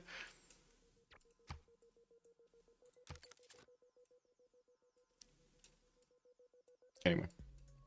In the main cities of Jack the Ripper, we do have him jumping up to 133 science and 80 culture. He did push back the attack going against Adrianople, and Rome's fleet did get close to the Hungarian city of Pesten. We do have him placing down so many campuses to try to get back on the science tree while he does have cuirassiers in production. It will take some time to actually position them and resupply them in the cities of Hungary, newly acquired cities of Hungary. His Japanese neighbor Tokugawa does look like he's managing to get his military academies up and also finishing his electronics factories. Unfortunately, staying on 2, 4, 6, 7 cities doesn't seem like it's gonna be the way to go here for Kale. Valanchik managed to keep up with him and does manage to overtake him when it comes to the production capabilities of the Gran Colombian Empire. Even though Gran Colombia didn't actually get to flex this ability that much, we'll see if he will flex it in the next part of the game. Alhambra finishing in Guayaquil, he's gonna get an extra military policy slot to use, and I do see he did build a preserve here in Gobustan's city of Maracaibo, so he can get that extra food and culture and faith next to these. What is the Gaul CV? I don't think Gaul is gonna do a CV, to be honest. I don't get why Japan is doing museums. Yeah, more culture, more culture. They need more culture. So like 80 culture at this point, 100 culture is not that much. It really isn't that much to get to fascism later on in the game and so on. If Gaul manages to get to fascism, and there's a significant chance with the double amount of culture that he has that he will manage to get that going, he's gonna have an extra +5 against Japan, which Japan is not gonna get to equal it out. That's a problem. Not to mention the ability to mobilize his units into an army, into 3 of those stacks instead of just 1. It looks like Sheket Vesmar is definitely being taken out here. The Gallic Pike shots are taking quite a bit of a beating, and they cannot help out the city. He's gonna need to actually get back here. He's gonna need to get back here. And he also needs to move these tiles into Pest. He needs to switch these tiles, because otherwise we might actually see Byzantium chop them, so he can have the visibility. Oh, he didn't move them. Anyway, we'll see here how things evolve. There is a way for these field cannons to actually get into the city center, which will allow them to do the damage against the pike shots from the city's vantage point, and which will give him the ability to go through the choke. This is a problem. He can't have that, no? Okay, truffle. I did read this. Okay. Anything happening here? No. Oh, planes. We got aerodromes being placed down by Gran Colombia. We do have also some commercial hub investments. Actually, in the previously recruited, we didn't take a look who did manage to get the extra trade route ones. Gran Colombia got 1. Gran Colombia got the second one. And where's Ifadlan? Did you see Ifadlan? This one, no? So Gran Colombia got all 3. Wow, Gran Colombia got all 3 extra trade route merchants. Amazing. I don't think we had Mary. It's too early for Mary. We do have Gustav Eiffel picked up by Japan. There is a possibility for him to try to snatch the Statue of Liberty if he does manage to use Gustav Eiffel over there for it. 2 turns for Takamatsu to build that Chichen Itza, which is never gonna give him the... oh my god. Like, this game, he's not gonna get the investment back from Chichen Itza. 6 points of production, guys, per turn. He needs like 30 turns to get his production back from Chichen Itza. More than 30 turns. Oh my god, he needs like 40 turns, guys. 40 turns to get back the production he put into Chichen Itza from Takamatsu. 40 turns. Like, this game is not gonna go 40 turns. Or I guess I don't think so. Agree, Gaul should have gone full military. Gaul is not taking this seriously enough. You think? You mean the attack from Byzantium from the north? You think he's not taking this seriously enough? Okay. Well, now he's getting some military economies here, and I do see he's finishing a few more pike shots, but I agree, it's kind of slow. He's getting a spy out. He doesn't have a spy. Oh, he does have a spy in Byzantium's territory. I see the spy.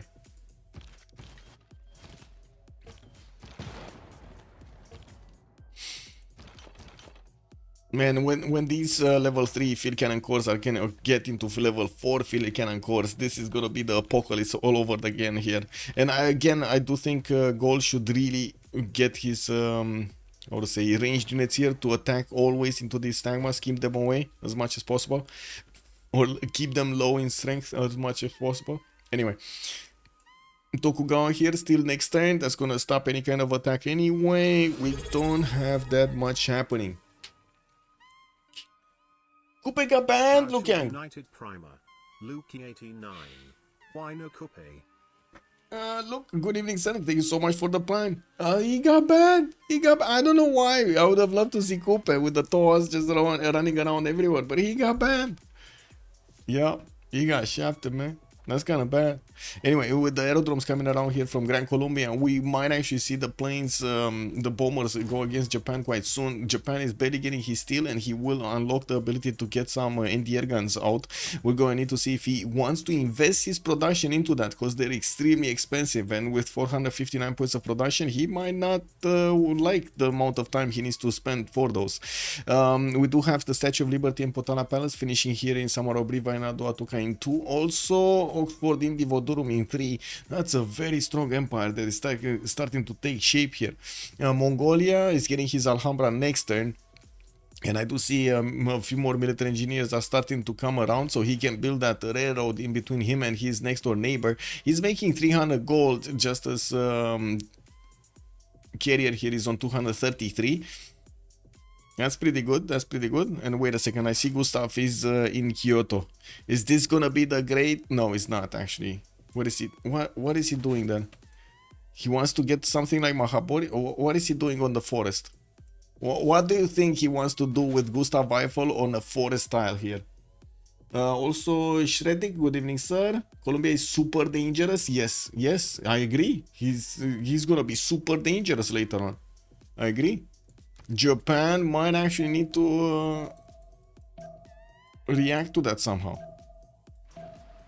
Japan wants Potala, but that's never happening. You think that's the reason he wants Potala? Okay, it might be, but he's gonna be one turn off, no? Yeah, it's too late. It's too late. Not happening unless actually Gaul switches production from Aduatuca, which, to be honest, I'm sorry to say it, we've seen it quite a few times. Players getting greedy, thinking they have time. They didn't have time.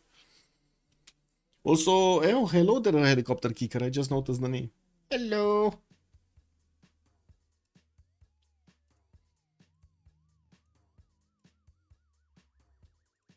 Just putting my windows in order over here to get everything done. Click, click, clack. Oh, by the way, guys, if you didn't do it by now, help me get to 5,000 subscribers on YouTube. Let me see. Can I think I can actually watch this live, right? Wait, analytics, see live count. Check this out, guys. Can we see it live? Can we see it live as we get to 5,000 subscribers? Can we do it? Chat, can we do it? Can we pull this off? It's 497 right now. 497. There we go. 497. Let's go. 3 more and we get to 5,000. Oh my god. It would have been awesome actually to have this like a week ago, but it is what it is.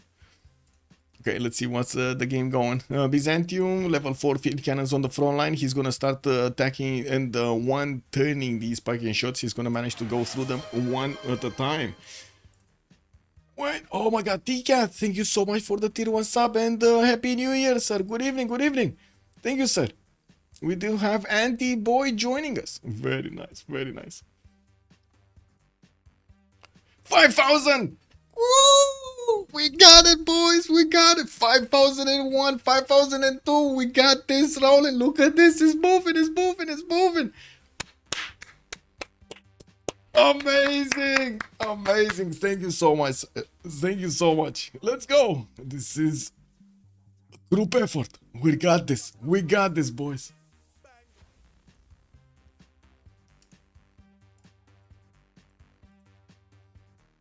Thank you. Thank you. Okay, let's see. What do we have? Package shots, package shots. Oh, I need to actually click on button here. There we go. And then click on multiple buttons so I can actually move my things around. And actually see the streams and the chats. I lost my stream. Okay, there we go. I lost the count of my Sabinatsek. Thank you. Thank you, sir. Thank you. Thank you. Libraries here, Estergom, commercials. We do have Byzantium really needing to get his science up, and he's trying to get to his tanks also. Rifling coming up in 210s, which is gonna put pressure on Alfasomets, a lot of pressure.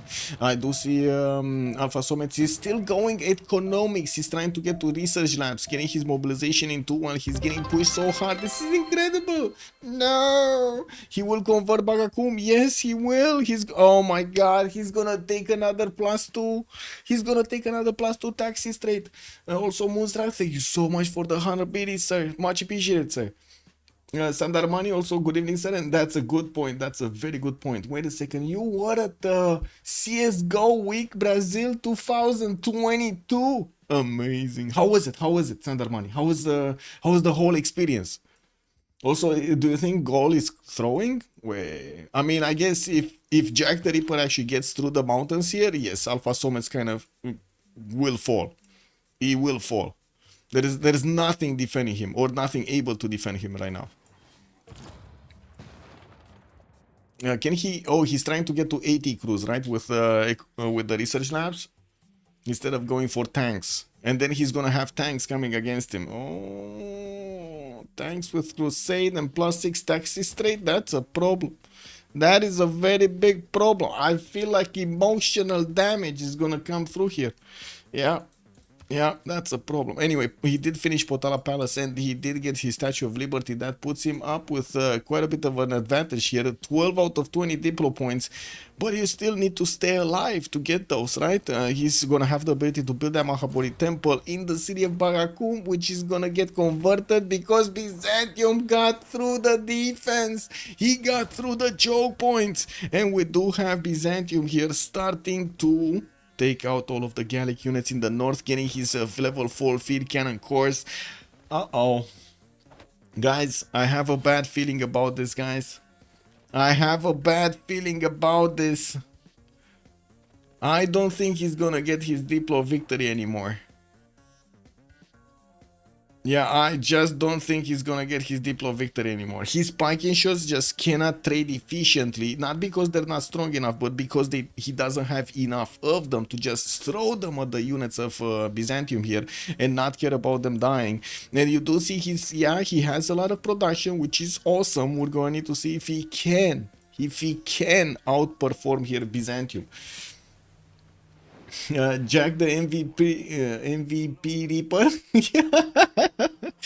MV Reaper, huh? MV Reaper. Anyway, Theater Square Festival's coming up from Japan. I do see he's also getting some hangars here. We might actually see him go for bombers while we're gonna see Byzantium keep on pressuring his opponent with land units, especially the tanks that are gonna come out soon. Oxford University also finishing in Livodurum next turn. While over here we do have research labs coming up on Trajan, a lot of them. We do not have him with that much science. He's on 279 right now and 124 and 474 points of production. Couldn't attack into the northern Japan here, while Japan, guys, do you see what I see? I see Japan preparing tank pre-builds. And on the other side, Trajan is going top 3. He's going planes. Now this is a problem. We might actually see quite an invasion on the seas over here against directly against the city of Rome. There's no unit that would actually spot them except this musketman. Yeah, that musketman. But that musketman can just be, you know, pushed out of there. Also, I'd be pretty mad if I were Hungary, held up Jack for 40 turns and Gaul decides to go free sim top 3 instead of using the time to prepare a counter. Yes, Istapa, yes, I can definitely relate with that one. Yeah, I agree. Do have to say Japan getting bombers here in the city of Sendai is going to allow him to take out Taruga very quickly. And it's not like Hungary has that many more cities to defend behind, and all of them are in this quarter. That's a problem. He's trying to actually be behind Gaul here, while Gaul has a significant problem defending himself. Barakum is about to be converted, by the way. I'm pretty sure one more unit dies and that city is gonna be converted. Exactly, it's not like they didn't have someone to sim. They had 2 people to sim. He threw for... Yeah. Well, it ain't that simple. Going bottom 3 rails yourself. He needs to be as relevant as he can. Not all into Jack. But yeah, he had a lot of time. Yes, he had a lot of time to prepare. Unfortunately, he couldn't get... Well, I guess he's gonna get chemistry next turn. Well, okay. Let's see it. Maybe we're actually gonna have the AT crews saving him out from this. Do you think the AT crews are gonna save him, guys? Also, Icelandokia, could you show eels, please? Yes, I did.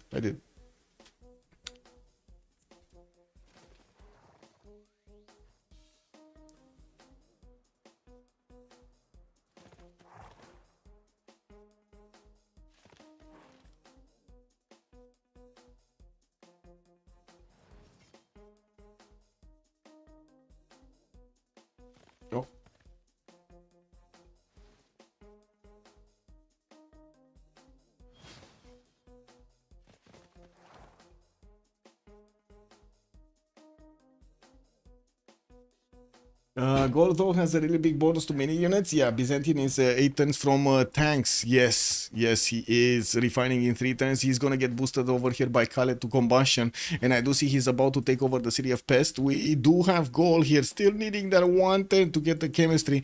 He does have the army ability also on his units. Pack and Shot army did get upgraded here in Bagakum, while he has another one coming up from the record to the next turn. I'm actually quite curious if there's gonna be enough production, even when it's gonna switch to a AT crew. AT crews are basically the next level upgrade of the packing shots, the next level upgrade on the anti-cav tree for the units. Definitely strong, very strong units, very strong units. Tanks beat AT crew, yes. I'm actually curious if tanks beat well, I guess with Basil's bonuses, yes. Yes, they will beat. Oh, not enough production for the AT crew army to come around. He actually needs to put the gold and upgrade these units. That's not going to give him the ability to promote them if necessary, if they lose too much strength. And he just lost the Hungarian city over here. Okay, AT crews coming around. Oh, there we go. There we go, guys. There we go. He's one-shotting these cuirassiers. There we go. There we go. Okay, now that's a good unit to push back Byzantium with. AT crew is 75, tank is 85, with handicap bonus is 81. Yeah, the tank army loses to an AT crew army, but AT crew armies are so slow that tanks generally just still winning. Yeah, usually I do have to agree that tanks do win against AT crew defense. It really depends on the bonus, the other bonuses that he's getting, like intel or strength, like taxi straight and so on.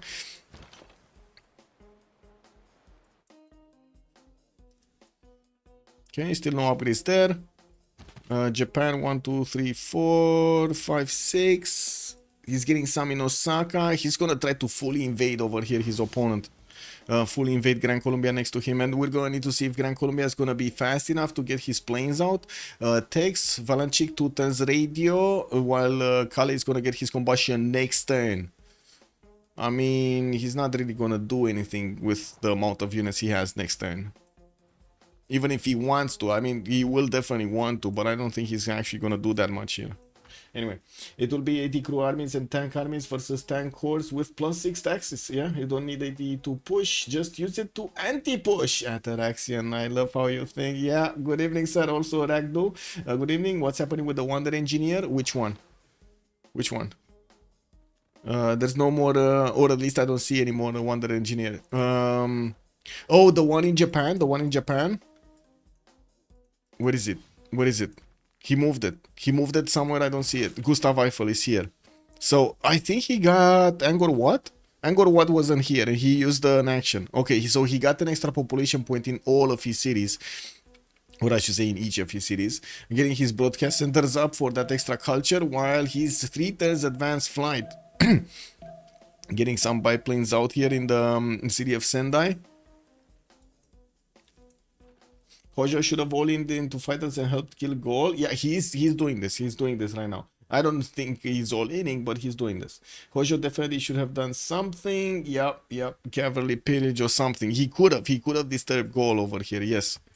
But I think they were such in a pinch for gold, because they needed to keep on funding Basil II's attack over there, and also flex their defenses against their opponents, against the Llaneros and so on, that I don't think he actually had the resources. He wanted to get as much economy out as possible, no?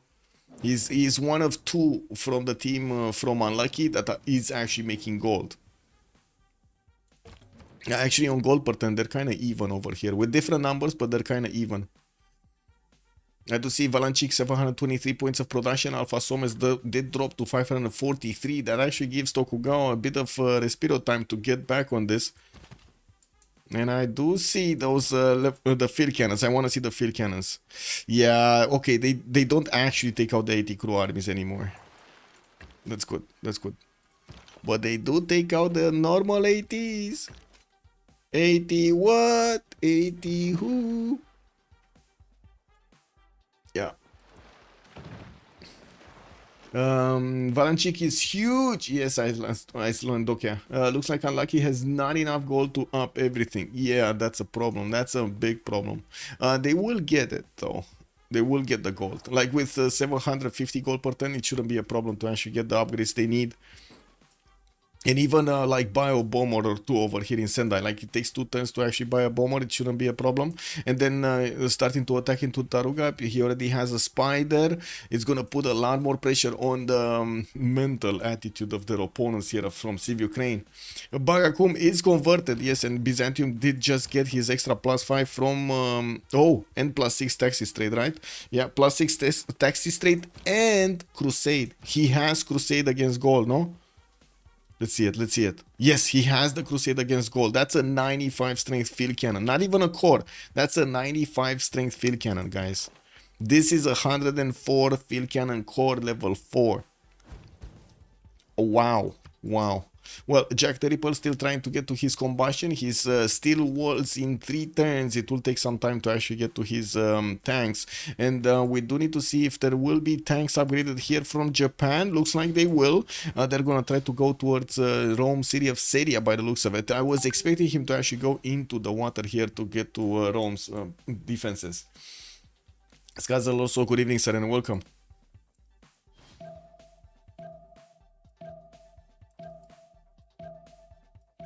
Arena, commercial hub investments. Mongolia hasn't really been doing that much here, except gold. I mean, he has been doing a lot of gold. Don't get me wrong. Aerodromes stayed on 6 cities. He could have actually put a few more cities, but he lost one on the right side and he never actually put it back. Some commercial hub investments coming around here for Mary Catherine Goddard. We got Gran Colombia about to pick up Mary. That's going to give him an extra level of diplomatic visibility, and that's going to be so good over here, especially with bombers coming around soon, or I should say fighters and bombers coming around soon. Give me a second, I got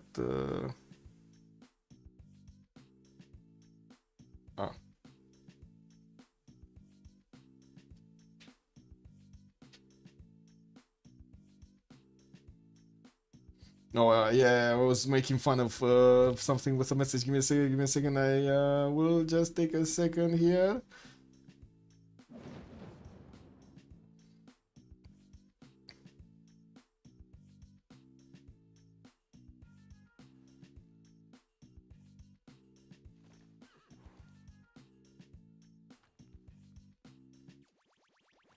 Yep. Yep. Okay, so tank armies can push through the Llaneros, no problem. And it looks like also some ATR guns are coming out from Tokyo and also Osaka. We might actually not have Gran Colombia be able to do anything about this. Rome getting his aerodromes down also, cold power plants coming up from his capital city, while he does have some spies to start moving and get that extra intel. He will need time to move them all. Okay, well, it does seem like Byzantium did retreat, cover his losses over there. We do have Gaul actually placing his 80 crews in front, 80 crew armies coming in. He doesn't have the ability to that's a problem actually. He doesn't have the ability to actually get back his own religion from Bagakum, from the Recortoron. He just cannot get it. With how much did he get? He's on 12. He's on 12 out of 20 Diplo points. We do have only like 6 more turns until the next World Congress, and he still has Mahabodhi the ability to actually build in Bagakum. It's just a matter of getting that 13 population, which at the moment doesn't look like he's getting it. Oof. He's gonna need to rebuild his campus, and from what I do see, Byzantium will need a bit more time to get his tanks in order. Biplanes coming around, broadcast centers, it's fine. It's fine.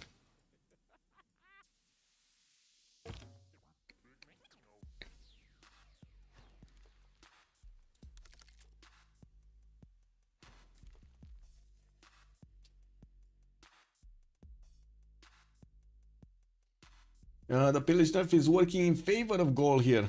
Oh yeah, it's just going to continue to spread and spread and spread. Hojo definitely should have the cavalry page or something. Yeah, we did read that. Did they keep Zanzibar? Zanzibar is being fought over. It looks like Vladimir and Guilty Crown are both fighting and trying to put envoys in there to get that extra amenity bonus. So we do have Japan deploying fighters already against Taruga. This gives a sign to Hungary here that he's going to get attacked there. And it does seem like Hungary is taking that hint and moving his settlers out as far away as possible. He will try to get them probably next to Rapa Nui or on these islands over here to try to keep them safe. Now we do have Byzantium still finishing his campuses, or 170 size. Alfasomets 214. Looks like he's not getting up that much, but Simon Bolivar's 300 size does ring some bells here.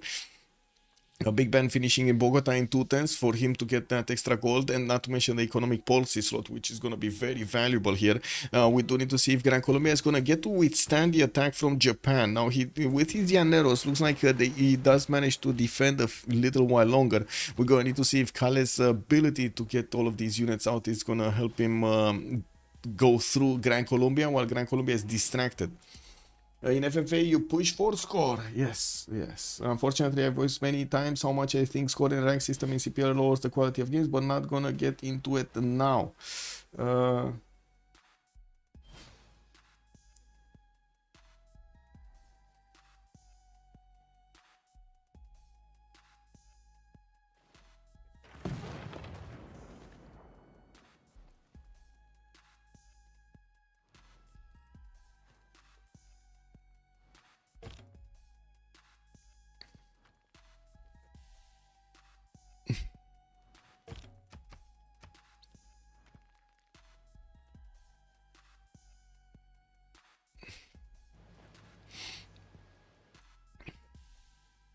When bombers. When bombers. Is Japan gonna get the gold? Anyway, era score. We do have Tokugawa trying to go for his heroic age. Guilty Crown is gonna need 6 more points if he actually wants to get a golden. Jack the Ripper is 6 points out from getting a golden age, and he does have a few more turns, 4 more turns. Maybe he will get it. We do have Carrier also managing to get his heroic age, 124, 118 on Japan Hojo, and getting his flood barriers, airports, and more campus research projects. Zoos coming into the north. Okay, and fighters, a lot more fighters actually coming in. Very nice, very nice. I don't know why he deployed the biplane if he didn't upgrade it into a fighter, but you know, it is what it is. Lapata here also did manage. No, he didn't. He needs 3 more points to get his heroic age. Valanchik also did manage to get his heroic age, 116, 116. Alfasomets 135, 135. He does need 146, so it doesn't look like he's gonna manage to get that golden age. He did finish his Oxford University, and I do see Gaul is pushing out with the 80 crew armies. Maybe he can actually do some damage, but it doesn't look like he's gonna do enough damage, especially with these level 4 field cannon cores. You just don't want to mess with them, man. Even if you have 80 crews or GTRs, you don't want to mess with those field cannon cores. In C5, no one cared second or third, they just played for the win. Those games are much more competitive and higher quality. I mean, this is kind of a trend, right? With these cat games, which fortunately we might actually get to stop with Civ6. I don't know, because it feels like that, you know, the term shitification, Blaze Cat games. Also, in the meantime, I do want to ask, I do answer Sandarmani. When fascism? That's a good question. Ideology in 2 turns for Alfasomets, and he's the closest one there. He's the closest one there. You clearly can't win in FFA. Why would you ever want to stick around? True, the X. How many diplo points do each team have? It's 12 out of 24 goal, and that he's the only one making points. He's the only one. Goal religion lost. No more Habori Temple option. Wait, you can't actually get it in the city that... Oh, no. Actually, no. Wait a second. He couldn't build it in Bagakumeni. Oh, no, he can. What do you mean? He can. He just needs to get a holy site. That's it.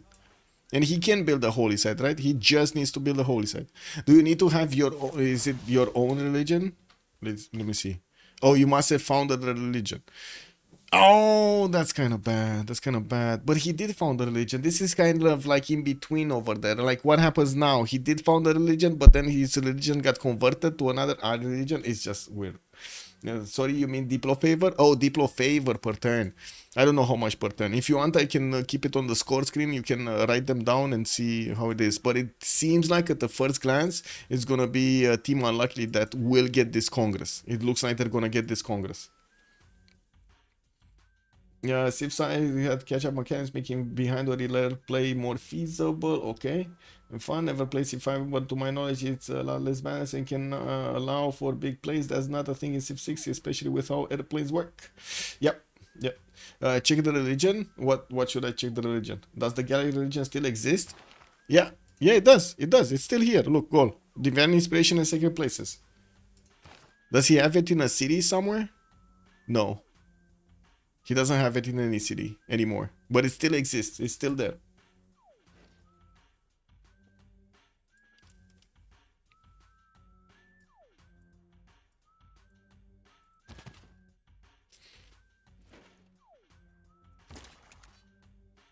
Maybe he has some people in cities as minor religion. Let's see. Yeah, he does. He does have 2 in the record. Toron Bagakum 5. Actually, that's about to equal there. But there is no more pressure. There is no more pressure from anywhere. So those are just gonna get, you know, converted. Over time, they're gonna get converted.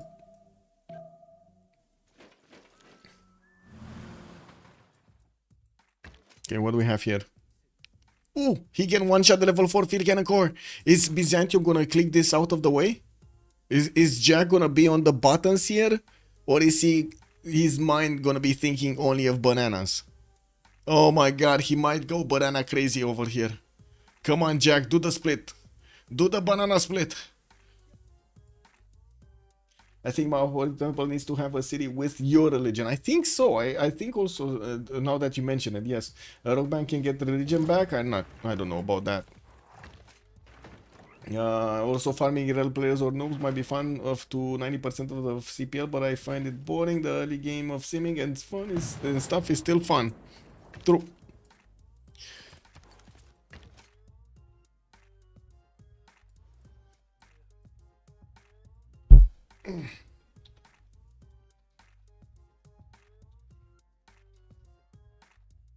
Right.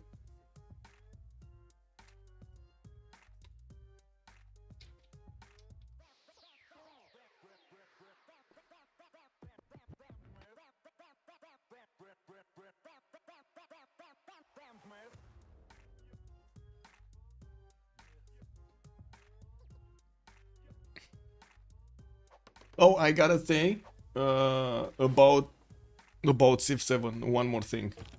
You see this definition over here for Civ6 challenges you to build an empire to stand the test of time. How are you gonna be challenged to build an empire to stand the test of time if the condition of that test is basically like nothing challenging? How is this gonna be challenging? You build like small maps and then a bit bigger maps. You're basically playing with pads. How is that actually a good true representation of what they were even advertising? This is incredible. And this is why I'm talking about the enshittification over here. The new game Civ7 is just not going to challenge you enough. Or the challenges that it has, they're not thought out. Anyway, it is what it is. The only way to justify it is if you have so much faith and don't need to spend it on anything else. I mean, they're very strong, but the fact you need to use an apostle is super expensive. The Inquisitors, you're talking about the Inquisitors. Yeah, but nobody's gonna get them here. By the looks of it. Level 2 also Japanese spy. I do see Taruga has been taken out. Japan did manage to bomb it down. And he's going to also move towards Miskolc. He does have Cuirassier corps here that, of course, cannot actually attack into the 80 crews, but they can run around them. That's not a problem. Also, Spain has a bonus, which is nice. Only other justification is to start religious victory. Yes, I think so, but you just need one file. Alpha is so low on science. Yes, labs with same amount as Basil. I'm pretty sure it's cards right now. I don't think he has cards, and nor did he actually build all of his research labs.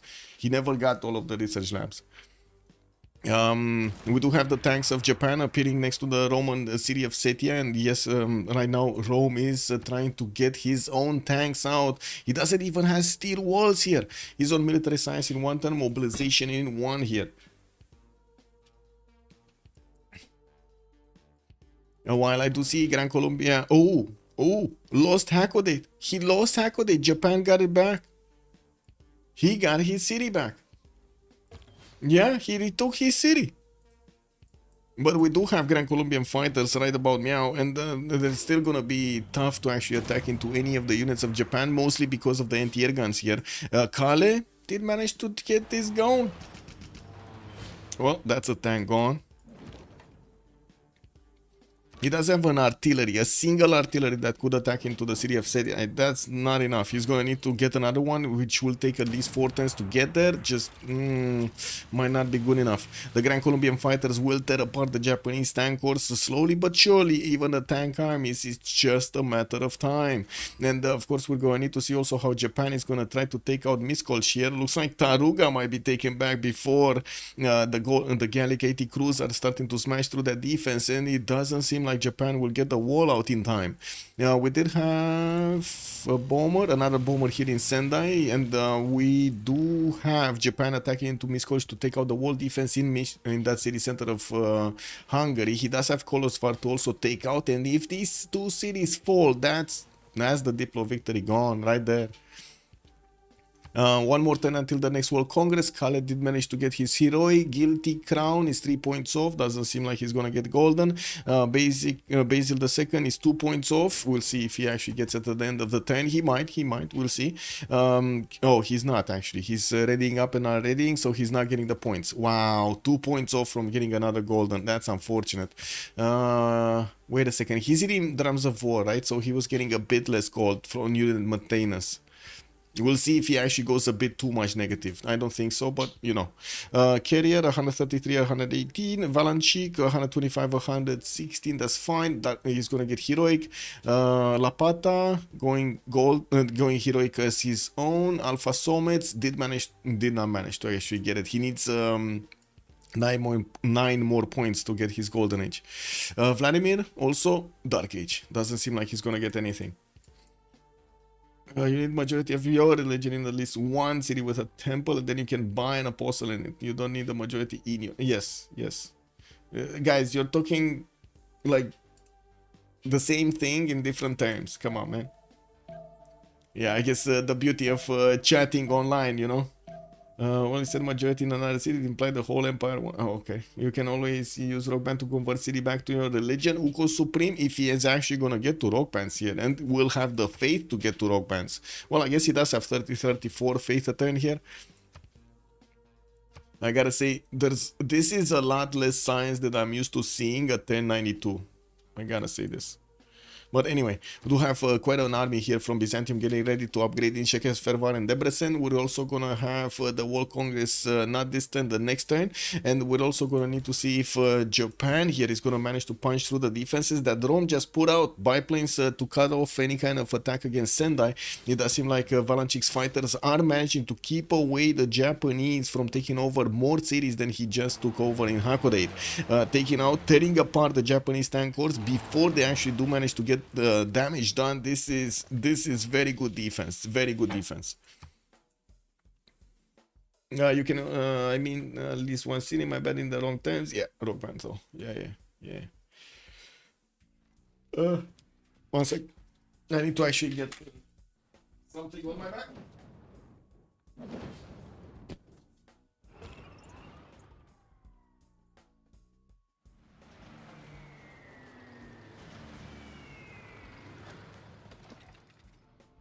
Now it's starting to get quite chilly. It's middle of the night over here in Romania, and it's starting to be quite chilly.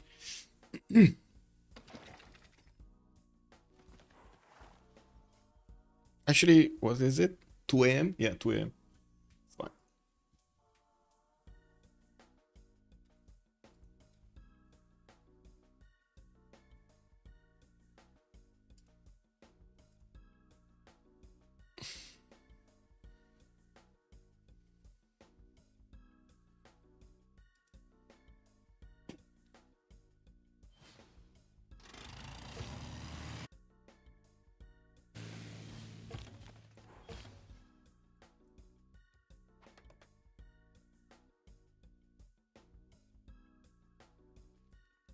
Anything happening? So Taruga is still alive.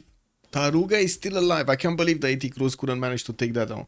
The walls actually did finish. They were 2 turns. Looks like he put on the card and got them 1 turn. The bombers will be able to attack into these units, defending the city of Miskolc. And of course, we do have the fighters that do have the damage to attack into the 80 crews.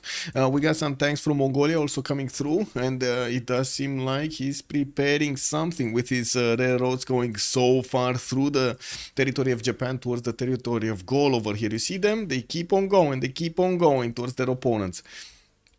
In the north, that seemed like a goal. Stop building units. He stopped building units, and we do. Oh no. We got the tanks coming around from Byzantium. He's just gonna go around these 80 crews. Check this out. He's gonna go around the 80 crews. He's leaving these field cannon corps to deal with the 80 crews armies. Oh my god. And just getting all of the other ones around. They're gonna be so fast on these cities. Because these roads were never destroyed, right? He can actually use them to go faster. Anyway, we're gonna have the Congress here. And we're gonna have also a pause. I think we need to go back autocracy into science into this. I go B, autocracy, science. There we go. So, be right back 2 minutes.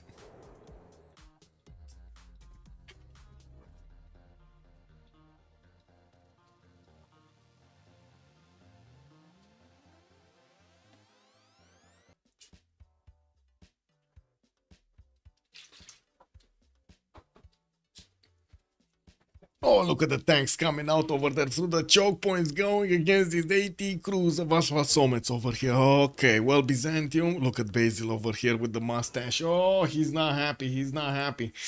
I do need to put my chats in order here. Just give me a second so I can actually figure out the buttons. Where are the buttons? The buttons, the buttons. Oh, got the buttons. Oh my god, wait a second. There's an exploding... There's actually an exploding short. The short that I put up yesterday. Whoa! It got quite a few views. Amazing. What is it? What is it? This? No. This. Where my Twitch at? No, there we go. There we go. Too many windows, man. Way too many windows here. This. Okay, tanks coming in from the western side. We did have losers to diplo points on ambiotics. Military city-states not providing, and fascism gaining a wildcard policy slot. Well, looking at the overall tab in the diplo screen, we do have Alfasomets still with 12 out of 20. While, well, he's getting invaded by Jack the Ripper here with so many tank armies. We're going to need to see if he's going to manage to withstand that. Another city of Hungary has been taken out. There's no more settler on the way. There's one in Kolosvar, but that's not gonna stay there long. The bomber should have range, no? 2, 4, 6, 8, 10 tiles. Yeah, it's just enough range to actually attack into Shekes Verfar. And there is a Cuirassier Corps that is gonna disembark on that territory, and there's no unit to stop it from happening. There was a frigate armada in Samarobriva that could have been sent to the south. If this city falls, that's the win condition of Hungary just taken out entirely. We do have Hakodate actually taken back. Hakodate, I think, actually. And I do see Japan, city of Osaka is getting attacked over here by the bombers, I guess, of Gran Colombia. Where are the bombers? Here, there's a bomber of Gran Colombia over here. Does he have another one? Yes, so he has 2 bombers. Okay. But that's, I mean, that's a 105 defense strength city with an anti-air gun. It's going to be hard to push through. We do have him also pushing back the Japanese tanks on the right side. Okayama, I think this was a tactical mistake attacking to Setia instead of putting those tanks in the water and getting them directly to Rome, to be honest. I mean, he would have lost them anyway, right? But he would have had a higher chance of getting to Rome and actually pillaging, maybe even taking the city center, than actually taking down Setia because of the one-tile choke and Rome's planes and Gran Colombia's planes and so on. These games could use a live camera view of the players. Yes! Oh, Supreme. Oh my god. You know how long I've been asking for that? Like, I was watching the...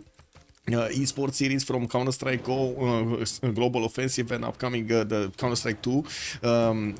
What was it?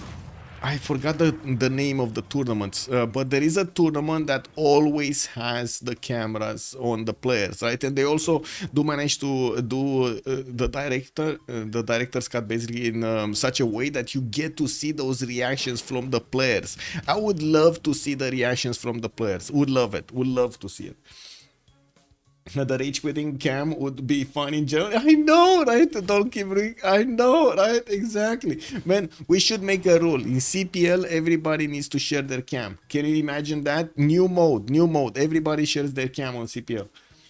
Packet shot is the last strong unit to fight against the heavy cap speed tanks. Yes, let's see what's happening here. Japan wants to get in. Okay, he needs to shift enter that unit. Hungary cannot attack into this, by the way. There's a Roman battleship armada that has 6 movement and cannot get in range. Cannot get in range of the cuirassier corps. Blast Premier. ESL, yeah, the Blast Premier I was referring to. Very good, how to say, animations. The flow of the tournament was very good. A bit sketchy with the colors, but that's just me.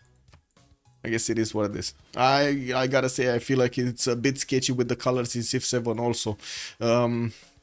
And it's simple math over there. The colors do need to be shiny, so you get to actually entertain the eyes, entertain the mind.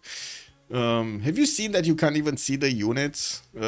Like, how to say, from the background, you can't even make them out. If they're in a neighborhood somewhere, you can't make them out. With the number of people they thinking, maybe it's not a good idea to add a video feed to their bandwidth. I mean, yeah, I know what you're saying, but it still would be awesome, man. It still would be awesome. Maybe they should fix this. Yes, I agree. They should definitely. Oh, Osaka got taken down. Gran Colombia actually punched through it. They should really fix these things first. I agree. Okay, let's see. Yeah, Japan is just gonna take that city, isn't he? Oh no, Hungary's... No, he can't move. He can't actually go through the English channel. He doesn't have cartography. Oh no, he doesn't have cartography. He cannot get this Hussar in front of this. But it wouldn't matter anyway. He's just... This cuirassier is gonna disembark on the one tile, flat tile anyway, if he wants to.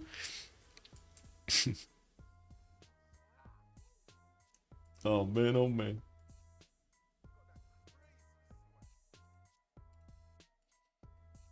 This thing is tough to fix for online play. How are the other games doing it? How are the other games doing it? And doing it properly? Like, hello, Microsoft? Hello, you know? And there we go. We got one player taken out entirely. 4 versus 3 situation. Team Unlucky with the 4-1s. And this, I gotta say, this is a best of 3 series. This would be the first game out of that best of 3 series. Will they CC right about now? Because that was what they were banking on. That victory condition right there. On the fact that they're gonna get the Diplo on goal. Diplo on goal, not gonna happen anymore. They just cannot push it through. Oh, they keep on going. Okay, they keep on going. Okay. So AD crews over here, the armies do have enough damage to attack into the tanks. It does seem like there will need to be a bit more help here from Byzantium to attack into the walls. He still does do full damage with the tanks attacks against the city of Bagakum. And because of the Byzantine religion being spread into the city center and his ability to do that, we do need to see if he's gonna... If Jack the Ripper is gonna manage to punch through this. Trying to steal some text there. Also, I do see he's getting the format arrest, trying to level up his spies to a level 2. He does have one here in Bibrax that is getting his intel on opponent's movements. Also, Japan is going to start to attack into Gaul from the southeast and from the east side with his planes. He does have his fighters about to deploy over there against the 80 crew armies. And the bombers did get their health back. Now they're going to start to attack into Senaboom. And that's going to be bigger and bigger troubles here for Gaul. He's going to get split apart by Byzantium and by Japan at the same time. Now, while we do have the other Japan, Kale, being taken out here slowly by Gran Colombia. I think actually Gran Colombia shouldn't be able to take anymore, but especially with the new and how many of these anti-air guns are coming around, we're going to need to see if Tokugawa's production is going to manage to keep up with the necessary defense. If Colombia keeps Tokugawa away, does Rome go to space? No. Rome going to space would be quite quite a feat in this scenario. Especially since by the time he tries to go to space, Gaul is gonna fully die and then Rome is just gonna get nuked by somebody. Or get invaded by Byzantium from the right side. Like, he doesn't have a navy to defend himself on the coast. Anyway, we'll see. Gaul overconfident, that's the reason for such a situation. It might be. It might be Gaul was definitely overconfident. Or he hasn't felt... I gotta say, Basil the second here hasn't been... allowed in the games. He has been banned so much in the games that the players usually, after they don't see him in the games for so long, they totally forget why he was banned in the first place. We've seen this happen with so many other civs like Zulu, like I would say Genghis Khan, for example, with the extra deploy and so on. Nuked by Mongolia. Yeah, well, I'm not sure if...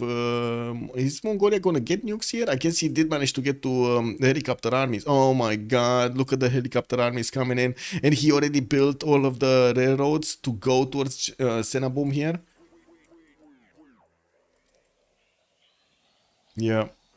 Oh, wait a second. He's deploying the right side. 1, 2, 3, 4, 5. He's going into Gran, Colombia. Oh my god, the pillage squad is coming in. We got the pillage squad coming in. And these llaneros won't know what hit them. These helicopter armies can one-shot them easily. Basil has two features, the Tagmas and the taxes. Yeah, the two T's, the double T's. Well, I mean, it is what it is. I was thinking to make a joke of the 4 double T, but then I stopped. You literally need to remember those 2 points, those 2 T's. I'm sorry, Monstrat, you gotta call them what they are, the 2 T's.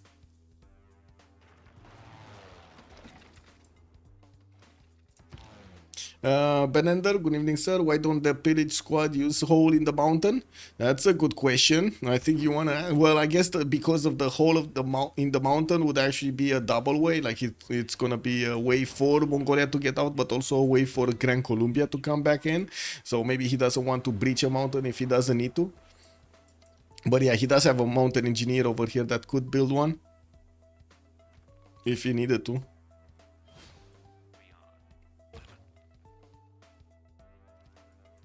Japan, water parks.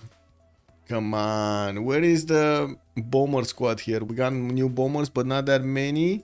And he still didn't start to attack into Senabum. I gotta say, Gaul here did not manage to get his anti-air guns out at all. He's going for advanced flight in 2 turns, and yes, he has steel walls, so he has the ability to build the anti-air guns. He just didn't do it.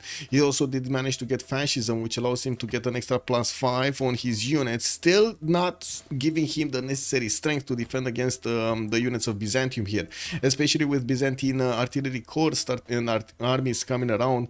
I'm expecting Bagakum to die quite quickly, actually.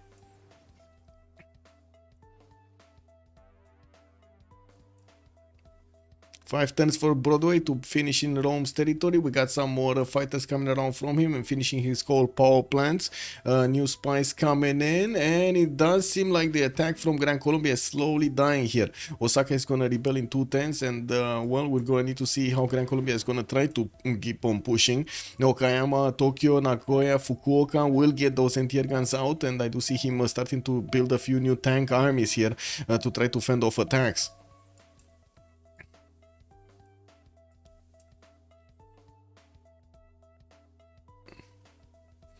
Even Capagnans from Incar 2-way? Yeah, all of them are 2-way, yeah.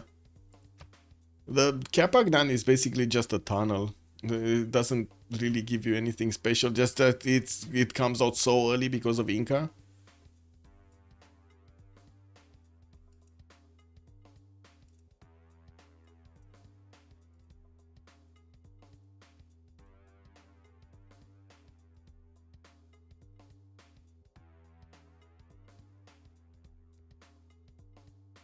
Oh well.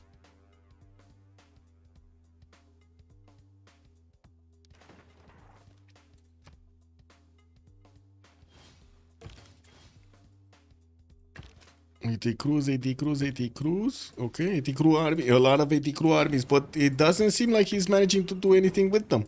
He's still able to two-shot the tank corps, but he does need so many more, and he's building them in like 4 turns or 3 turns. It's just not gonna be good enough. Especially with the city of Bagakum about to be ripped apart by the artillery armies of Jack the Ripper. He's gonna rip apart. Okay, what's going on here? Tank armies, still nothing happening, not much happening. Japan started attacking to, why would he attack into an encampment? It's kind of, oh, I guess he, oh, never mind, he's attacking with the fighters to get some extra experience on them. We do have Mongolia that also needs to send his helicopters there. Ah, never mind, actually, yeah. Pillage squad got stopped. We got guilty crown over here getting stopped by Valanchik's fighters, and these fighters will be able to attack into the helicopter armies and do some damage, not a lot of damage, but it will do some damage. Yeah, we do have new ones coming in. Looks like also some bombers from Valencia de Carabobo, while he's trying to build the float barriers to save as many times as possible. It does seem like these helicopter armies will try to sneak around there. And now the mountain tunnel idea just sounds so much better. That just sounds so much better. Imagine if you would have gone a mountain tunnel over there and another one over here in the middle and just went directly. Woo! But anyway, that would have been easily blocked by a fighter. And depending on the first moves, maybe he would have gone that. Okay. More cities here. No planes for Gaul to actually defend himself here, put more damage, but his 80 crew armies are getting ready next to Bagakum here. Oh my god. Well, I say getting ready, but they're kind of getting steady, not ready. Anyway.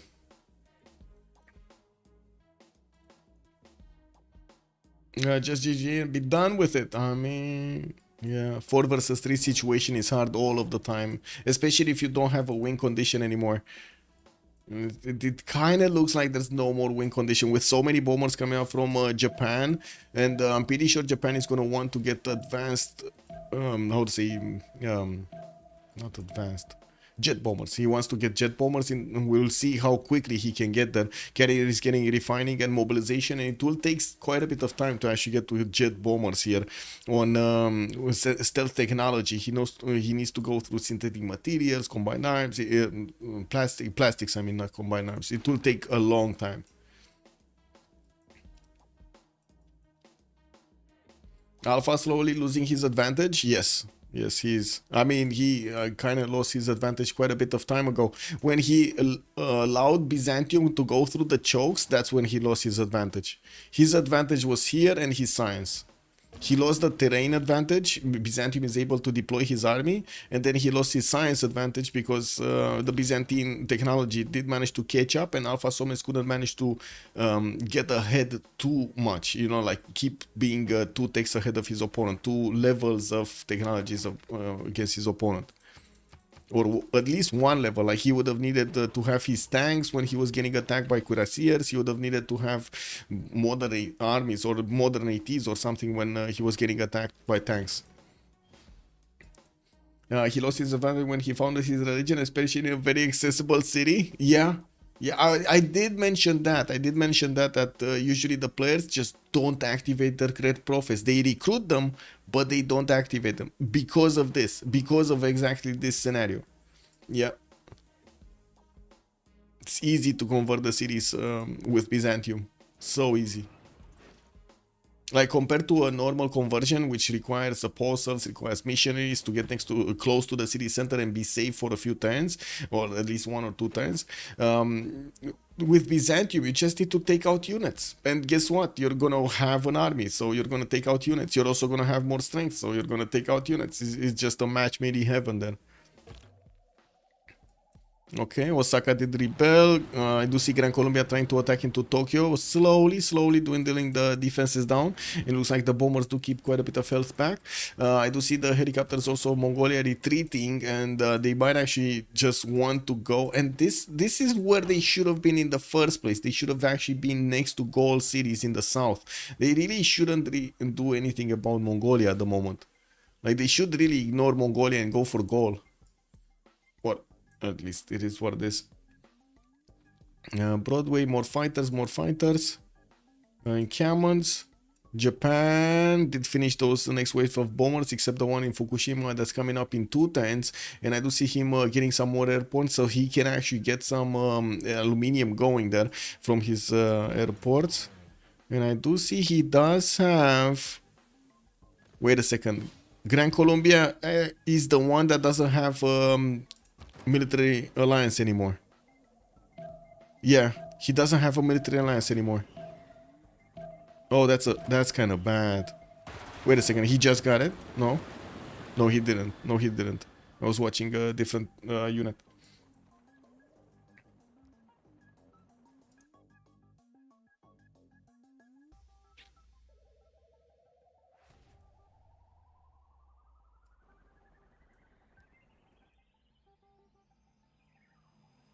Okay, more artillery corps coming in, positioning the artillery army to start attacking into Bagakum. That still will take quite a few turns. He has 2 of them, no balloon here to get that extra range. And I would imagine he's going to attack into the encampment and the city center itself at the same time. Would have been nice to actually have both. He does have Napoleon Bonaparte, so he has an extra movement on these artilleries. Could move and shoot here. Shouldn't be a problem. While Gaul is returning these 80 crew armies. Does look like it's taking some time there to get going.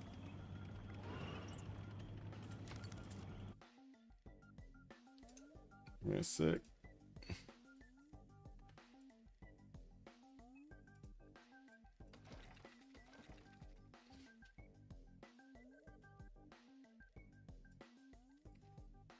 Okay, Statue of Zeus did finish in Senabum, giving him quite a few free spearmen and archers and battery ram, which is gonna be useless.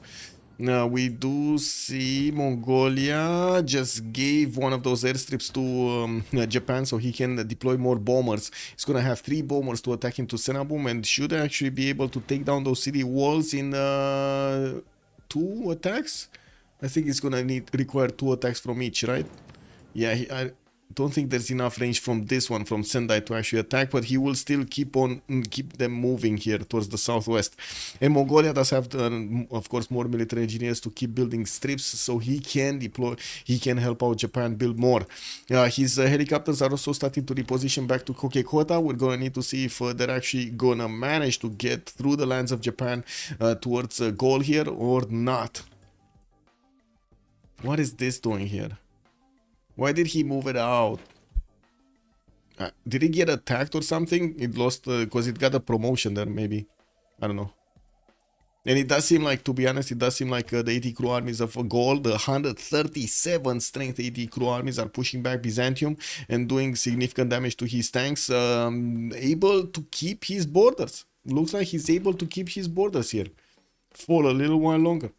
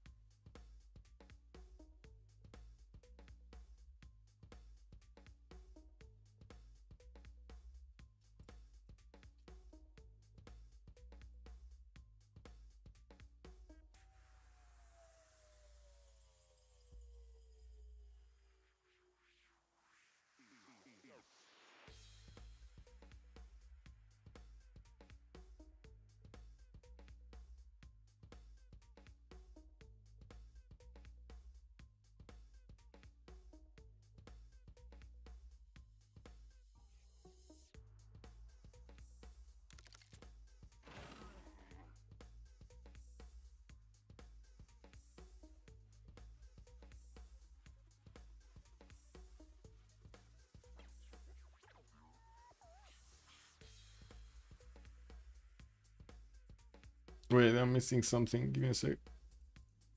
Oh.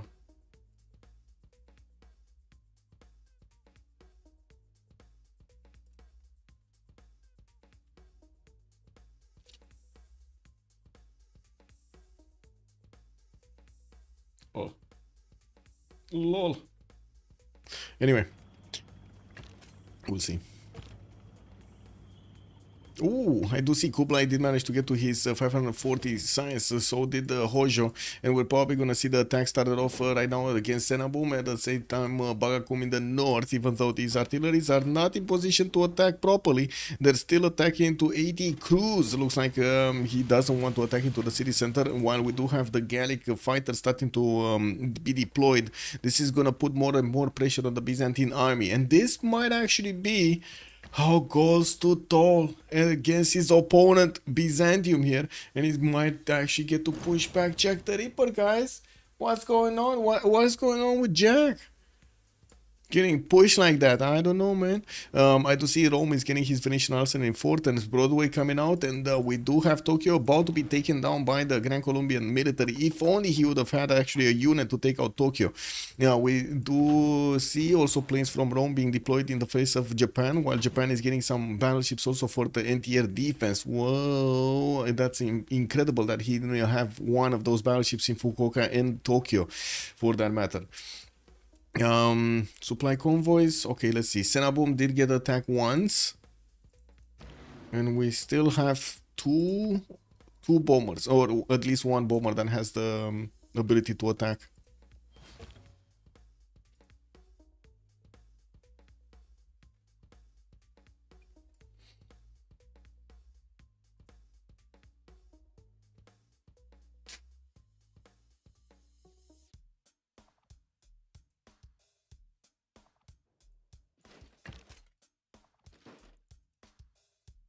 Yeah, so many bombers now, yes. Uh-oh, now these machine gun guys, level 4 machine gun armies. If you haven't seen them yet, you've seen them now. You see them on the table right here. Alfasomets is gonna have a bit of a problem. These 80 crew, man, oh man, these machine guns, man. They're just not, yeah, this is just not gonna be that fun for him. I should be proud. Yes, Justice. Good evening, sir. Good afternoon. Also, Happy New Year, sir. Happy New Year. I don't know how to say it in. Wait. How do you say it? Guten Jahr? Is it Guten Jahr? Or Guten Neujahr? Guten Neujahr? Is it Guten Neujahr? I don't know. But anyway, I think you know what I mean. Crusade for Byzantium is just massive in the +6, yeah. Colgananas, also good evening, sir, and welcome. Bon année, bon année. Hello there, sir. Fragenwe Yar. Wait, Hunter, good evening, sir, and welcome. Is it actually? Wait a second. How do you say? Yeah. Why do you have? Wait. Oh, Frogenwe Yar. Frogenwe Yar. Got it. Thank you.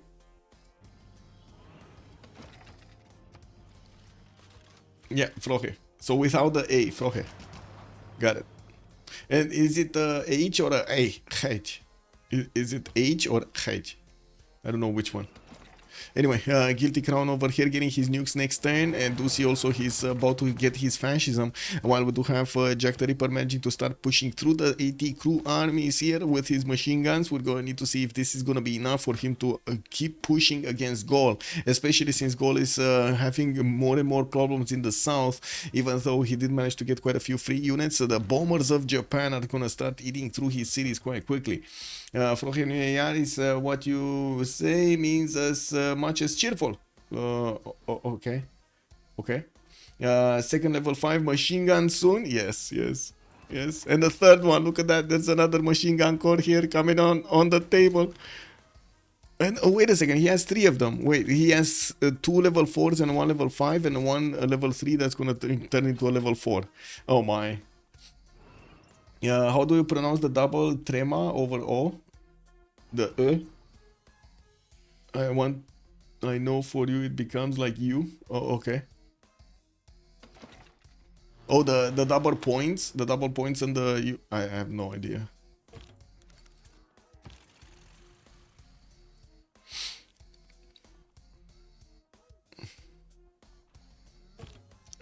Get bullet. Smelly. That's fugly. Good evening, sir, and welcome. That's how you do it? That's how you pronounce it? Look at that BlazeCat game. So that's fugly. It's actually giving us how to say the pronunciation lesson here. Yeah. For it becomes like This is called an umlaut. Dr. People, good evening, sir. Yeah, the umlaut. I have a wonderful electronic invention I want you to see.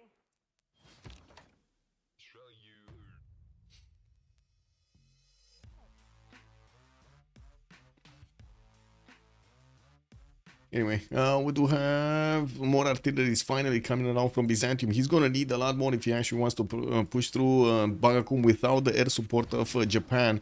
And I'm a bit surprised that Japan did not attack into Senabum right now. Is it a matter of vision over here or something? No, I don't think it matters that much. And I'm pretty sure he knows that there's no anti-air gun, so I really don't know why he didn't start attacking. Now, we do have another airstrip available for from Mongolia to give to Japan here to keep on pushing these fighters and bombers on the front line towards Gaul.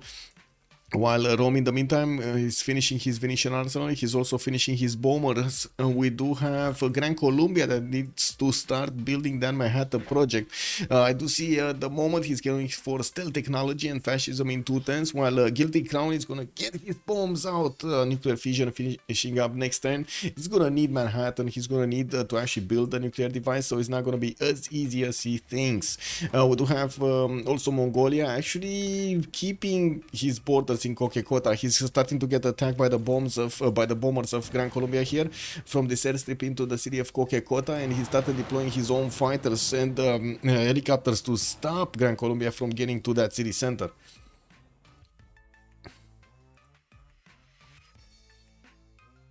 Deutschführer, I don't know what that is. Dolkin Bruchen, I have no idea. I'm gonna put that through Google Translate.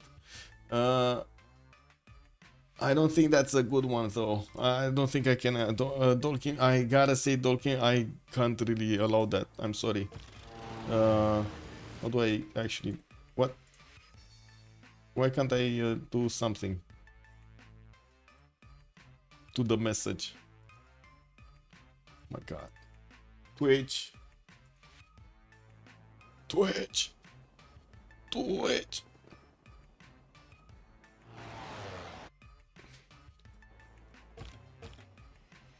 God, man. How do I don't know how to do this. Kick W, man.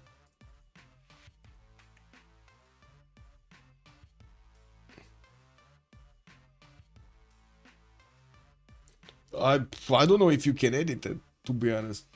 I mean, you can try. I have no idea how to actually delete the message, kick W. I mean, I guess I can time you out, but I don't know. I have no idea how to delete that message. You don't like delete it, please? Like, it used to be easy, and I don't know why Twitch is not giving me that option anymore. That's so weird. Anyway. I played Pentiment, which is set in the 16th century Bavaria, and learned a lot about the German Holy Roman Empire history, especially about how the land became after the Romans left. Yeah. Okay. And what was the main one?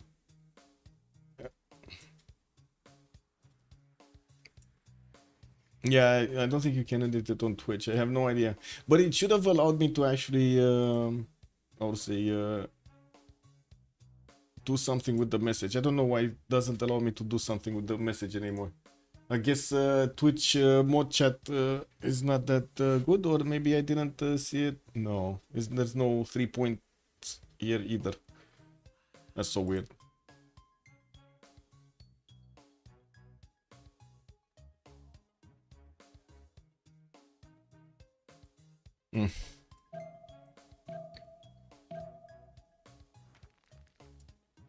Anyway, Winkaman in 3 turns from Setia. I do see Osaka did rebel again, but Tokyo is about to be taken over. He still needs to get that helicopter through. And we do have Japan with the tank horse that is just waiting to take back his own city. We're going to need to see how quickly Kublai Khan can actually make his bombs. Manhattan project here in Shanadu, which is 160 points of production per turn. We do need to also take a look here in Gallic territory in Senabum, if he's going to manage to actually, well, first of all, defend against Japan, and second of all, defend against Big Byzantium, which I think he just started losing his oil. Was that low oil that I saw?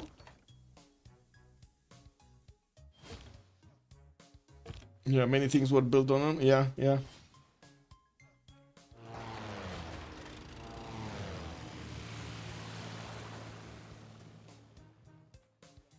I don't know, I have only pin or click to reply. I don't want to do either, so I have no idea.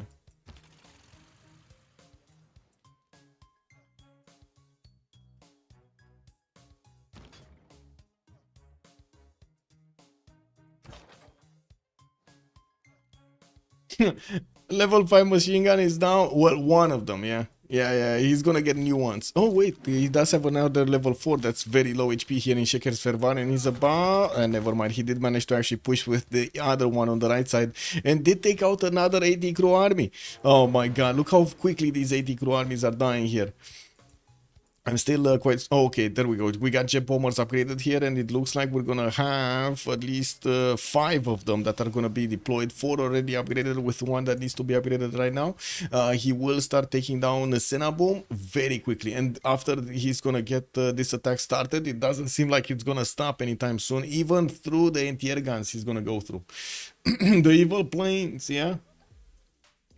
Machine guns kind of are bad against Age of Planes, yeah, true. But still, it's much better, right? It's much better damage against these 80 crews. It's the correct unit to actually go against 80 crews. Is that what is this?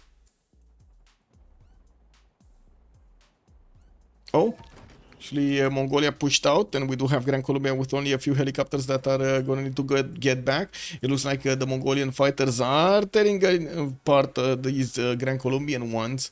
They're going to manage to take out 2 probably next turn, while the bombers are not going to get the air support anymore. Mongolia's military engineers are creating the pathways for that direct tunnel towards Panama here, so he can use another route than the one through the north.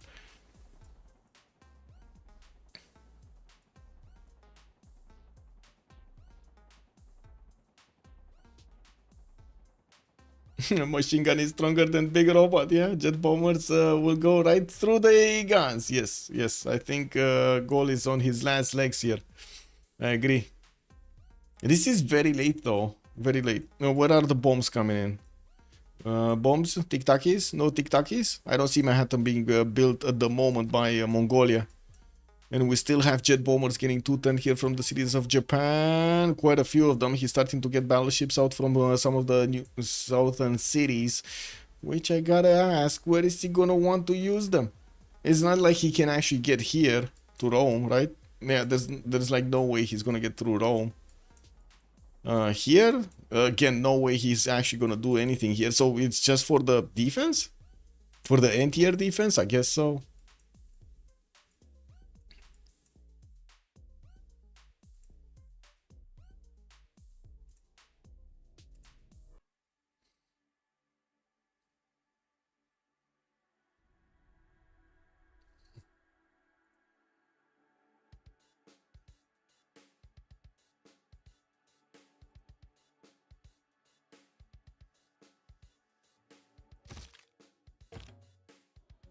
And we do have some Roman destroyer fleets appearing for the defense here, and I do notice that Byzantium has a few units that are about to go into the water. They're exposing themselves to the destroyer fleets.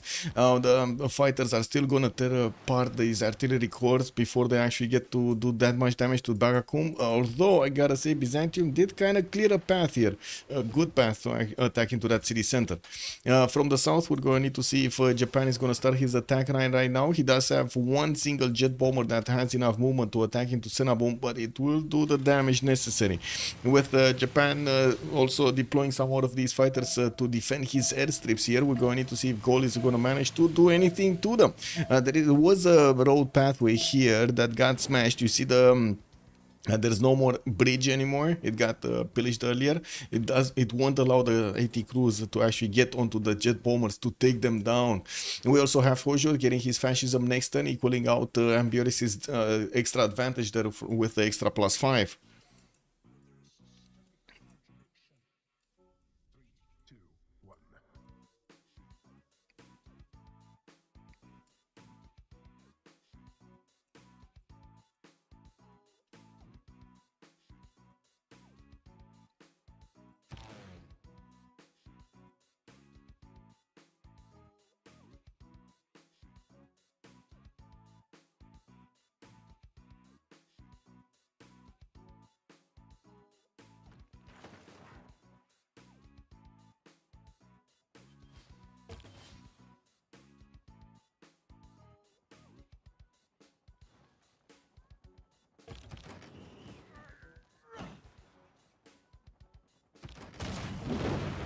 Okay, Tokugawa got taken back, and I do see Gran Colombia is moving away his fighters from there. It does seem like he's gonna need to go through again a line of tank corps over there to get that city down.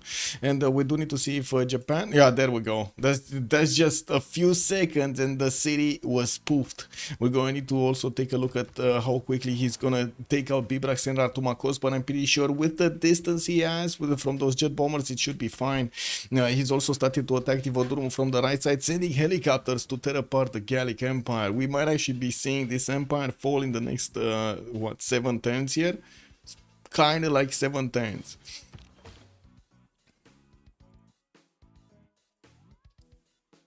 Oh, I made a boo-boo. I made a boo-boo.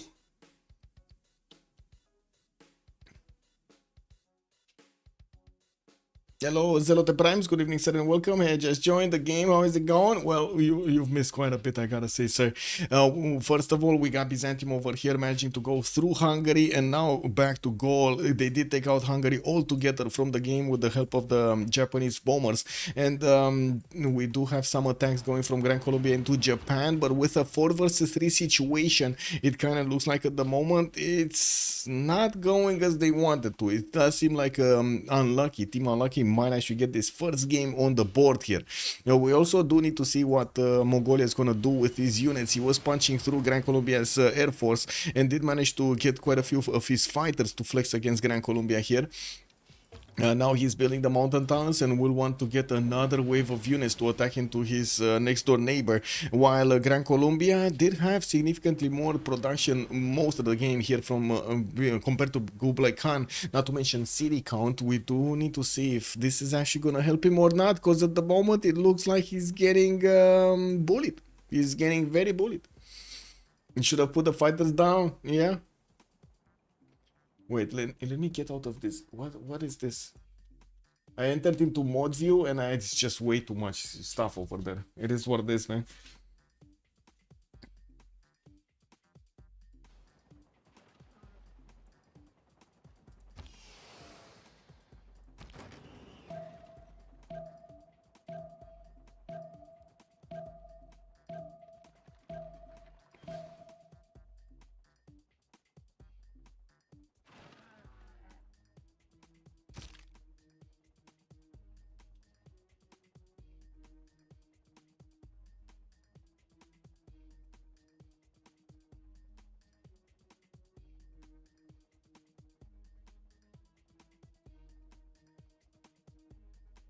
We're waiting to see if they... Well, first of all, the only win condition that they had on CivUkraine was Alfasomets getting his Diplo victory.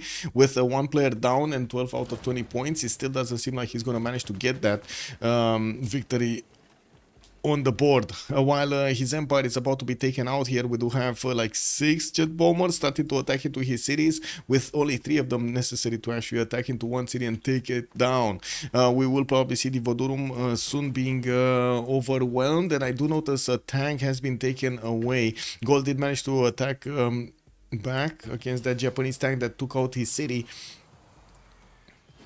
But yeah, there we go. He's focusing on the Vodurum right now, while Gaul is trying to put those 80 crews to try to save that. Is not gonna help out that much. We do have the helicopter that's about to go in. And next turn, he's gonna take that city away. And we do need to see him also taking down these 80 crews in the meantime, so he can actually get past these and get to the city centers. I didn't know Jack was still playing. I mean, yeah. I don't know if he's playing like as he was playing before. But yeah, he's playing. We do have Lapata also deploying jet bombers here on the right side. Ravenna quite far away from his city, trying to attack into Byzantium. Is this gonna actually help anything? I'm not convinced it's actually gonna help anything. Unless they take out Tokugawa entirely. I don't think it will actually help to go against Byzantium here, because like Byzantium has these cities and the majority of the army in Gaul, while Gaul is gonna get attacked. His I would say Japan is just gonna take those cities. Could give the cities to Byzantium and have him get some safeties out. Japanese nukes incoming. Wait, he's actually getting Manhattan? No. I mean, it would be nice, but he's not getting Manhattan. Well, by the looks of it. What is it? Mongolia was getting Manhattan, no? No, not even him. It looks like Urumqi is getting taken down by the bombers of Gran Colombia here, and we do have the helicopters of Mongolia also starting to clamp up to the west of Panama. He got spotted by Gran Colombia's fighter that he was building all of that infrastructure there, and we do see Mongolia starting to put airstrips there on the front line. We're going to need to see the fight in the air here and for supremacy, and we're going to need to see if Mongolia is going to manage to come out on top. He does have his fighters with the fascism. No, actually, both of them have fascism. Never mind. I was watching another unit there, a bad one. How did what? How did this? What? Oh my God! How did this? How did that unit get there? How is this privateer in the water next to Candy? Oh, he had Osaka. Never mind. Actually, that came out from Osaka. Never mind. Never mind. Seeing the tech he's doing, yeah, he's trying to get it. He's trying to get the carrier. He's trying to get it. Also, Valanchik did manage to get that. Alfasomets is trying to get it, but they didn't have enough production to do it, to actually do it. You know, are these in the water yet? Oh my God, that's terrible territory to actually stand on.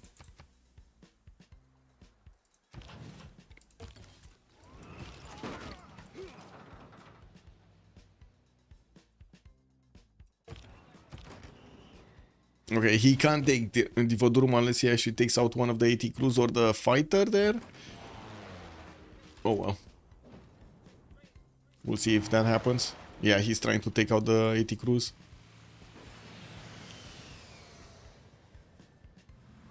Guys, can we please stop talking about real life events here? Some of them do carry a lot of emotional damage.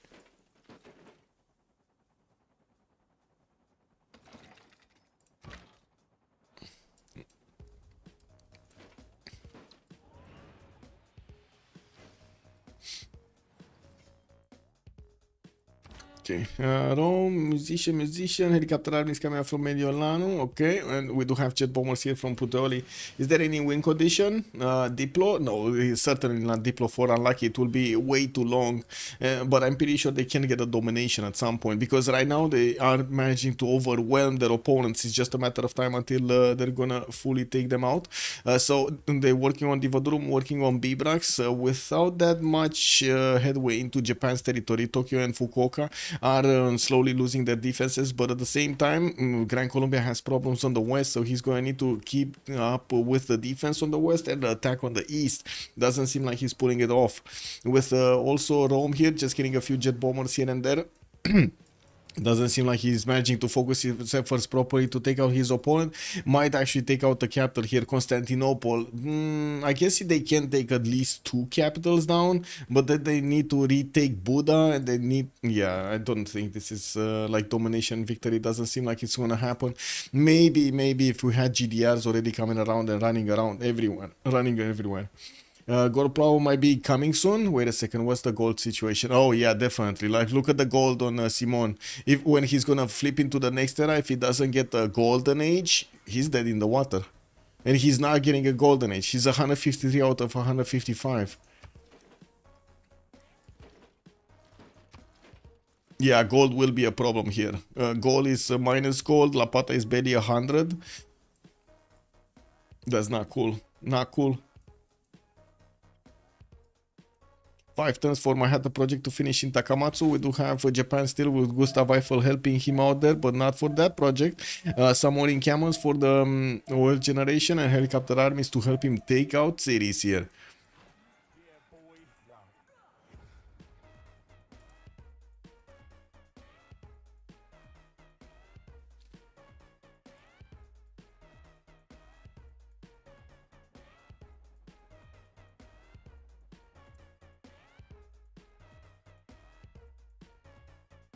Oh. Discord. Distracted by Discord.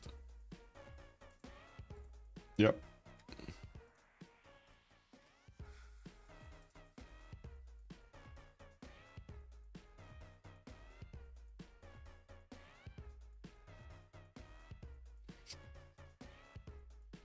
One second.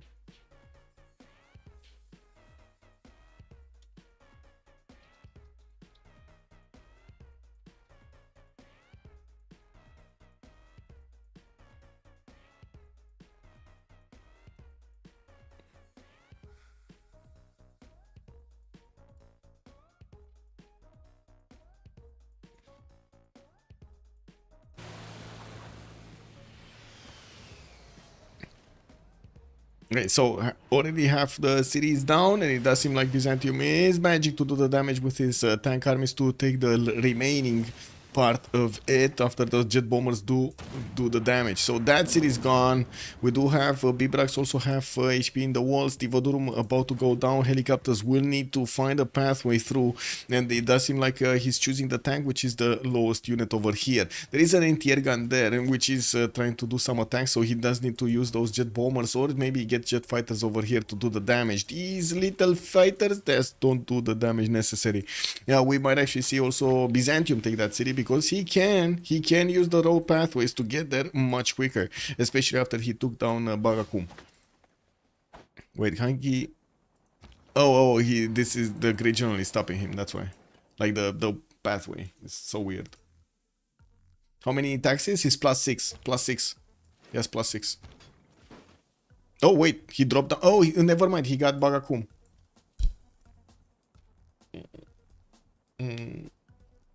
It is what it is. It's +4 right now. It was +6. Now it's +4. It is what it is. He made a sacrifice for the better of the game. Well, spaceport's coming out from Kume, but in 9/10, that's a long time to get a spaceport going, and I do see a war department getting built in Xanadu in 2. We did have Gran Colombia stabilize his defense on the western side, and it does seem like Mongolia does have a good amount of air force here. Level 2 spy from Gran Colombia into his cities of Mongolia, and it does seem like the fighters did get the promotions, but still not strong enough. I don't see extra intel on either of the fighters, so they're basically... Oh, wait a second, this is not activated. He could get a +6 on him. That's gonna be valuable. Amazing. Yeah. Okay. I think the biggest killer of empires is gonna be the economy here. Like if Lapata and Valanchik won't be able to actually get positive in the next era, because right now they're heroic, right? They actually have reformed the coinage on them, both of them. They're getting a lot of gold from this. They might not get that much amount of gold in the next era. Lapata 6 points off, and we do have some 5 more turns. What do you think? They're gonna get their golden ages in the next one or not? Yeah, we still have a level 4 army. Yeah, there's still one here. He took care of it. But there's an 80 crew next to it that might actually take it out. Throw some bazookas over there.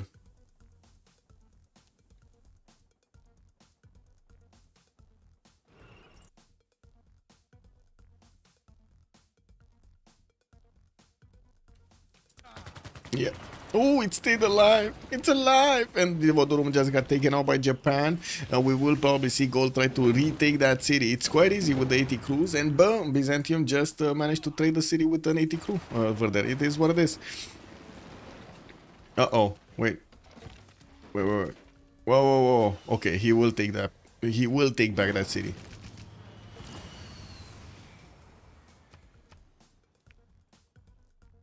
Okay, no more defending unit for Bibrax, and I'm pretty sure we're gonna see more bombers attack into it. There's no unit here. There is a helicopter, and there is a road. Will the helicopter have enough movement? That's the question. There's also a tank here that could actually try to get in there. The tank doesn't have enough movement. Will the helicopter do? No, it actually stops here. Oh well. Unfortunate. We got jet fighter upgrades from Carrier, which is gonna deploy these much closer to the Gallic core cities, and we're going to need to see if Rome here is gonna manage to punch through Japan. Looks like not. Japan is retaking his empire, especially with the distraction that Japan was offered by Mongolia to Gran Colombia.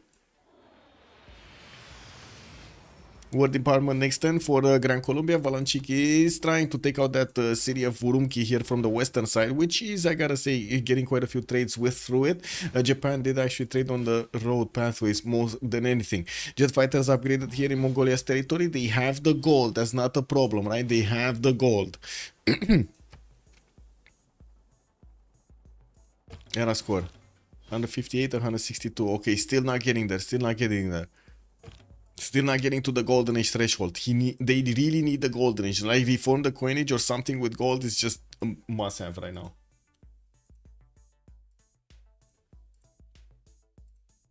Wait. Daniel Brooker, good evening, sir, and welcome. I didn't. Whoa, I saw Mongol do a boost. I don't remember what kind of take the fighters destruction boost, but anyway, he did it. Okay, I don't know what boost it is. Rome has to win somehow. Yeah, Rome has to win somehow. He's the only one. He's the last Mohican over here. The last one. Jet bombers coming out, helicopters coming out, Manhattan project also getting built in 7 turns, but in 7 turns we might actually see the full demise of the Gallic Empire here. Yeah, it's called Raise. Okay. Oh, I see the Raise. Okay, Raise a city would mean take control of its units. Raise would mean kill it and raising it. Yes.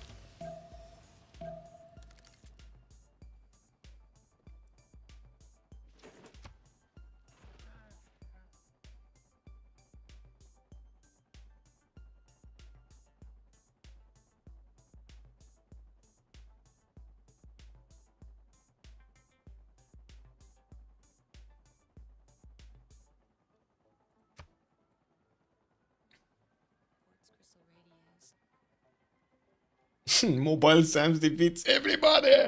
Overlord coming in with the big jokes. Yeah, yeah. Jet bomber. Jet bomb now. Oh, wait a second. Bomb now or bow now festival. Whoa.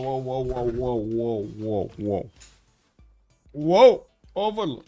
I think that's a bit too much, man.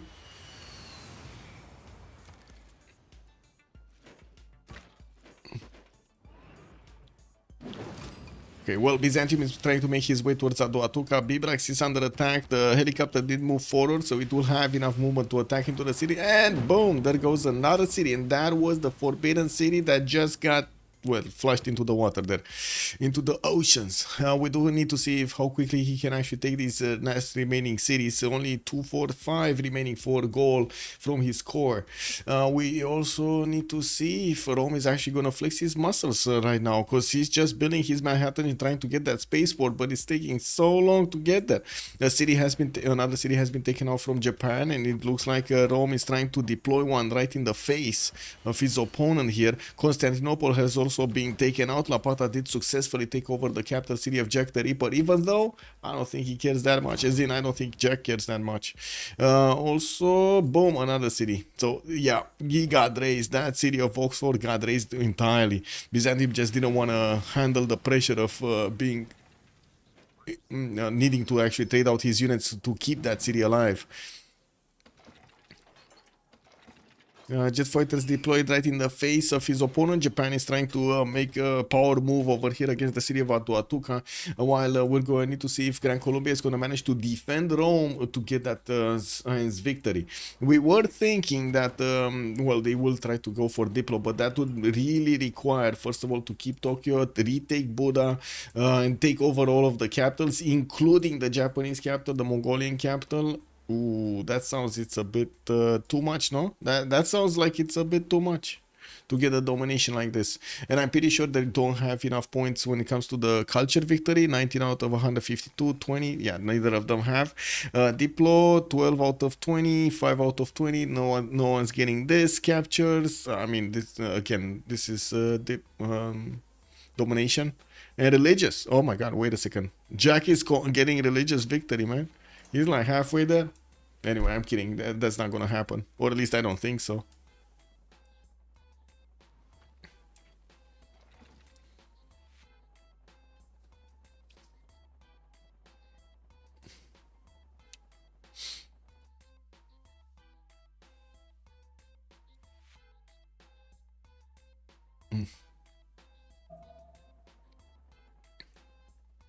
Okay, Maracaibo also getting attacked. Japan carrier is getting to that city center to start open up another front against Gran Colombia, sending some of his destroyers towards the city of Urumqi to add more NDR firepower here against the Gran Colombian invaders. While I do notice Mongolia is getting rocket artillery armies, these are going to be extremely useful against city centers, especially since they do shoot from so far away. But the fighter screen here defending Gran Colombia is quite heavy. We do have him getting his advanced ballistics next turn, and I do see capitalism. While he doesn't have the upgrade button on his fighters to turn them into jet fighters, we will need to see if Mongolia here is going to have enough of an air force to punch through. I do have to say both of them are trying to clump up his units, and big problem, no aluminium on Mongolia. We do have low aluminium here on the Guilty Crown. And it doesn't matter. He's still doing the damage. Oh my god, man. He's actually still doing the damage. He was attacking a little bit, how to say, he was attacking the helicopter so he can do the damage against one fighter and not get attacked by the other two. Very good, actually. I don't think he has that much low aluminium. It might be like -1 or -2 or something. Let me see. It's actually -6. Okay, that's quite big. Okay, another city. Ratumakos is about to go down.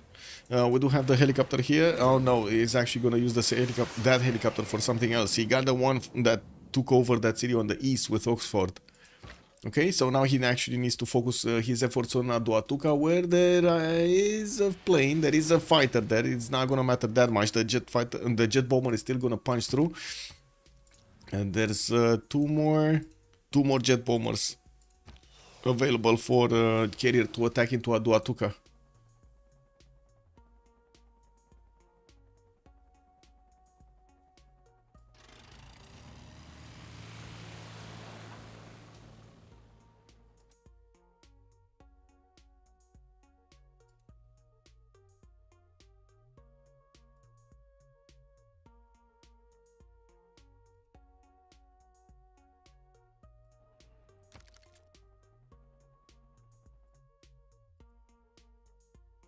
Wait. I lost my chats again. Yeah. They concede faster, so no, but it's possible with Byzantium. Wait, did we ever see religious victory in high-level teamers? No, not really, actually. No, I don't think we have ever seen it. Did we? Did we ever see it? No. I mean, in random games, maybe, but very unlikely. Like random teamers. Kublai Khan is the first one to get to robotics in 3 turns. Looks like he's gonna get his GDRs out, and we're gonna probably see those flexed against Gran Colombia on the right side. That's gonna be a unit that Gran Colombia might not never forget. We do have him also preparing his sewers over there and repairing his cities in the north, while the Guilty Crown is getting some support help from the Japanese jet bombers. Also, Japan is about to finish his Manhattan next turn, and that will allow him to start building up the nukes and GDRs coming out over here against Gran Colombia and Rome. It looks like they're the only ones that are trying to keep this game alive here. How is Uranium doing? Yeah, a lot. He has 100, we got 50 on carrier, and we got 28. That's a lot of uranium. That's a lot of uranium.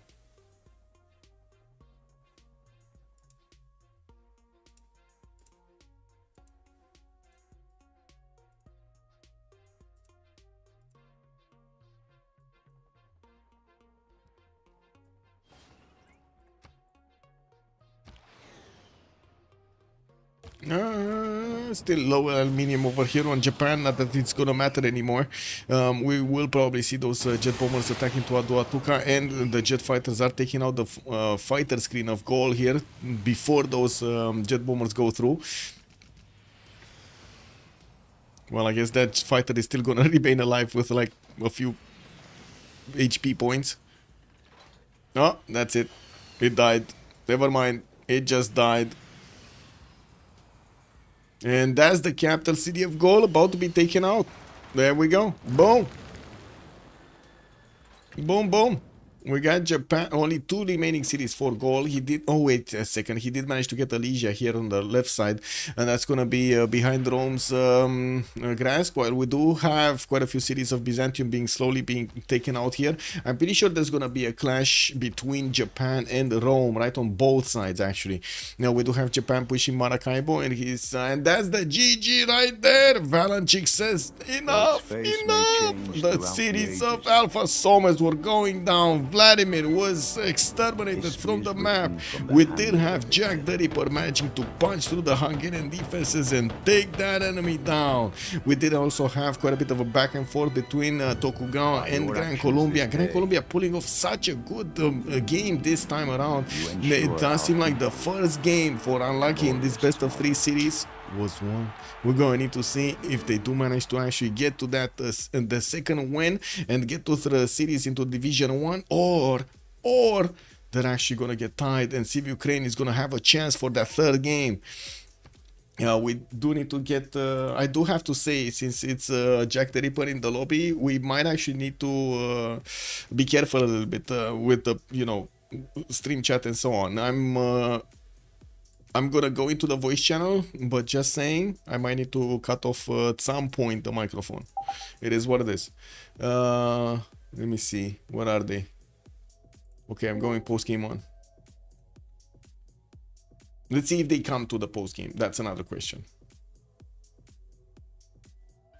Big disclaimer, it is what it is.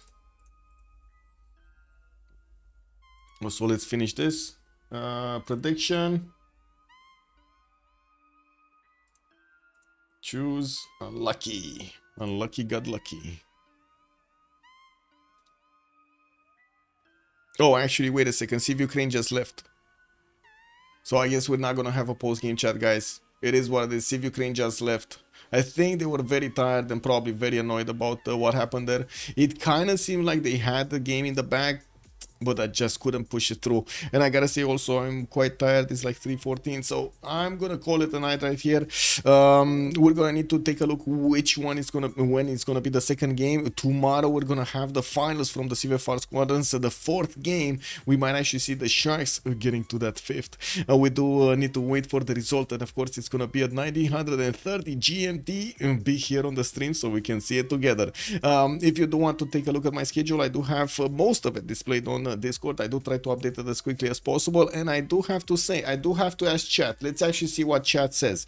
Do you want me to actually get the 2v2s that are going to be played this week? There are 2 of them, Tuesday and Wednesday, I believe. Tuesday and Wednesday. Let me actually see the 2v2 channel. So Kyber with Daniel will play against XP and Mr. Toes on the 8th and the 9th of January. That's going to be, yeah, Tuesday and Wednesday. You want me to get them? Jerket, good evening, sir, and welcome. I guess let's think about it. Let's see after tomorrow. Maybe we can actually get this. I'm not sure about how much energy I'm going to have, because I would have been streaming for like, I don't know, 5 days straight at that point. Yeah, 2v2, it's kind of quick and fun. True. So let's actually see. Maybe we get this going. So have a good one in the meantime. Thank you so much for the follows, for the subs, and much appreciated, of course, for your support on the stream. Thank you for the comments on YouTube. Don't forget to comment some more over there, and of course subscribe to the channel. Let's see each other in the next one tomorrow, 1930 GMT. And in the meantime, stay awesome. Bye.